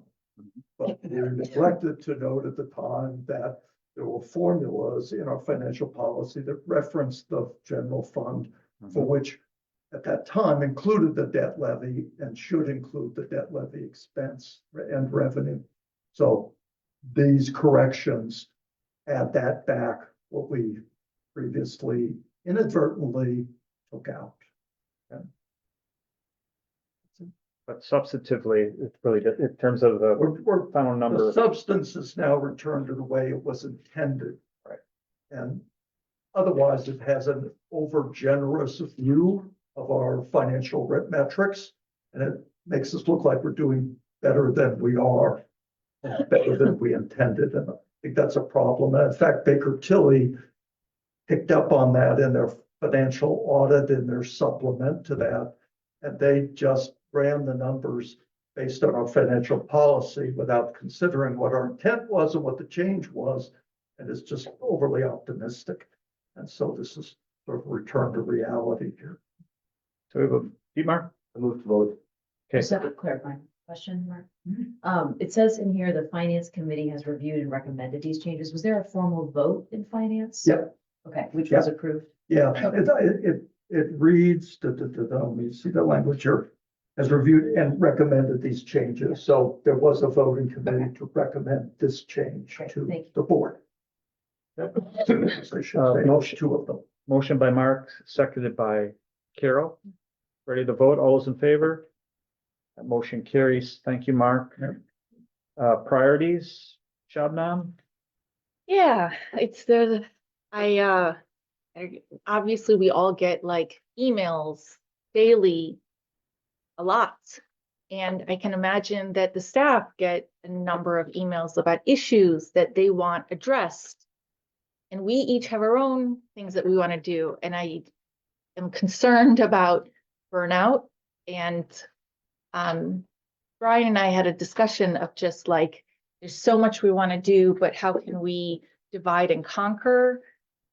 Signal to residents that everything matters, but that we can't, Rome wasn't built overnight and we can't do everything at the same time.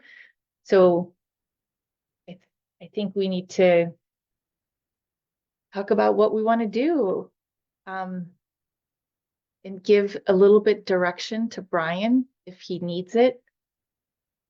And also, like, do we want to divide and conquer things? Like I am, I enjoy ordinances. I enjoy governance. I would volunteer to work on chapter 1 and chapter 2 because that's something that we got to do. Maybe, I don't know. I think we just got to figure out what we want to do in 2026. There's a lot to do.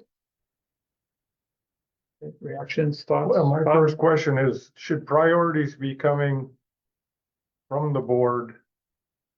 Or should staff be informing us of the priorities? maybe that's an iterative thing, but we can come up with what our priorities are all day long, but can Brian actually get them done? So I think that we have to be realistic about staff capacity and what's realistic. So it almost seems to me that this needs to be more than just the board. It needs to be board and staff talking about this. We have, but. Yeah, I was just gonna say, from this year's standpoint, I think we will have a better idea of what we have the capabilities to do once we have the clerk position settled. Until that point, and I can just speak for myself. I would say there was a good sampling throughout tonight's agenda for what I'm considering to be the priorities in 2026. The facilities being front and center, the Ellers corresponding conversation, structural deficits, plans of action for readying village for what our approach is going to be to solve some of those issues.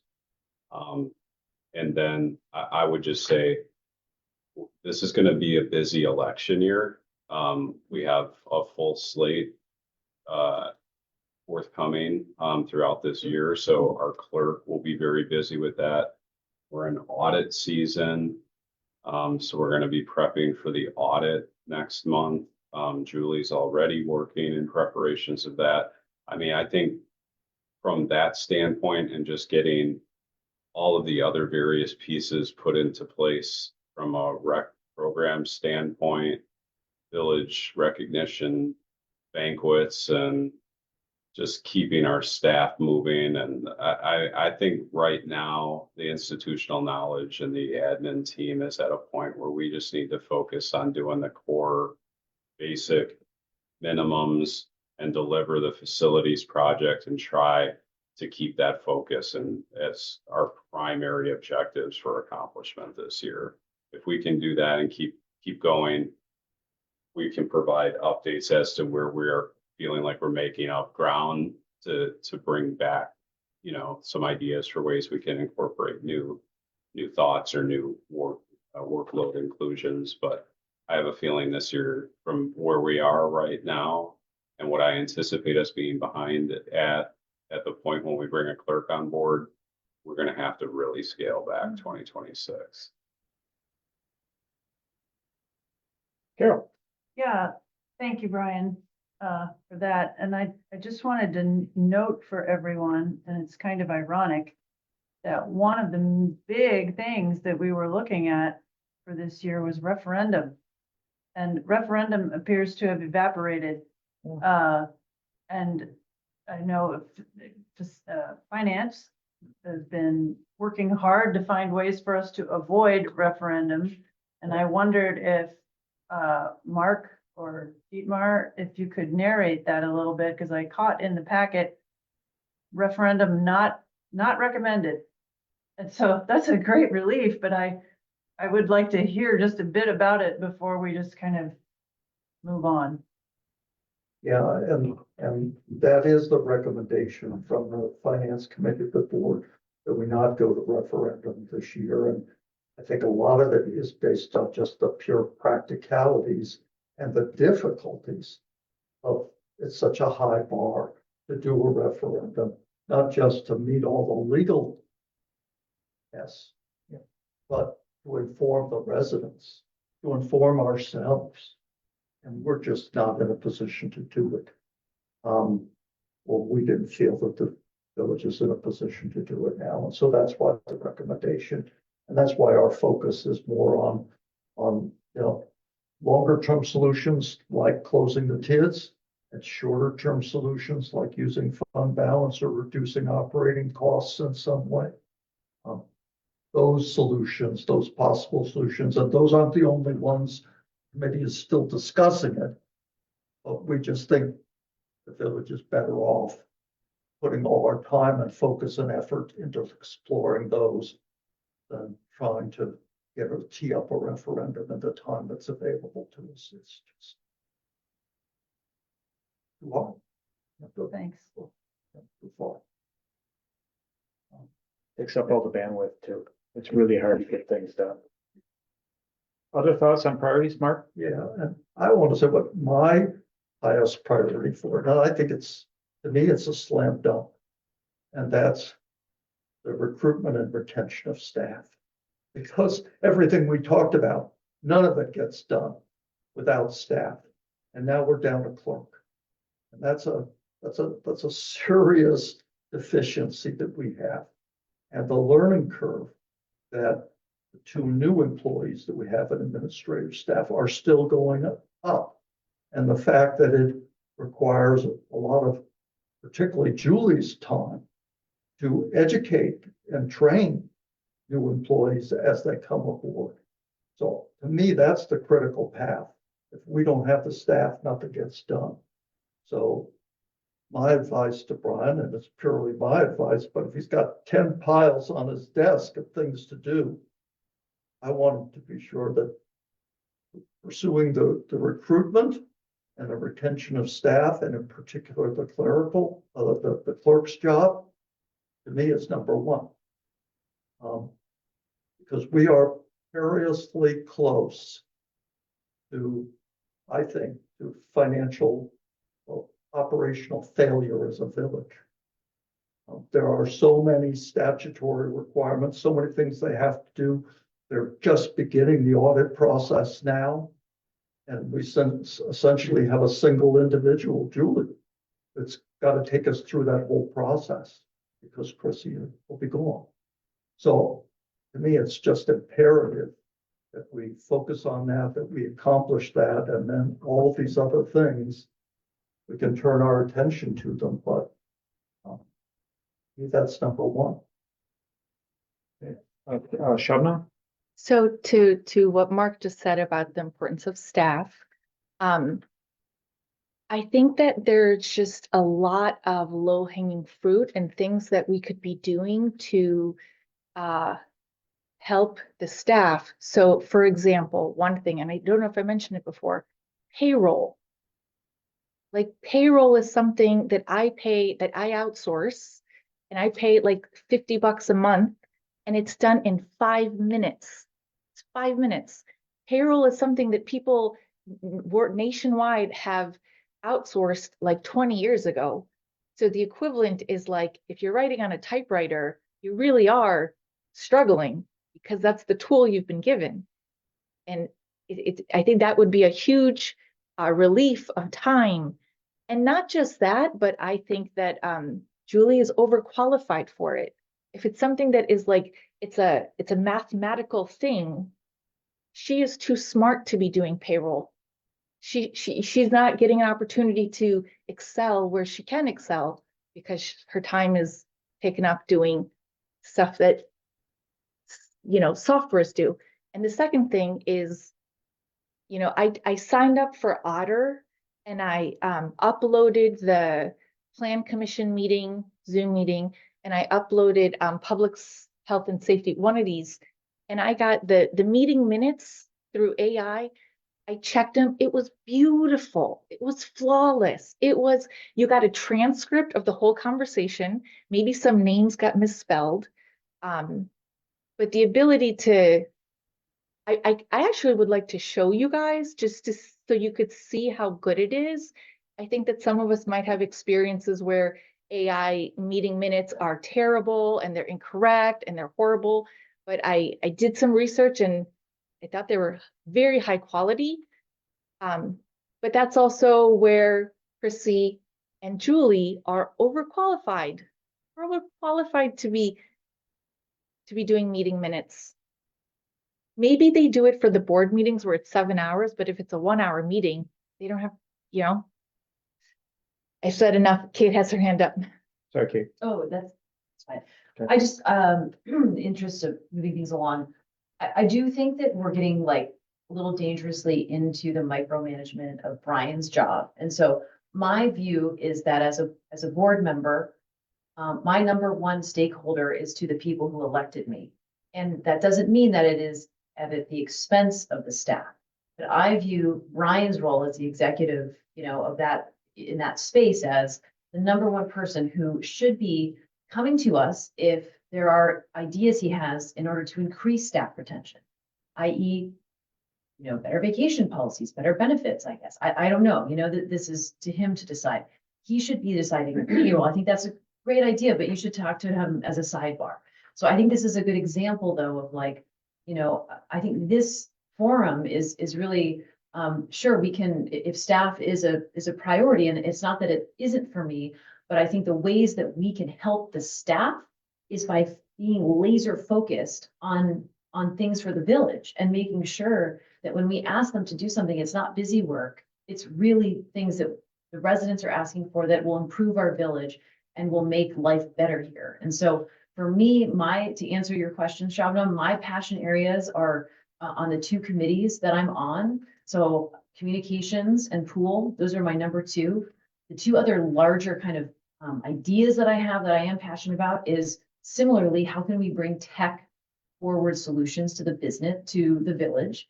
Because I think as we've seen with, inflation and costs rising, we're gonna have to get creative. And I think there's a lot of tech low-hanging fruit out there that can expedite things. So that is a passion area I have.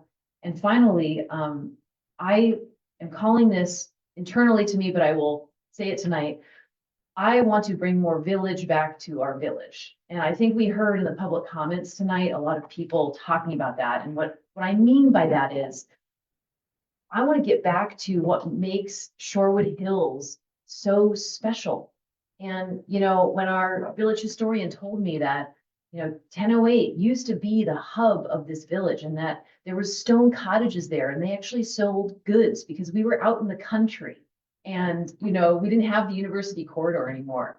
And, there used to be neighborhood block captains who didn't just do political stuff, but we needed more volunteers for July 4th. They were the people talking to their neighbors. And I think because of national discourse, because of, social media, there have been big things working against us. And I think we have allowed this village to feel more just like a part of Madison. And if we're going to have our own village government and our own community here, let's do it. Let's have these, spaces where we can meet up and lean into the expertise of some of our other residents, as was mentioned tonight. I think those are great ideas. So for me, the community space, that conversation, I'm also really passionate about because I think we need to bring more of that back. That's why we all, I think, wanted to live here and not in University Heights or Tacoma, So it's not just the trees. So that's a hypothesis that I have, but That's one, yeah, that's what I'm going to be focused on in the next year. very good. Other thoughts? The only comment I was going to make is we also have done some strategic planning. So the top three things that really rose to the top were, we're going to work on our facilities. We did a lot on that even tonight. We're going to take care of our people. And we're going to look for opportunities to redevelop on the University Avenue corridor. So as we think about those things, as well as the bandwidth that staff has, that's kind of where, because we spent a lot of time evaluating, and that's something we can revisit as well. I'll just make one more comment. And I might be going into other spaces. Sometimes I'm just trying to help. I think that we gotta, I think Brian is in a tough spot because on the one hand, I think that he came into this role realizing how important it is that he would connect with residents, and that's not what his predecessor had done. And so I think Brian is really trying to respond to emails and be engaging and accessible. But I also think that you can't do your job if you're responding to emails all day long, and that we've got to figure out tech in ways where he can be accessible, but not just drowning in emails. I'm a trustee and I'm drowning in emails. I'm 5 days behind on the emails I've gotten from the village residents. And I think we got to think about the operations. Okay. All right, ready to move on? Okay. All right. Appointments? Or no, reports, officials, and committees. So those president, one thing I just was going to give a quick update on Plan Commission. Brian, you can speak to something on that as well. We met last week.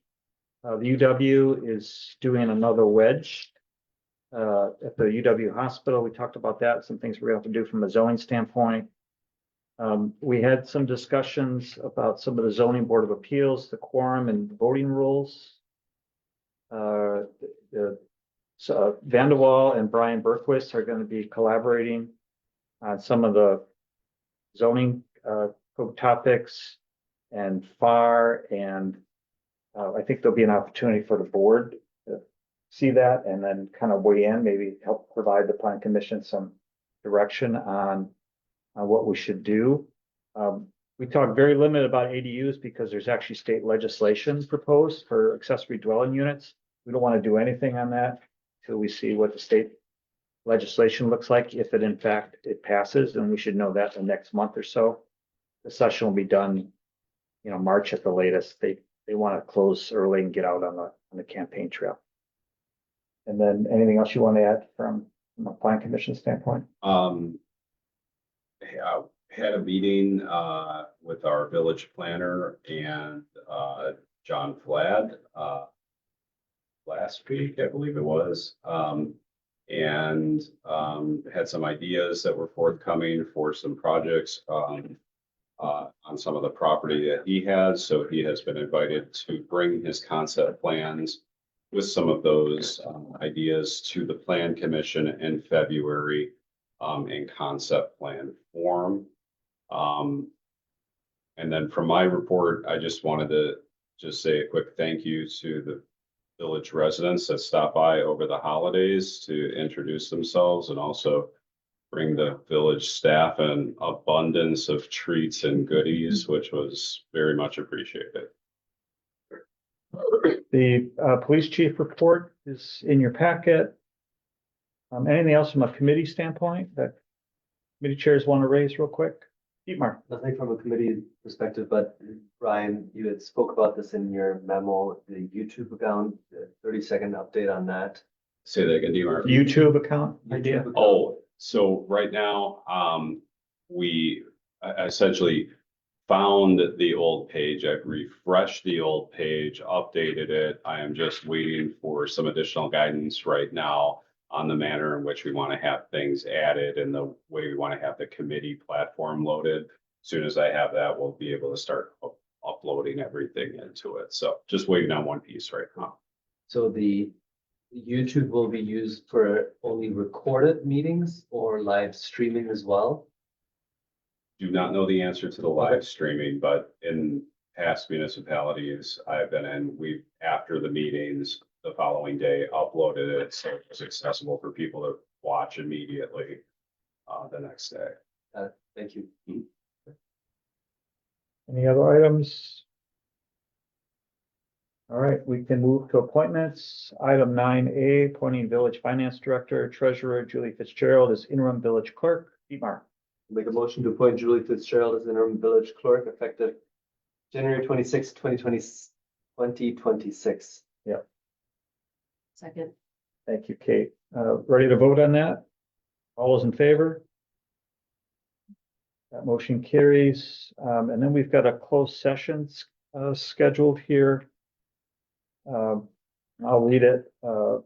Please take note that the board may meet in closed session pursuant to section 19.85(1)(c). The Wisconsin statutes considering employment, promotion, compensation, or performance evaluation data of any public employee over which the governmental body has jurisdiction or exercises responsibility relating to the village administrator's preliminary performance evaluation. Dietmar? Make a motion to go into closed session as read, taking with us Administrator Brian Mooney, Chrissy Call, Julie Fitzgerald. I'm guessing Chrissy wants to be there for meeting notes and minutes, looking. Yeah. Okay. Actually, I will, Julie's gonna take that. Julie's there, okay. So taking with us Julie Fitzgerald. Second, No. I need second. All right, and we have to do a roll call on this? We do. Yes. Chrissy, you ready to do the roll call? Yeah, Bob, did you do the second on that one? Yeah, I think so. Little Getting noise. late, I can't Little bit of remember. noise back there. Yeah. All right, let's do roll call. Carol Barker, Yes. Dietmar Bissell, Yes. Paul, Yes. Mark Letter, Yes. Stefan Lutfi, No. Kate Olson, No. and John Imes. Yes. And we've got 1, 2, 3, 4, 5 yeses. Motion. Okay. Let me, do a little work here real quick before we start. Should I close the doors or? Bob, if you can do that, that'd be great. I think you just want to stop at the restroom on the way, which is totally fine. You should make an announcement online, Chrissy. Chrissy, did you turn off Facebook yet? You should make the announcement that we will be coming back. Okay, so the board will now be going into closed session. We will be ending our live stream and Zoom participation. Upon completion of closed session, we will resume the live stream and allow interested parties back into. Okay, just give me a second.